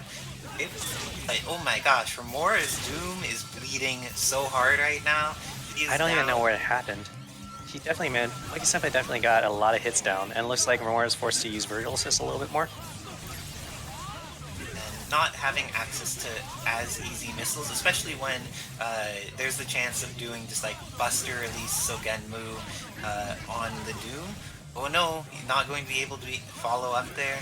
I think it would have been possible for him to set up a meaty Plasma Beam, but instead is able to block in time. Very nice work by MonkeySenpai. Doesn't have the kill though. Can't leave Romora with that Pixel Zero because he has the opportunity to come back and win. Oh, managed to use the right normal, just wasn't able to catch him in time. So many near misses, but that's not a near miss. That is Doom getting the kill on the Zero, and is going to be able to either leave Doom in. I think he's leaving Doom in right now because Zero has a lot of red life, doesn't want to tag into him, and then Vergil, when he would only have access to X Factor 1 instead of 2, is a little bit more questionable to have in. Those were the snap on Dante. I'm not a fan of that. Just kill the character. Doom does a lot of damage. Dante is not substantially scarier than Doom. I think that's why. I think Romora just thinks he's gonna have an easier time. I think that while Dante is a greater threat in this team compared to Doom, because Doom still, if MonkeySenpai elects to use it, still has the team super, which is pretty scary to deal with for both players. Oh, he hit Vergil. This is exactly what MonkeySenpai needed. Has the meter, is going to be able to go into He needs $1 X. million Spear Flame X Factor. That is not gonna kill. Should X? Why not X? You have X Factor available. He's being too conservative. And Jam Session there, what happened was Jam Session got eaten because it's an entire vertical column, so the Spear Flame going up ate all of its durability. That's why Jam Session was just hanging out inside of Doom without doing anything useful, but MonkeySenpai gets hit. Really, there's only 15 Marvel seconds left, and Romora's going to take advantage of all of them because he got that throw on Doom, still has X Factor, enough of it that he'll get the kill here. Does not get the kill here, and is going to get hit by photons. That is definitely gonna hurt. And now MonkeySenpai can actually just play this defensively. Run away, run away. Keep running. No, don't run in. But unfortunately, there's just not enough time for Romora to actually bring it back. So MonkeySenpai actually gets to close out and even up this matchup 1-1. Nice work to Monkey.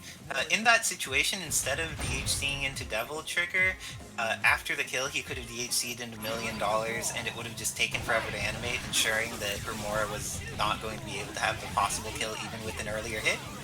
But let's see how he adjusts to this situation. Gets the knockdown on Romora but doesn't follow up because the missiles are there. Finally, he gets a throw again. The missile stops it. Romora has been saved by missiles so many times. He's definitely getting the value he needs out of that assist, putting in the work and saving it. Yeah, but also as a slight caveat, Doom has also been punished and taken a lot of bleeding. But it doesn't matter anymore because Doom is now up because MonkeySenpai managed to get another straight hit from reset. Would you snap here or kill in order? Kill in order. Oh, never mind, you get free snap. Oh, that works out. Okay, it was all part of the plan by MonkeySenpai. Didn't snap in the combo where it would have been a combo. Instead, snaps in neutral and then hits the incoming mix-up on Vergil immediately. As long as it's like something Chris Hu would say.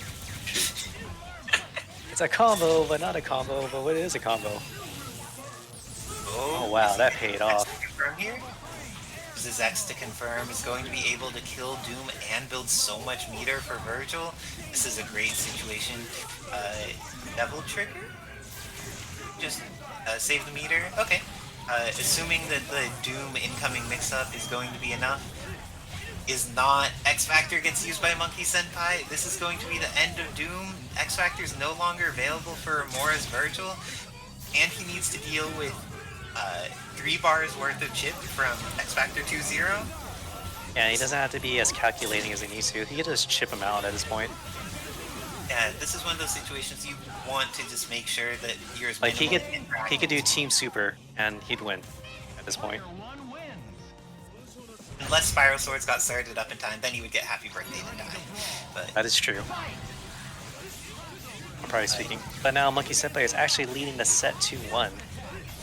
2 more matches and he might be able to close this out. But I'm pretty sure Romora is not going to let this go. Oh, catches Romora again, just doing something blatant. oh, and thank you to EMP Obama for aiding with the party of 2. Thank you for all you do for the Marvel community. And Romora trying to make sure that Monkey's opportunities to do anything for the Marvel community are minimized by murdering off his Zero, getting the Busters in the corner, and now has a little bit left for the incoming mix-up. It's caught. Zero definitely likes to do those type of things. I think if Zero is that far, he's usually trying to go for behind the mix-up. But it's usually really hard for people to actually react to that. Yeah, and with Romora's setup, because he has Rapid Slash, you can do guess left-rights that are very unreasonable to deal with. And it looks like there's just not going to be play. Oh, Dante gets off Romora trying to be greedy. Oh, he thought he was hitting Zero there, but the Rainstorm was actually hitting Doom. X Factor Oh, confirmed. unfortunate. MonkeySenpai had the right idea to dodge it, but he was just too close. And Romora evens up this matchup. Surprisingly, this is going pretty close. Looking good for Romora here, getting back the momentum he needs. Let's see if he's able to carry it all the way to fight Jibrill, or if MonkeySenpai is going to get the wins he needs for that run back for what happened in Winners Finals. So Monkey has Romora all the way to the corner and gets the hit, but does not confirm off of Plasma Beam. And now Romora has all of the advantage, pushing him back until just the lightning crosses up. Yes, MonkeySenpai is actually really good at getting hits. He's really good at catching Romora off guard. It's just that usually there's something strange where it makes one misjudgment and it allows Romora just to find out, getting a chance to just establish his turn again. Oh, but that air dash back ended up not crossing up, is going to be able to potentially just kill off Vergil here. This might be it. It's gonna look pretty ugly. I'm not even sure this would kill him. Oh, no, just barely. The Monkey does an optimized enough version of the lightning loop. Like, I'm still curious. I think that at some point, Zeros are going to get it together and start timing their the type of lightning loop they do, because all the lightning loops do different damage, and you want to optimize so that your lightning loop always kills with the extension after the lightning loop, because during the extension you build back like half a meter. So you want to do like low damage lightning loops in certain situations and high damage lightning loops in other ones. But looks like it doesn't matter how much damage, it's going to be enough to kill Remora's Doom here. And so Oh, you should X. Just X. There you go. MonkeySenpai listening to the wisdom of Jint, wanting to make sure he wins the match, and listening to the wisdom of Jint was exactly what he needed. Goes up 3-2 against Romora. Or forced to go back to Karis to select. I don't like backing off entirely. Like, if your plan is to not be next to the person, I feel like managing your normal jumps and not relinquishing a ton of the screen is pretty important, because when Zero has you in the corner, your life is hard no matter who you are, so you don't want to give him extra resources of screen real estate before the game even starts. Especially with that, MonkeySenpai has punished Dr. Doom soundly. Wow, that was a lot of projectiles and no hits. Right now, Doom is sitting at 40% health. He'll probably likely recover around 50%, unless MonkeySenpai gets hit and shortens it. Oh, Ooh, managed to catch it. TAC, that's an interesting choice by Romora, but is going to confirm off of it into the up TAC. Needs to invest a meter because of that, but Romora happy to invest for the kill. That's one of the things. Romora can be a kind of scrambling player. Oh no, he didn't have enough time to dry tag Zero there. Too much greed right there. Yeah, I was a little worried why I was going to go for the guaranteed kill. I was just a little too, it's a little too risky right there, using Vergil. And it's going to be able to lock Vergil down, but Vergil has an opportunity to get out. Dry tags immediately, and the hit goes into Doom. This is looking like how Romora could even it out. Last one. Factor 3 Dante available. Not as terrifying of a character as Vergil, but still enough that, like, if get Stuck out with a normal, got hit with a foot dive. Yeah, that'll be enough to kill. There's enough meter build. Dante's Crouch Light is not as worth throwing out as but he got the chance to live, and MonkeySenpai has the chance to send Romora home now. Does he do it? Since Acid Rain he dashes over too early, and now You better fly and just do stuff. Factor is out. Spiral Swords is on. Oh, you know what? You might have been able to do a level 3 there. Oh well. Oh, Romora trying to do things that are too cool. There's another opportunity for MonkeySenpai to take this. Oh, too greedy. He didn't try to cancel on the Devil Trigger. That probably wouldn't have done anything. I think if he tried to do for a Hail Mary level 3 while Vergil was trying something, he might have been able to touch him in time. I think you're right. Like, Devil Trigger wouldn't have worked there in level 3 if he did. Like, because it takes a lot of emotional energy to just, like, deal with all of this and then know that you're going to need to take 2 sets against a powerhouse like Jibrill and Grands. It can be very mentally taxing for just the amount of time and energy that's necessary. It is insanely difficult. Oh, That's- he's gonna hit? No, that he was- manages to dash back and escape in time. Zero's Almost backdash precise. is very, very good. It's like top 5 backdashes in the game. And It's more long- interesting seeing that both players are pretty much almost mirroring each other and how Zero's, like, their approaches. Sometimes they're even just doing the same exact move. True, but that was a situation where Romora thought that he had dropped the combo because of how things hit, but then the Shadow's S afterwards was enough. No, the Blue Buster killed off MonkeySenpai Zero after he had invested resources. Take it back. I'm expecting a heart attack soon. Never mind, Doom's bleeding. Where is it? There's a heart attack. There it is. Oh, no heart tag. Manages Well, to never be mind. dead. Not putting his characters at risk. Nice work, Romora. Not doing the ways of the office. We have seen many hard tags this weekend, or this week, but let's see. Romora used a lot of resources to get Doom in safely, though. But Zero's recovering his health, and he has more than enough health to make it back up. So it's all about how much MonkeySenpai can actually hinder Doom. Oh, and the Photon should catch here. Catches both, is only going to be able to kill Zero, but Doom loses 80% of his life. And Jam Session just got range. X Factor to kill the Doom. And now is going to have Vergil for incoming against Dante, and Vergil has a meter too. Oh, this is gonna be rough. Break those helms and go for the throw. This is going to be enough to kill off Dante, and as long as Romora doesn't drop it, he is going to advance on to Grand Finals to fight Jibrill. MonkeySenpai gets his 3rd place. Very well placement and very well performance tonight.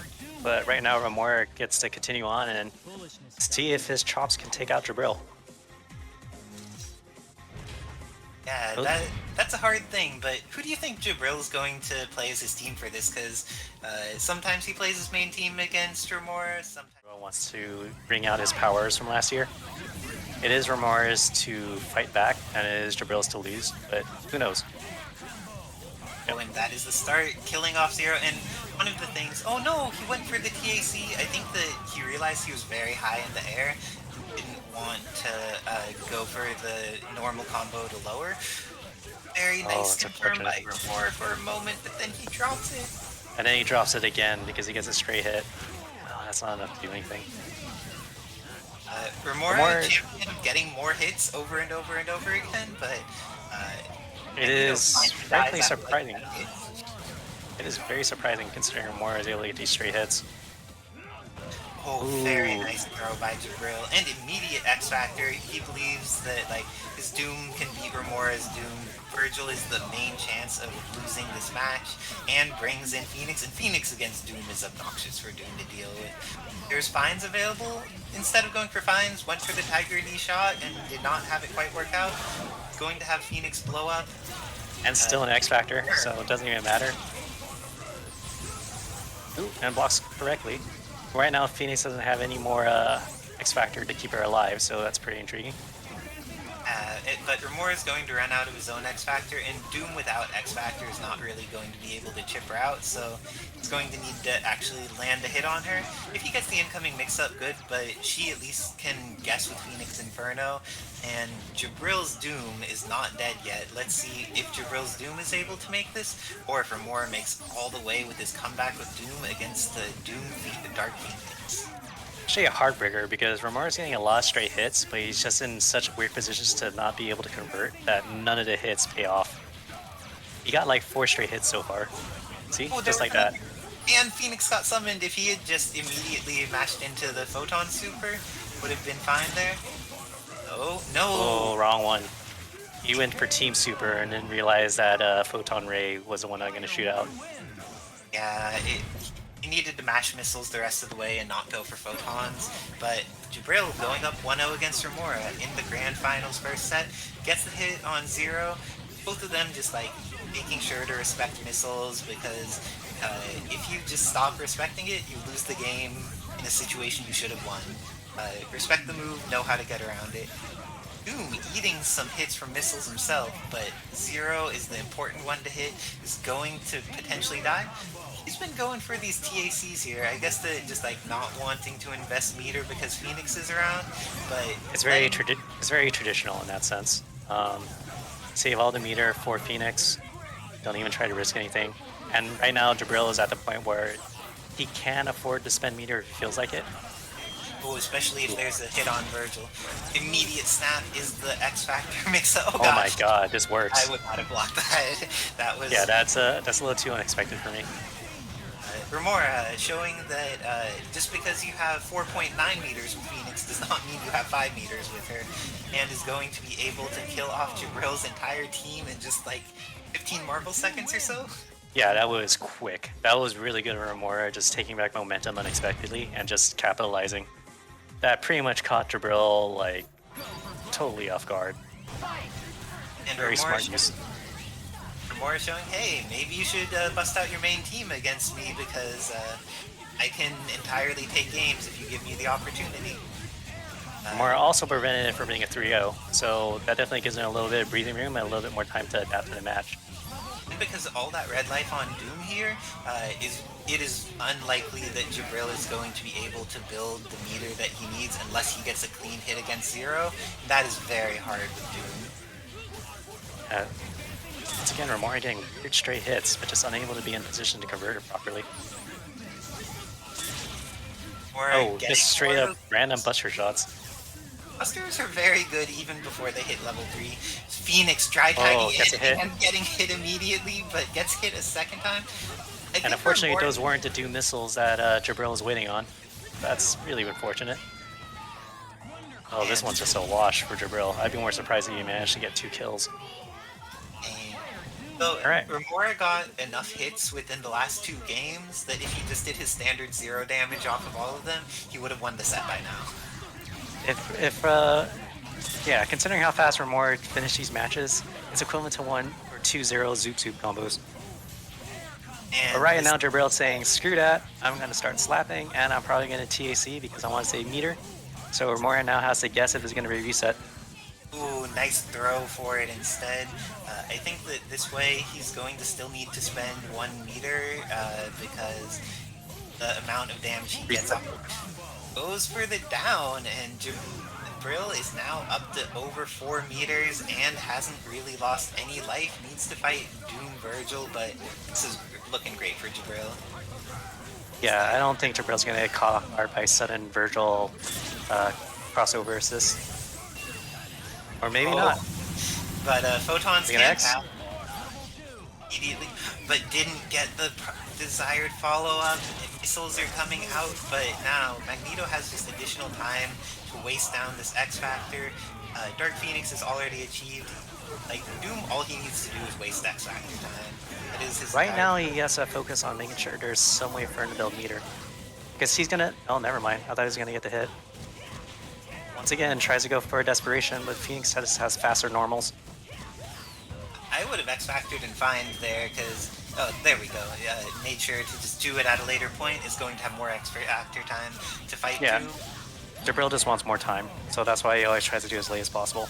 But that doesn't matter anymore because he's making very good use of that efficiency and tying up the set again. Romora still has a shot, but it seems that his path to victory right now is just doing things suddenly and quickly, while Jibrill is more just making sure he can just control the match.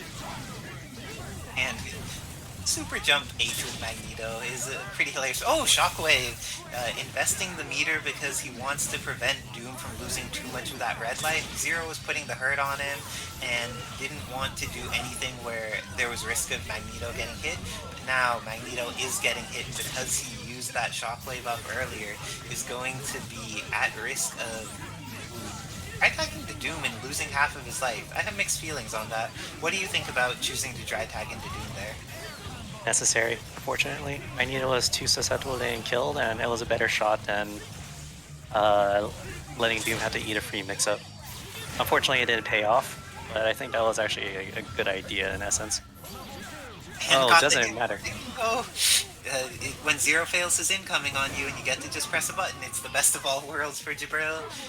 And he has that mix-up, very nice block by Romora and pressing buttons afterwards. He has the opportunity to kill Phoenix here. Phoenix Inferno. Hail Mary. It's Vergil, which is exactly what he needed, but Photon's just going to be able to delay here for a really long time as Phoenix's X-Factor burns down. Nice Yeah, job. he just has to do it. Oh, why is he doing more foot dives after X-Factor is used? I don't understand Remora's decision-making sometimes. Yeah, that's gonna cost him. This is the match. And with that, Jibrill goes... oh no, Jibrill still needs to get one more pixel of Doom's life. Jibrill can't invest in the healing field. No, that's it. That's it. And with that, Jibrill goes up 3-2 against Remora. That was a very questionable. The types of tools they have do slightly different things. Disruptor is good in different situations than TK Shot, but both of them are very, very good projectiles. Well, you also have to think about that Magneto is more offensive oriented, and the only way that he gets his defense is how he maneuvers. Phoenix actually has multiple options.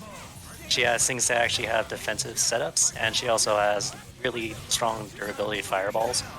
So she could definitely keep the opponent at bay, and her normals are insanely good. Like, way better than Magneto, surprisingly. Yeah, she has some very fast, very strong sword normals. I think that they're actually pretty equivalent to Magneto's, just because he has slightly different tools, but are getting the knockdown here, and It's a hit, wasn't able to get the kill. That would have helped a lot. would have helped a ton. And now Phoenix trying to just like backdash is that was not what Romora No, wanted to do. that's a gamble. Like, If I think Romora he doesn't get wanted this kill, this might be the match. He had wanted Spiral Swords and goes for the immediate snap, hits the mix-up on Phoenix immediately, and kills her before she could change. That is Okay, all now he has Romora- hope, but he has to worry about taking out Doom first. And also, Doom can just activate X Factor at any time, but luckily that doesn't happen. Oh, hope he's not pressing a button. Oh, he pressed a button. X Factor immediately, Shockwave again. Takes out Doom. No, Doom barely lives. That was a very weird interaction for Shockwave just being a little bit funky on both characters. Very Wow. nice use of Blistering Swords by Romora is going to be able Is this gonna to kill? get No, the it kill. doesn't. But he puts up just enough here to finish it off. Now, X This Factor- is Remora's to lose. This time, Romora going up 3-3, tying it up against Jibrill. Is he going to reset the bracket, or is Jibrill going to be the champion of Wednesday night fights yet again? I hope it is. I would like Romora to actually reset this bracket. Although this does cost. Well, we got 2 of those for Romora for the last match, but we'll see. Oh, it looks like Romora. Oh, Jibrill definitely got a hit, but he dropped it, and Romora is definitely punishing it. Didn't get the full confirm though. Tried to get the confirm using rapid slash assist. Hidden missiles, just like such an influential assist in this matchup. It has just been meaningful for both players in stopping combos and getting to get access to confirms. The entirety of Sogenmu wasted out by Jibrill just using movement. Excellent work on his behalf. It doesn't really matter because Magneto's bleeding, and he forced Doom to come out. This is definitely, if Zero manages to get this kill or try to go for a reset, I think both is going to be very beneficial. Snap. Snap. Because Except one, gets a hit. Alright, that takes out one threat, but now he has to work on taking out Magneto, or at least finishing his plate. sounds If he good. takes out Magneto, this is going to seal the deal for Romora to reset the bracket. Oh, he gets a hit, but wasn't able to capitalize. Oh, and he could have just let the Plasma Beam rock and dash, but looks like instead photons are going to come out.